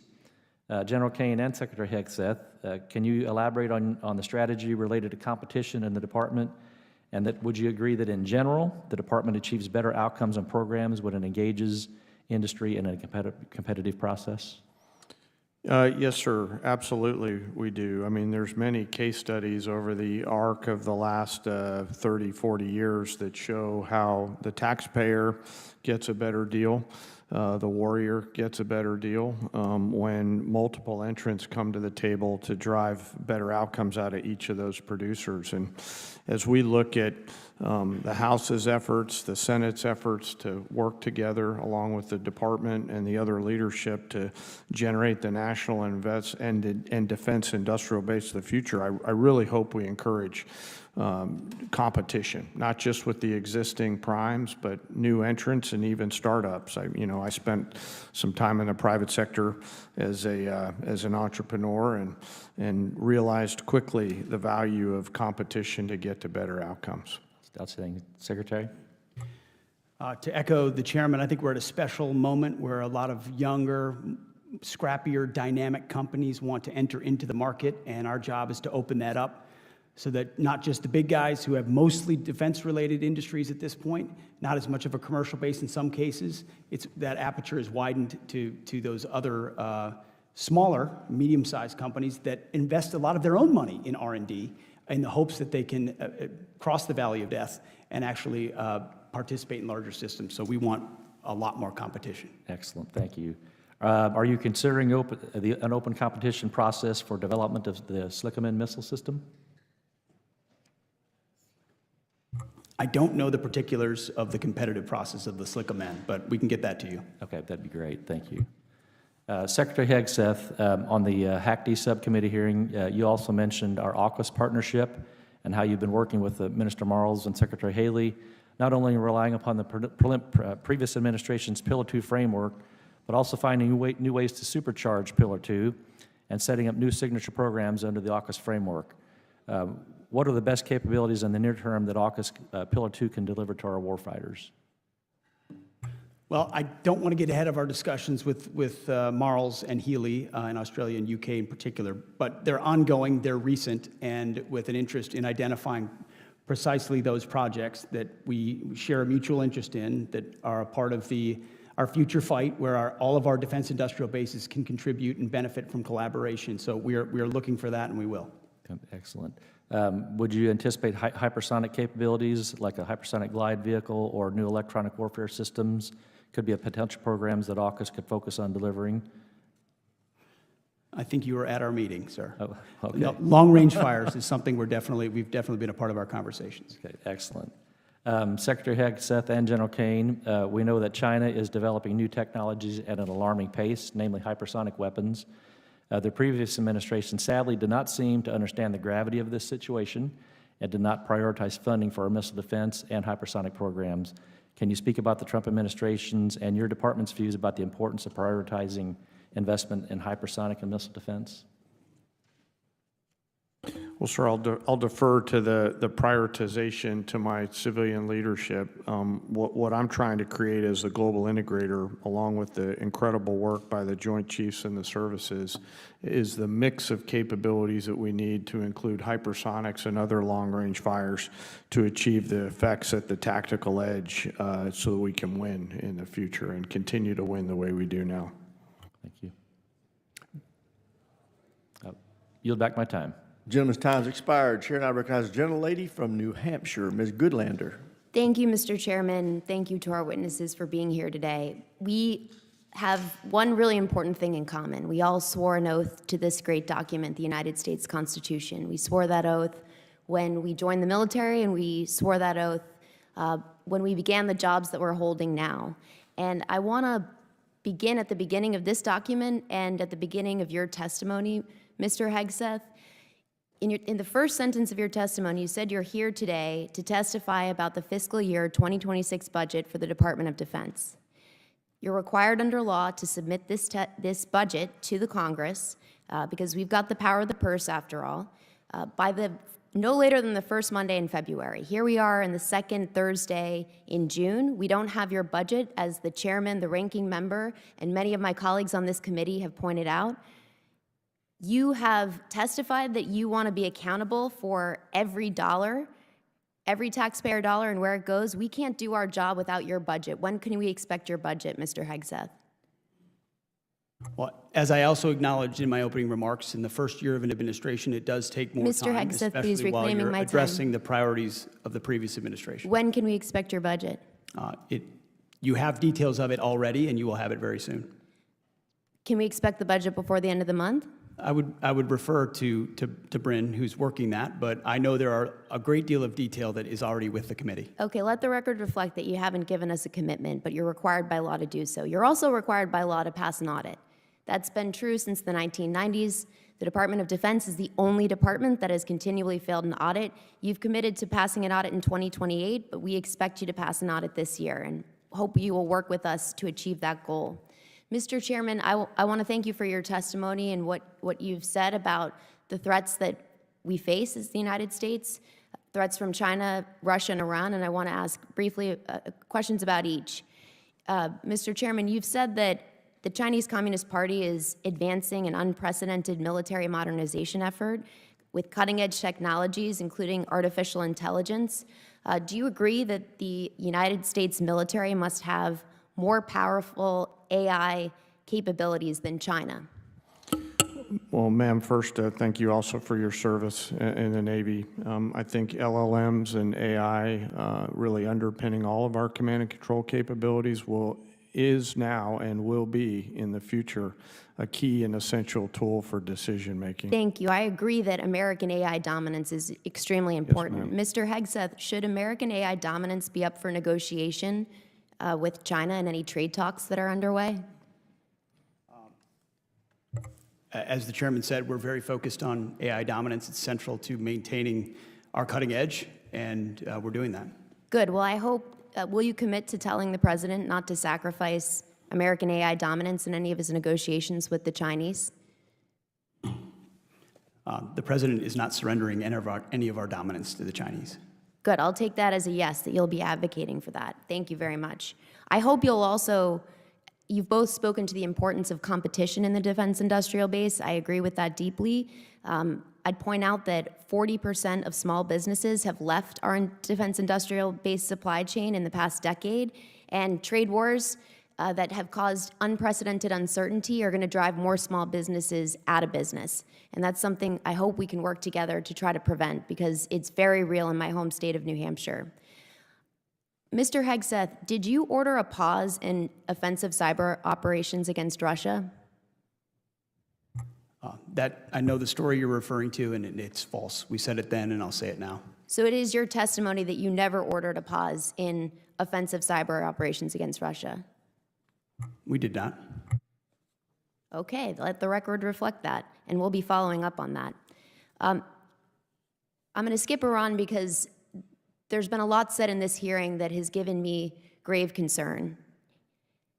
One of the things that's been said in this hearing, Mr. Hegseth, was I want to give you the opportunity to correct the record and make clear that you will abide by, that you will obey a ruling of the United States Supreme Court.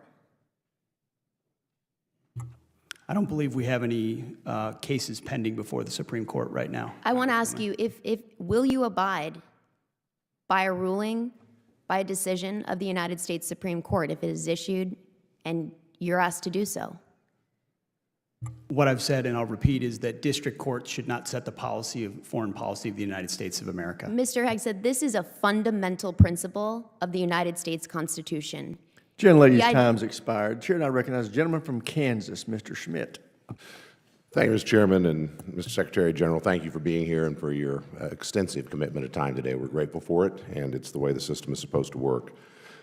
I want to ask Mr. Secretary on the service member and family health care side. In your opening statement, we haven't talked much about it today, but you brought up quality of life improvements made in partnership with Congress over the prior years and going forward, and your commitment to them. And I jotted down what you said, which is that quality of care given by defense healthcare system is an important priority for you.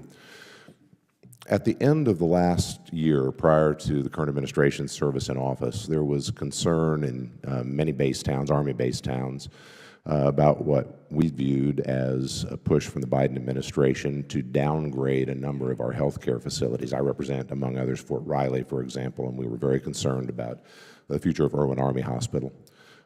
We thought we had that sidetracked, and perhaps we do. But we've heard some concern sort of bubbling up again that perhaps DHA's taking another look. And I just want to be sure that it's on your radar screen. We understand some of the resource deployment issues, and with respect to Irwin in particular, it's a wonderful facility. I don't know if you had a chance to be out, but we'd invite you to come out to Fort Riley or Fort Leavenworth or both. Irwin's a state-of-the-art physical facility.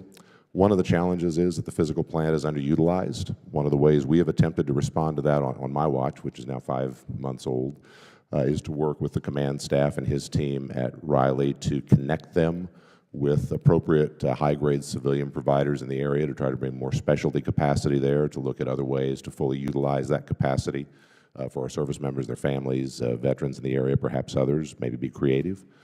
We want to grow our way out of any back-of-the-envelope challenges. We don't want to shrink our way out of it.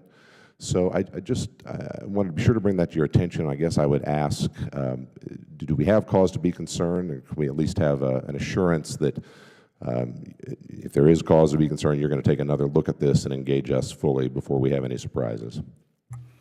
Well, we will certainly take a look. In particular, I will say that we're increasing our expenditures on the healthcare side to make sure we're addressing the needs properly. We're also willing to get creative, and one of those, it's not precisely what you addressed, is working with VA. I mentioned it earlier in this hearing, where there's places we can cross-level to in a mutually beneficial way that ensures the throughput necessary and skill sets necessary of different facilities. That makes sense also. But looking to the civilian side is another alternative. So I don't know if Bryn, you have particulars on that facility, but we'll get more information to you. Appreciate that, Mr. Secretary, and if there's something else I need to know now, I'll take it. Otherwise, maybe we can follow up with you. But we want to get creative. It's a great asset, and for Riley in particular, as you know, it's an old cavalry post that, not unlike Fort Carson, from my colleague to the right here, provides a relatively large maneuver space in the middle of the country. You can't get that back. We want it to survive and thrive in a 21st century warfighting environment, and in order to do that, we've got to make sure we're doing the small things that are critical, including providing the right kind of health care to our troops. It's a great family post, by the way. So, let me ask you, shifting gears a bit, and I don't know if this is appropriate for the Secretary or the General, I'd direct it to your discretion, but with respect to sort of the future of the E-7, another issue that we have some Kansas-based interest in, but obviously we're more interested more broadly in what we're going to do for aerial surveillance assets. There's been some discussion that the E-7 might be under consideration for reconsideration going forward, and some talk about perhaps the E-2 being a bridging platform. What can you tell us about the thinking there, and in particular, what level of confidence do you have that the E-2 has the capacity to do the Indo-PACOM operations that we need to be able to do? It's a long distance. I would file the E7 under the tough choices file for us, for sure.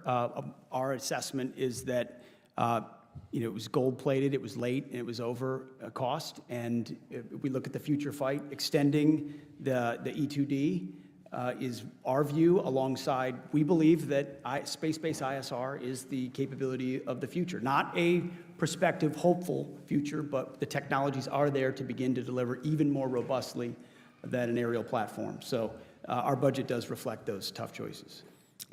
Can the E2 do what we needed to do over the Pacific? Well, we know that the E7 being late to cost may not make it in time, and that's part of the consideration that we're looking at. Understood.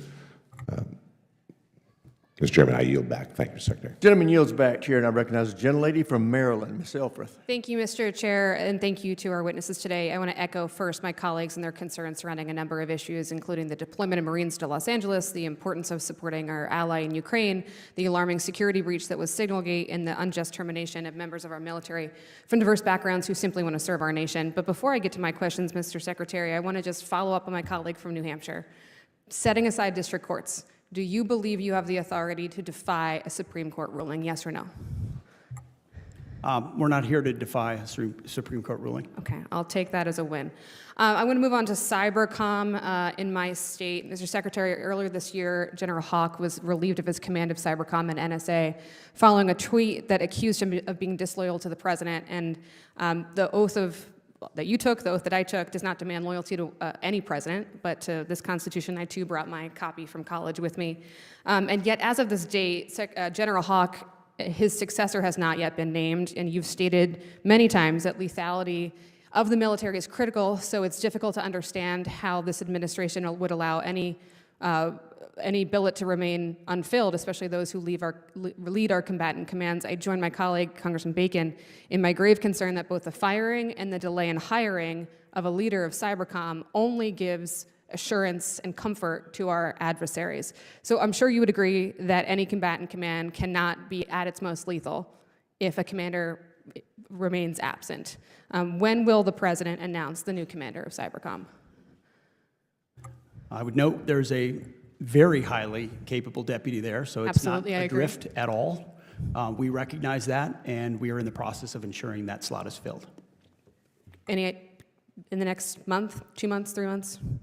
It will not be that long. Okay, I appreciate that. General Kane, during your confirmation process, you stated that the dual hat arrangement provides the ability to look across both organizations and has empowered both U.S. Cybercom and the NSA to fulfill their missions better than each could do alone. Can you confirm for this committee that you hold that view to this day, and in one sentence or less speak to the importance of that dual hat arrangement?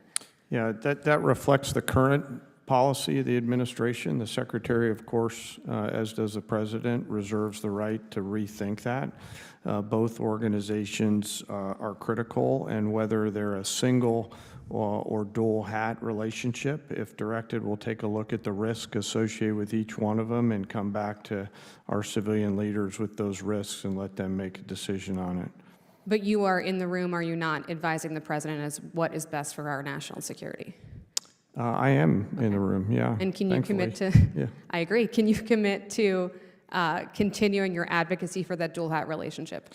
After some analysis, at the time I wasn't even in the military, I was still coming back in. Okay. So if directed to take a look at it, we'll carefully, ma'am, measure the goods and others of each of those. But you have my commitment that I'll continue as I have, giving my candid, forthright military advice on the eaches and others of all those to Secretary I of the appreciate NSC that. and the President. Thank you, sir. I want to move on to sexual assault in the military, and it remains a stain on this DoD and this entire nation. It erodes cohesion. It brings a lifetime of pain and recovery for victims, including my constituents. It's important to members of this committee that funding for SAPR in particular increases, and that any flatline of that funding would be viewed as a decrease. In preparation for and during your confirmation, Mr. Secretary, you made commitments that you would support a robust sexual assault program and response program that, quote, seeks to drive sexual assaults in the military down to zero. I commend you for that commitment. I agree with it. And yet, has been brought up many times, we have no budget by which to measure your commitment and your promises. So can you commit to today that when we do at last receive your final FY26 budget, we will see an increase to SAPR funding and a plan from you as to how to drive sexual assaults down to zero?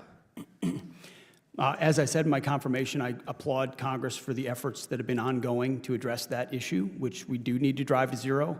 That funding has not been reduced. We've looked at a lot of places for efficiencies. That has not been one, and I think you've seen the same news I have, that thankfully sexual assaults are coming down, and we continue to want to do that. But we have to remain ever vigilant, which is why I hope it's not level funded. I hope we can continue to drive that down, so I look forward to that final budget whenever we do receive it. Lastly, and I'll take this for the record, moving on to a similar topic, which is rape kits for DoD civilians overseas. In April, DHA issued a memo denying DoD non-beneficiary civilians who are victims of sexual assault and rape access to sexual assault evidence collection kits. If I could get for the record your explanation for this decision. These civilians support the DoD. It's incredibly important that we find and bring justice to those victims, and I look forward to working with you on it. And I'll yield back my time, Mr. Chair. Gentlelady's time's expired, Chair, and I recognize the gentleman from Colorado, Mr. Crank. Thank you, Mr. Chairman, Mr. Secretary, and General, thank you for being here. And I want to first kind of apologize for the sort of personal attacks. My mom and dad taught me to be different. You won't get that from me, Mr. Secretary. Secretary Hegseth and General Kane, we've heard multiple times this year that we can't do Golden Dome because it'll just cause China and Russia to build better missiles to get around our defenses. For that logic to make sense, it'd mean that China and Russia aren't already advancing missile technology and have stood pat on the missile technology they had 20 or 30 years ago. I founded the Golden Dome Caucus here in the House. Is that an accurate statement that they have stood pat on missile technology, or are they advancing our enemies on missile technology? I think it's fair to say, like us, they're attempting to advance in every way possible.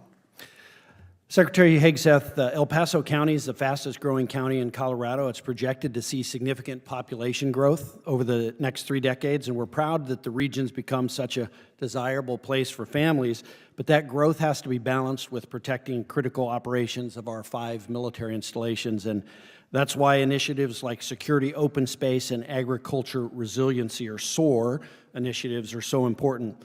Through a combination of private funding, USDA's Regional Conservation Partnership Program, and the Department of Defense's Readiness and Environmental Protection Integration Program, or REPI, this initiative supports targeted land acquisitions near military bases. These efforts help conserve wildlife, habitat, preserve agricultural interests, and of course maintain the necessary buffer zone, the most important part, that allows military missions to continue. Does the Department of Defense plan to continue to support the REPI program in the FY26 budget request to Congress? Yes, sir, it does. I could get back to you with a specific number. That would be great. Thank you. Additionally, the Colorado Trust for Public Land has been awarded an $18.5 million USDA RCPP grant to help leverage DoD REPI funds and reduce future land use conflicts around installations like the U.S. Air Force Academy. However, I understand the USDA is currently holding the funds under review. While I recognize this may fall outside of your direct jurisdiction, the success of this land acquisition is essential to protecting the Academy's training capabilities. Can I count on your assistance in working with USDA to find a solution that protects the readiness of the Air Force Academy and responsible federal funding? Yeah, we're happy to look at that with you. Great, thank you. I also would like to talk a little bit about the border. My district is home to U.S. Northern Command. We're very proud of what U.S. Northern Command has done with the new authorities that on January 20th the President gave Northern Command on the southern border. And in addition, 4th ID has troops down there. Could you talk a bit about some of the great work that the U.S. military is doing in support of securing our southern border? We think it's foundational and fundamental work to the security of our nation. And as I've said before, because the previous administration allowed 21 million illegals from places we don't know to enter our country. And thank you for asking that, because it gives me an opportunity to sort of, I see questions that are specifically meant to attempt to sow discord between the chairman and I, knowing you're going to get different answers based on our positions. And he has said, the technicalities of an invasion, well, we're not talking about an invading army here. So, of course, everyone's trying to spin his words. What we're talking about is the invasion of human beings, mostly military-age males from all around the world. We have no idea what their intentions are, and they facilitated it under the previous administration. So me in my position, I can clearly state that it is an invasion. And we are proud to have the military at the border to interdict that. And they're every single day, through increased authorities, are working together with Border Patrol to ensure that that number goes from 99.9% to 100 at the southern border. I cannot commend the Joint Staff, NORTHCOM, and our military for reacting to that in the early days of the administration, orienting their focus to the southern border, and applying the manpower expertise necessary. Because for 2 decades, we spent 20 years guarding other people's borders, and we got really good at it. And it's about time we take that expertise and apply it to ours. And I commend our military for following those lawful orders and executing it incredibly well. They did a great job, and it's very similar to what's happening right now in Los Angeles. It's a support role. They're not down there arresting people. They're not doing that, but they're doing a great job supporting. Thank you, Mr. Secretary. I'd yield back. Thank you. The chair now recognizes the gentleman from California, Mr. Whitesides. Thank you. Mr. Chairman and Mr. Secretary, thank you for your service to the country.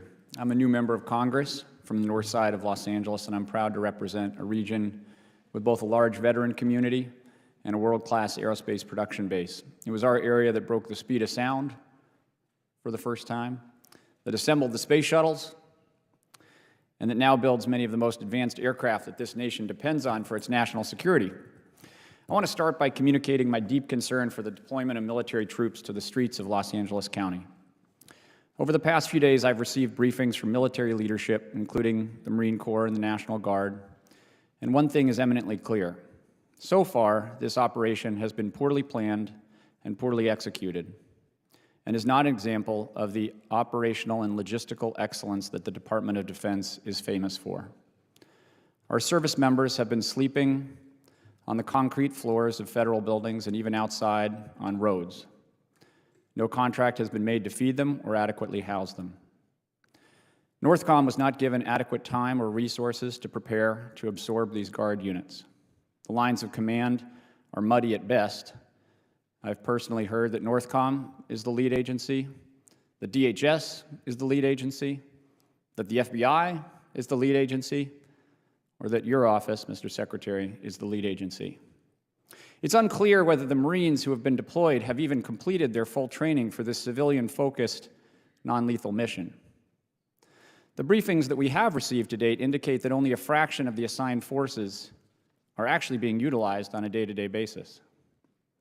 On top of this, yesterday we heard in your testimony, Mr. Secretary, that the department may start sending troops to other cities and states. And early today, you refused to say whether you would follow the decision of the Supreme Court on the legality of the deployments of the National Guard and the Marines. We're on an extraordinarily dangerous path. The nation's founding fathers were rightfully deeply skeptical of domestic deployment of federal troops. That skepticism stretches all the way back to the Boston Massacre and is a skepticism based on blood. Going forward, I would urge you to avoid politics and to actually pay attention to what law enforcement officers are saying on the ground. Now, we've talked a lot today about leadership and accountability. I've been lucky to work for several inspiring leaders. When I was NASA Chief of Staff, my boss was Administrator Charlie Bolden, who you may know, served as a decorated Marine general, as well as a space shuttle commander. This was a Marine who flew more than 100 combat missions in North and South Vietnam, Laos, and Cambodia. He commanded the mission which deployed the Hubble Space Telescope, which at the time was the largest object ever deployed by the shuttle. He's a serious man and an American hero. I haven't been a member of the Armed Services Committee for very long, just over 5 months, but in that time I've had the privilege to meet and talk with the senior-most members of our military. I've met men and women who've served for decades in our armed services, who've served for years in combat zones. What have I learned from these American heroes? Leaders don't just speak, they listen. They are strong, but they show humility. They are curious, and they learn from all members of their team, even people that they disagree with. You and your team have made multiple serious errors, putting our pilots and troops at risk by disclosing operational details in unclassified communication channels, firing general officers with unique experience and leadership skills, hiring senior team members who seem to be unable to work together well and who seem unable to hold confidential information private. We need the Department of Defense to be run well, so that our troops are led well and our nation is protected. In order for that to happen, Mr. Secretary, I suspect you will need to listen more and talk less. You will need to be more curious and capable of learning from different voices. I know that that is not the style of this administration, but you now have the lives of millions of service members and hundreds of millions of Americans depending on your capacity to learn and change. I sincerely hope you can do it, and I yield back my time. Thank you. The chair now recognizes 5 minutes for myself. I have the privilege and honor of representing a district that has a huge Navy presence, so I want to switch gears and talk a little bit about naval aviation. Although I am the daughter of a Green Beret who served in Vietnam, I had the privilege of serving for 10 years as a helicopter pilot. I'm married to a 20-year veteran who flew F-18s. I'm now a proud mom of a naval aviator and a son who graduated from VMI about 3 weeks ago. So big military family, and I represent a district where naval aviation, really the heart of East Coast Naval Aviation, is the East Coast Master Jet Base. Yesterday we spent some time talking about the importance of the East Coast. I understand the importance of the West Coast very much in this potential China fight that we are all thinking of every day. But it can't be understated, the value of what the East Coast brings in our battle groups and our carrier strike groups that deploy, the people that live in my district. So it's a little bit disheartening when I read about and think about the future of naval aviation when I hear from the Department of Defense that about $500 million that was appropriated for the Next Generation Strike Fighter in the form of FAXX is to be reallocated to the Air Force. And then when I read memos from this committee is unaware of any changes to the Navy's requirements justifying the procurement of FAXX and continues to support efforts to award the FAXX development and design contract to the Navy. So we're trying to piece together, and I asked the same question yesterday, and I echo the comments of my colleague from Virginia, Congressman Whitman, but that piece is very important. Right now, I house very aging F-18 squadrons. There's no prioritizing or no commitment from the Navy to give me even F-35 squadrons. I have 4 F-35 squadrons that the Marine Corps has on the East Coast. But you all know better than anybody that putting all your eggs in one basket is one of the worst strategies. I've got the West Coast, Naval Air Station Lemoore, West Coast Master Jet Base. Looks great. We've been out there to visit just to compare. They're slated to have, I believe, 8 F-35 squadrons, and there's even a F-35 Center for Development that they want, or Center for Excellence that they want to put there, with no mention of the East Coast Master Jet Base. So I just want to hear from you all. I'll start with you, Secretary Hegseth, but could you explain a little bit about your comments, why that is, and what your plans are to be supportive of our East Coast Master Jet Base so that is equally, if not more important? I think it's a fair point. I do think it's equally important. On the FAXX, we are reviewing it, no doubt, it's fair to say. The budget does provide for a completion of the design. As I've stated, the F-47, the EDGAD program is the priority in this budget to get that moving. So we are invested in 6th Gen, and we do recognize the Navy's unique power projection capabilities. The F-35 factors into that also, and so we're looking at its development in the future, and we'll take into consideration those options and certainly make sure as we're planning it's considered. That base needs it, and General Kane, I'd love to hear your thoughts too. To quote you, you said, we need a capability that is mobile. There's nothing more mobile than a United States aircraft carrier. And when I turn on the television, we want to talk about dropping bombs on Houthis in Yemen. Who do they show? They always show my husband taking off F-18s. I get very jealous. I know there's a helicopter over there in Starboard D just waiting for something to happen, but that's who they show. It's naval aviation. Ready to fish somebody out of the water. Ma'am, thanks for the question. Thanks for your service. Thanks for your husband's service, and congratulations to your son. That's a big deal.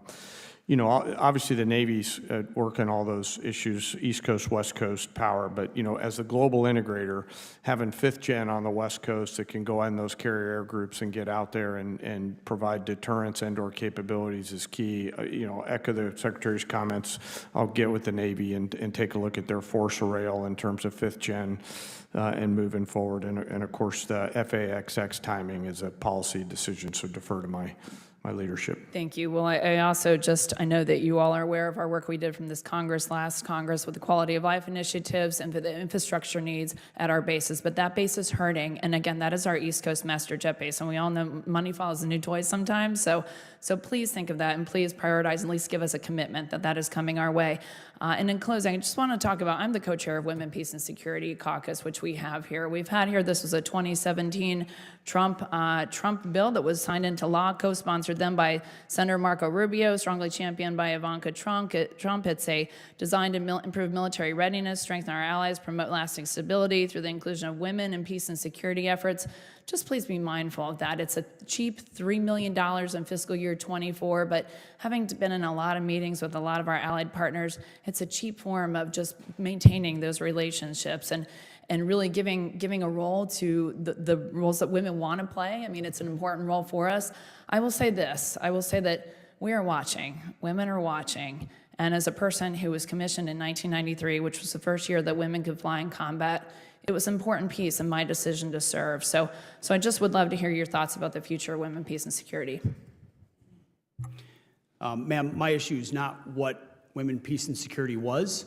It's what it became under the Biden administration. So our review showed that what it became, which is far more ideologically focused, was not what it should be. And so our decision there was driven by removing that aspect.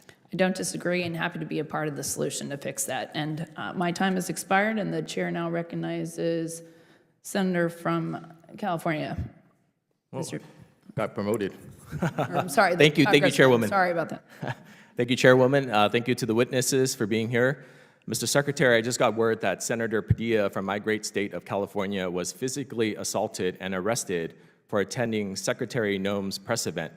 The mere fact that he showed up, he was forcibly removed. Is this how you would treat a member of Congress who attends your press event, whether invited or not? Well, I've been here for 5 hours, sir. I don't know about that. I'm just asking, would you have me forcibly removed from your press event I'm not if I going to walked in? speculate on a hypothetical. I'm sure there's more context. I'll take that as a yes. Mr. Secretary, does the DOD have any plans to allow the military to follow the orders of President Trump when his order violates the Constitution? Yes or no?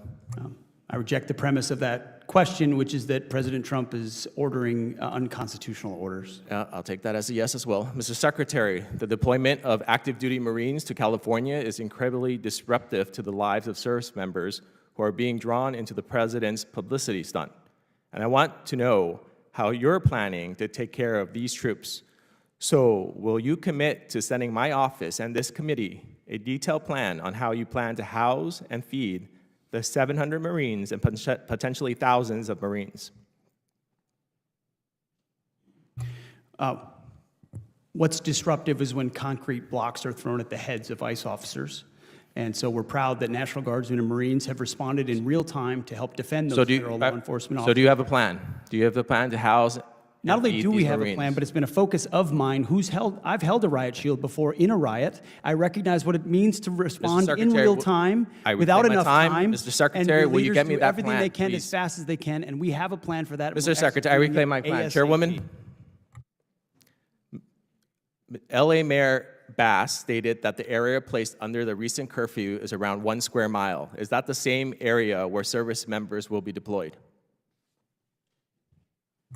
Service members are in Los Angeles to defend law Do you know? enforcement, ICE agents, and facilities. So essentially, you're telling me that American people that a 1 square mile block of LA, and for the record, LA County is over 4,700 square miles, warrants the deployment of 700 Marines and the federalization of 4,000 California National Guardsmen. You testified earlier that you will send in the military to protect local law enforcement.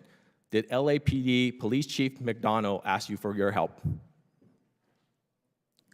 I read reports on a regular basis. Did he ask for your help? From ICE agents who I'll take couldn't that as a be no. more grateful. Did for the LA fact that there are Sheriff Luna soldiers that are ask for helping you them to do send their in the job? military, Mr. Secretary?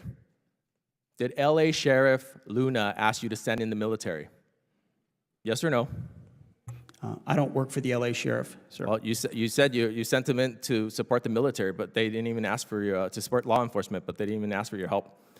Have you been to Los Angeles in the last 7 days? My team is, from the top down, focused on making sure Los Angeles I'll also is, take that as a no. How did you ready to arrive go. at the decision not to coordinate with local law enforcement and the governor's office on the initial deployment? It would be great if the governor attempted to actually coordinate instead of grandstand. All right, so I believe you're secretly deploying troops to an area without coordinating with local officials is somehow not disruptive and to the logistical and operational conditions on the ground. You agree with that? I would need you to repeat the question, sir. Does the department plan on coordinating with Governor Newsom's office on local law enforcement going forward, Mr. Secretary? We've coordinated with local law enforcement quite well, but the governor's been an obstruction to that, of course. All right, Secretary Hegseth, this political stunt, and by your own admission, is expected to cost the American taxpayer at least $134 million and will disrupt the lives of hundreds and potentially thousands of active duty Marines and 4,000 National Guardsmen. That's $134 million and thousands of personnel diverted away from critical missions in the Indo-Pacific, where China is rapidly expanding from Europe, where NATO needs US support amid growing Russian aggression, and from CENTCOM, where tensions are escalating so critically that your own General Kurilla had to cancel all his testimony in Congress today. Your redirection of combat-ready troops from real-world national security threats to manage a domestic protest is gross mismanagement and a slap in the face of service members whose lives are disrupted throughout this event. As a veteran myself, it's a disgrace, and you should be ashamed. I yield back. The gentleman's Madam time Chair, has expired. Madam Chair, can we add into record, please, that the gentleman from California has just stated that it is okay to have 1 mile of complete criminality in LA so long as it doesn't cover the 4700. That was not my statement. Madam Chair, And we have, that Mr. it's Mills, okay. Mr. Mills has not been recognized. This is absolutely Either gentleman, absurd. either gentleman is not recognized. have the right Mr. to over to the, you have not been Chair- recognized Either by gentleman the is chair. recognized. The chair now And neither have you. recognizes Controls the the time. congressman And neither have from you, Mr. Louisiana, Mr. Higgins, for 5 minutes. Well, thank you, Madam Chair. Let's bring it down a notch, shall we? It's always fascinating to observe folks talking about things they've never experienced with a great deal of authority up in this bizarre body, reading scripted, hateful, planned rhetoric and directing them at you gentlemen, who do indeed know what it is to stand a post. Let me address first to General Kane. I have to say, good sir, that researching your service career, my goodness gracious, 35 years of distinguished, exceptional service. I can't imagine that there's a better American man to be the chairman of our Joint Chiefs of Staff. Thank you, good sir. As an enlisted Army grunt, I thank you for being where you are and for your 35 years of service. Mr. Secretary and General, I have plenty of questions that I don't have to get to because you're almost finished with this thing. I have questions on recruitment and training and Fort Polk and software modernization, artificial intelligence, shipbuilding, our new Army rifles, which I find questionable, by the way. But when I met with you in the Pentagon a couple of months ago, Mr. Secretary, to dive deep into the reconciliation considerations and the budget, what the DOD would need, and primary threats facing our country, I'd never really sat down with you like that before, but what struck me, good sir, was that you are a committed and dedicated patriot, and I know that I can expect that sort of transparency and accessibility and candor from your office. So I'll get to these questions down the line. I know you'll answer the phone, and your people will respond, because that's a man that you are. You've covered a tremendous amount today, and you've been subjected to some politically motivated vitriol. On behalf of Congress, I apologize for that. So let me just state that from my humble position, I'm going to make a promise to you two gentlemen, and by extension to the country that we love and serve. Whatever you need to accomplish your mission, we're going to work very hard to provide.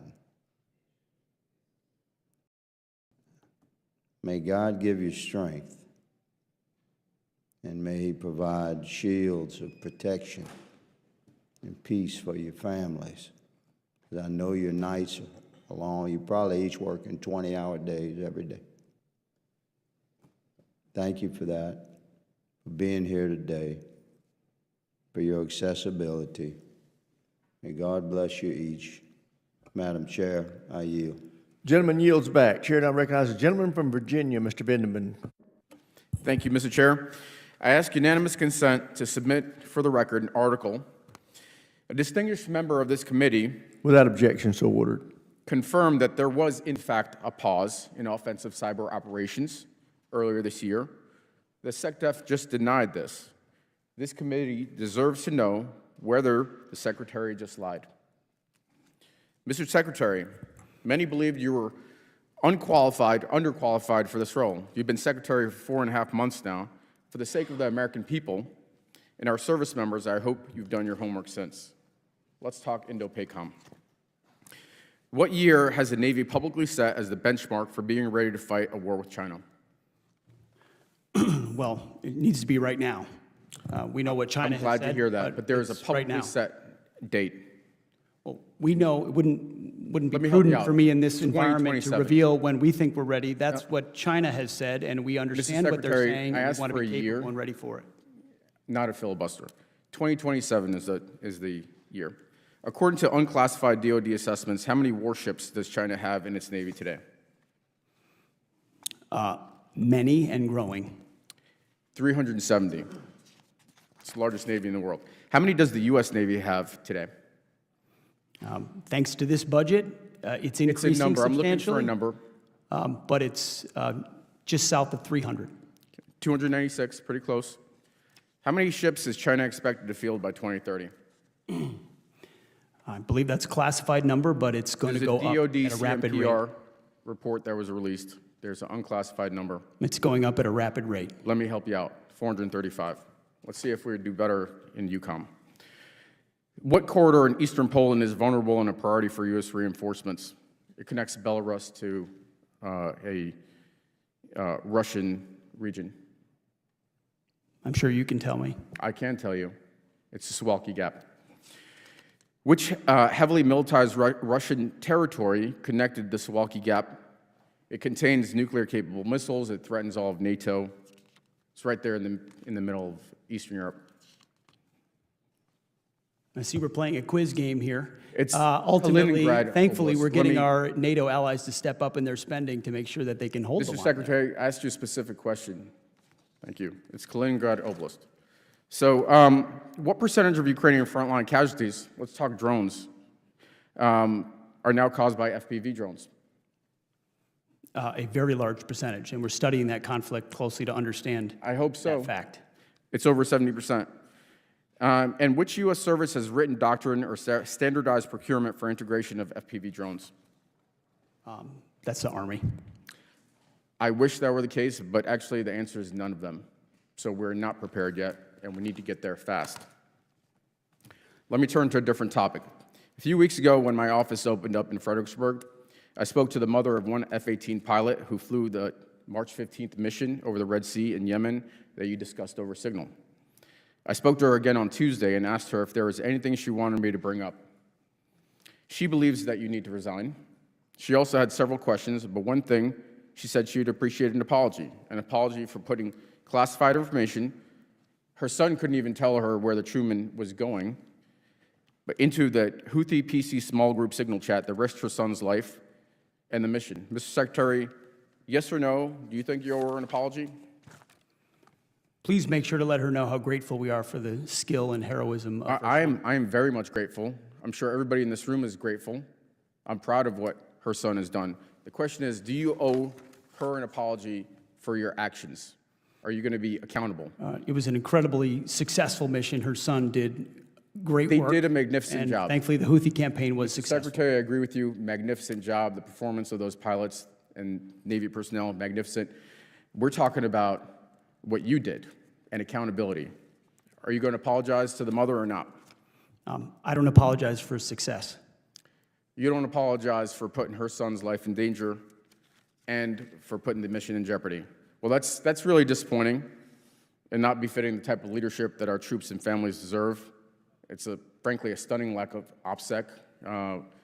Privates are trained to do much better than that. It was reckless. And it sounds like that accountability doesn't extend as far as the Secretary of Defense. So I think you should resign. The mother says she wants you gone. And with that, I yield back. Gentleman yields back. Chair now recognizes the gentleman from Illinois, Mr. Sorensen. Thank you very much, Mr. Chairman, and thank you to the Secretary, to the General for joining us today. Mr. Secretary, I'm hopeful that we can come to an agreement that we need both sides of the chambers working together for the betterment of the military. Do you believe that bipartisanship is essential to the mission of our armed forces, yes or no? Bipartisanship. I think bipartisanship can be a wonderful thing. Great. Because I didn't come to Congress with political baggage. I was called here because, I believe, and my constituents believe, that we need impartial, bipartisan people to find solutions to complex problems. But today, this nation is being pushed and pulled in so many different directions. I had a constituent this weekend that said, Eric, I don't even know what to believe anymore. Facts don't matter. Conspiracy theories run rampant like brush fires without anyone to quell them. So I'm hoping you can shoot straight from the hip with me. We're almost done.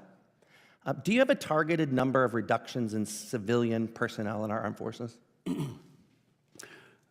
We have very diligently tried to identify the places where we might need to make changes, but for the most part, it's been a DRP process, a volunteer process of civilians to try to reduce the number for cost savings. Is there an analysis that supports how you're coming up with these decisions?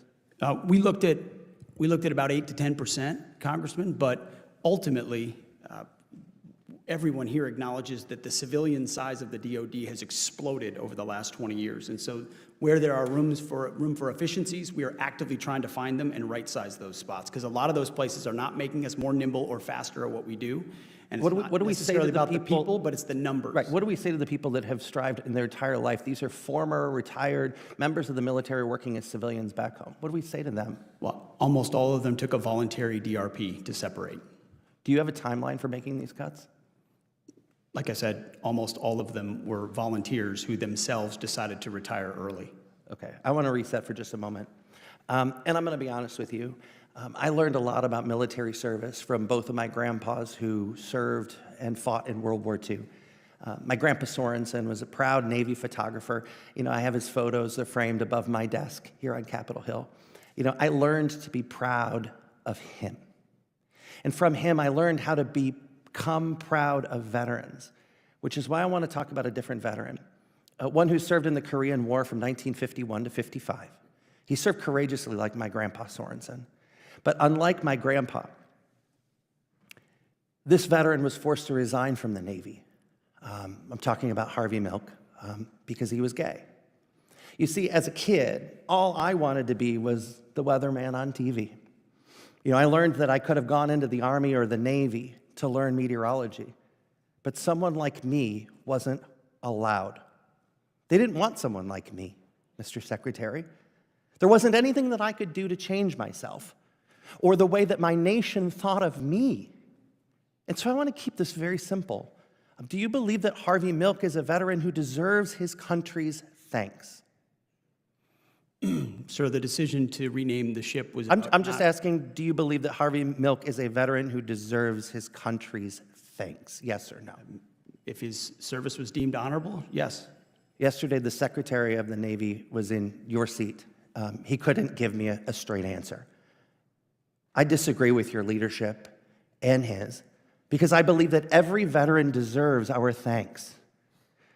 We all walk in the footsteps of leaders before us, and you may not find the value in the fact that many of those people are women with different skin colors, different backgrounds, different talents, immigrants, gay, straight, transgender, disabled. You may want to change it, but you can't, because the America that you and I both serve is a place where everyone has the ability, or should have the ability, to grow up and be the hero their grandpa was. I wanted to do that when I was a kid. We're going back to that time. Gay kids like me, they don't want to go into the Army. They don't want to go into the Navy because you don't care for them. It's happening all over our country. My grandpa taught me never to judge the value of a veteran's service.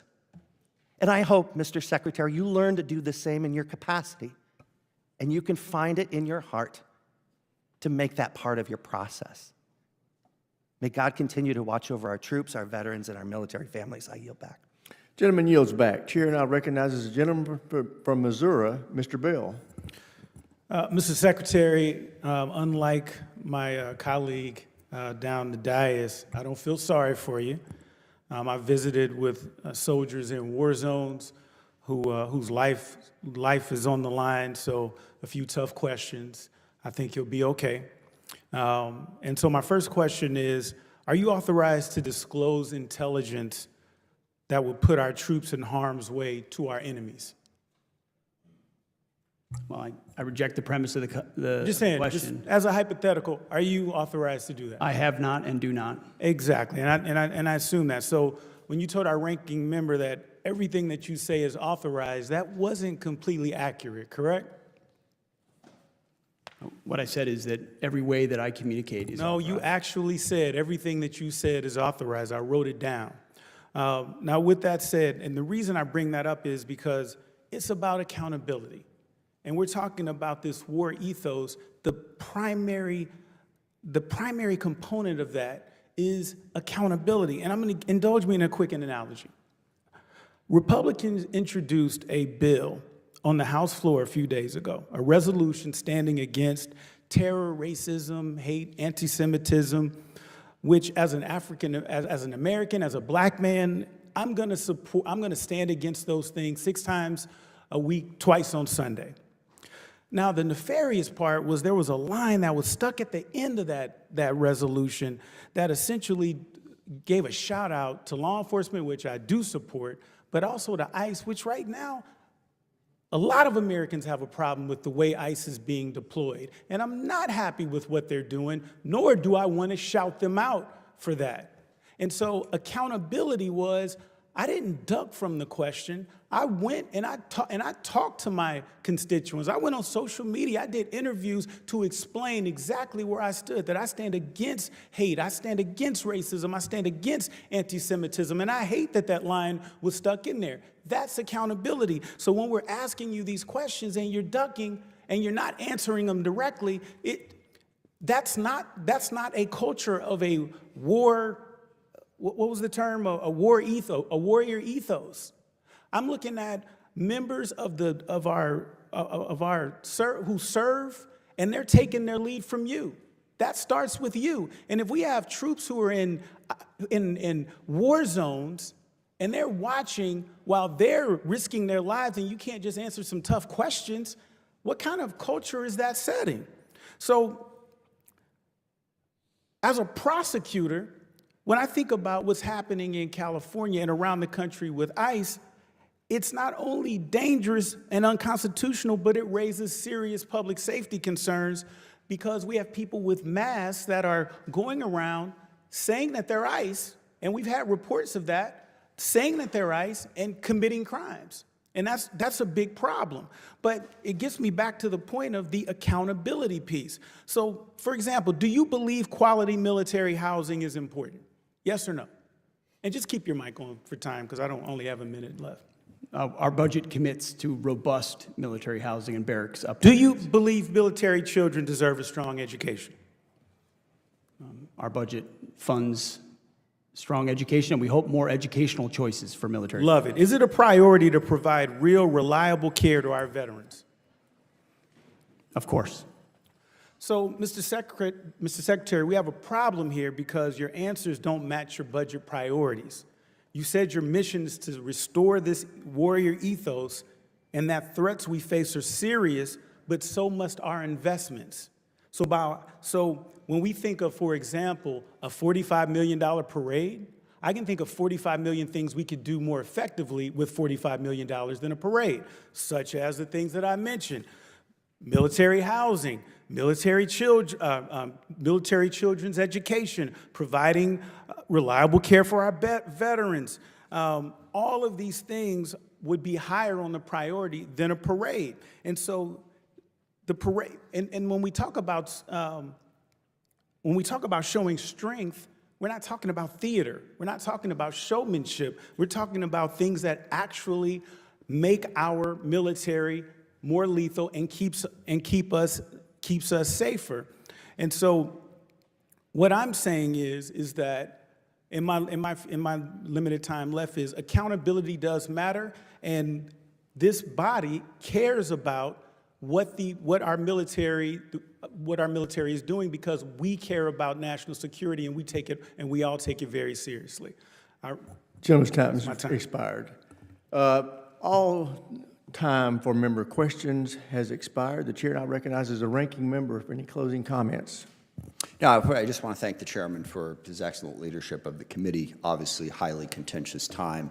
The only comment I would make, a number of members of the other side expressed outrage that we were critical of Secretary Hegseth. I don't know how many of those members sat here when Joe Biden was president, but the savage attacks on Biden and Secretary Austin and Chairman Milley, I mean, the hypocrisy of that was just breathtaking for me to behold. And let me just say, I think I agree with what Mr. Bell just said. You know, tough job. Not as tough as a lot of other jobs, but part of it is you are accountable to this body, and you are accountable to answer questions, even if sometimes they are obnoxious. That's part of the gig. And I do hope going forward that the Department of Defense will have greater contact with this committee. I have not spoken to you one-on-one in the entire time you've been Secretary of Defense. Only interacted with you twice. I've been through a ton of Secretaries of Defense that served for presidents, including President Trump. Always had a very good relationship and a very good conversation. Your department is cutting us off in a way that is not helpful to any of the bipartisan hopes that have been expressed by the other side of the aisle. I hope that will change. I hope there will be interactions. I will say, General Kane, you've been very generous and reached out. I've had good communication, and I do appreciate that, because that is responsibility of the job. I haven't met too many people at the Pentagon that like coming over here. In fact, I can't think of one, but it is part of the job in a constitutional republic. We are the people's voice. We are charged with conducting oversight. So I hope that interaction will continue. Criticism is part of the gig. Again, I thank the chairman for conducting an excellent hearing. Thank you, my friend, and I would say, Ms. McDowell, you crushed it today.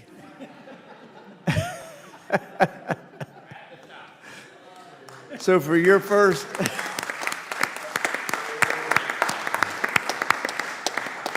and to our other two witnesses, thank you for your first appearance before the House Armed Services Committee. Thank you for your service to our country. And with that, we are adjourned.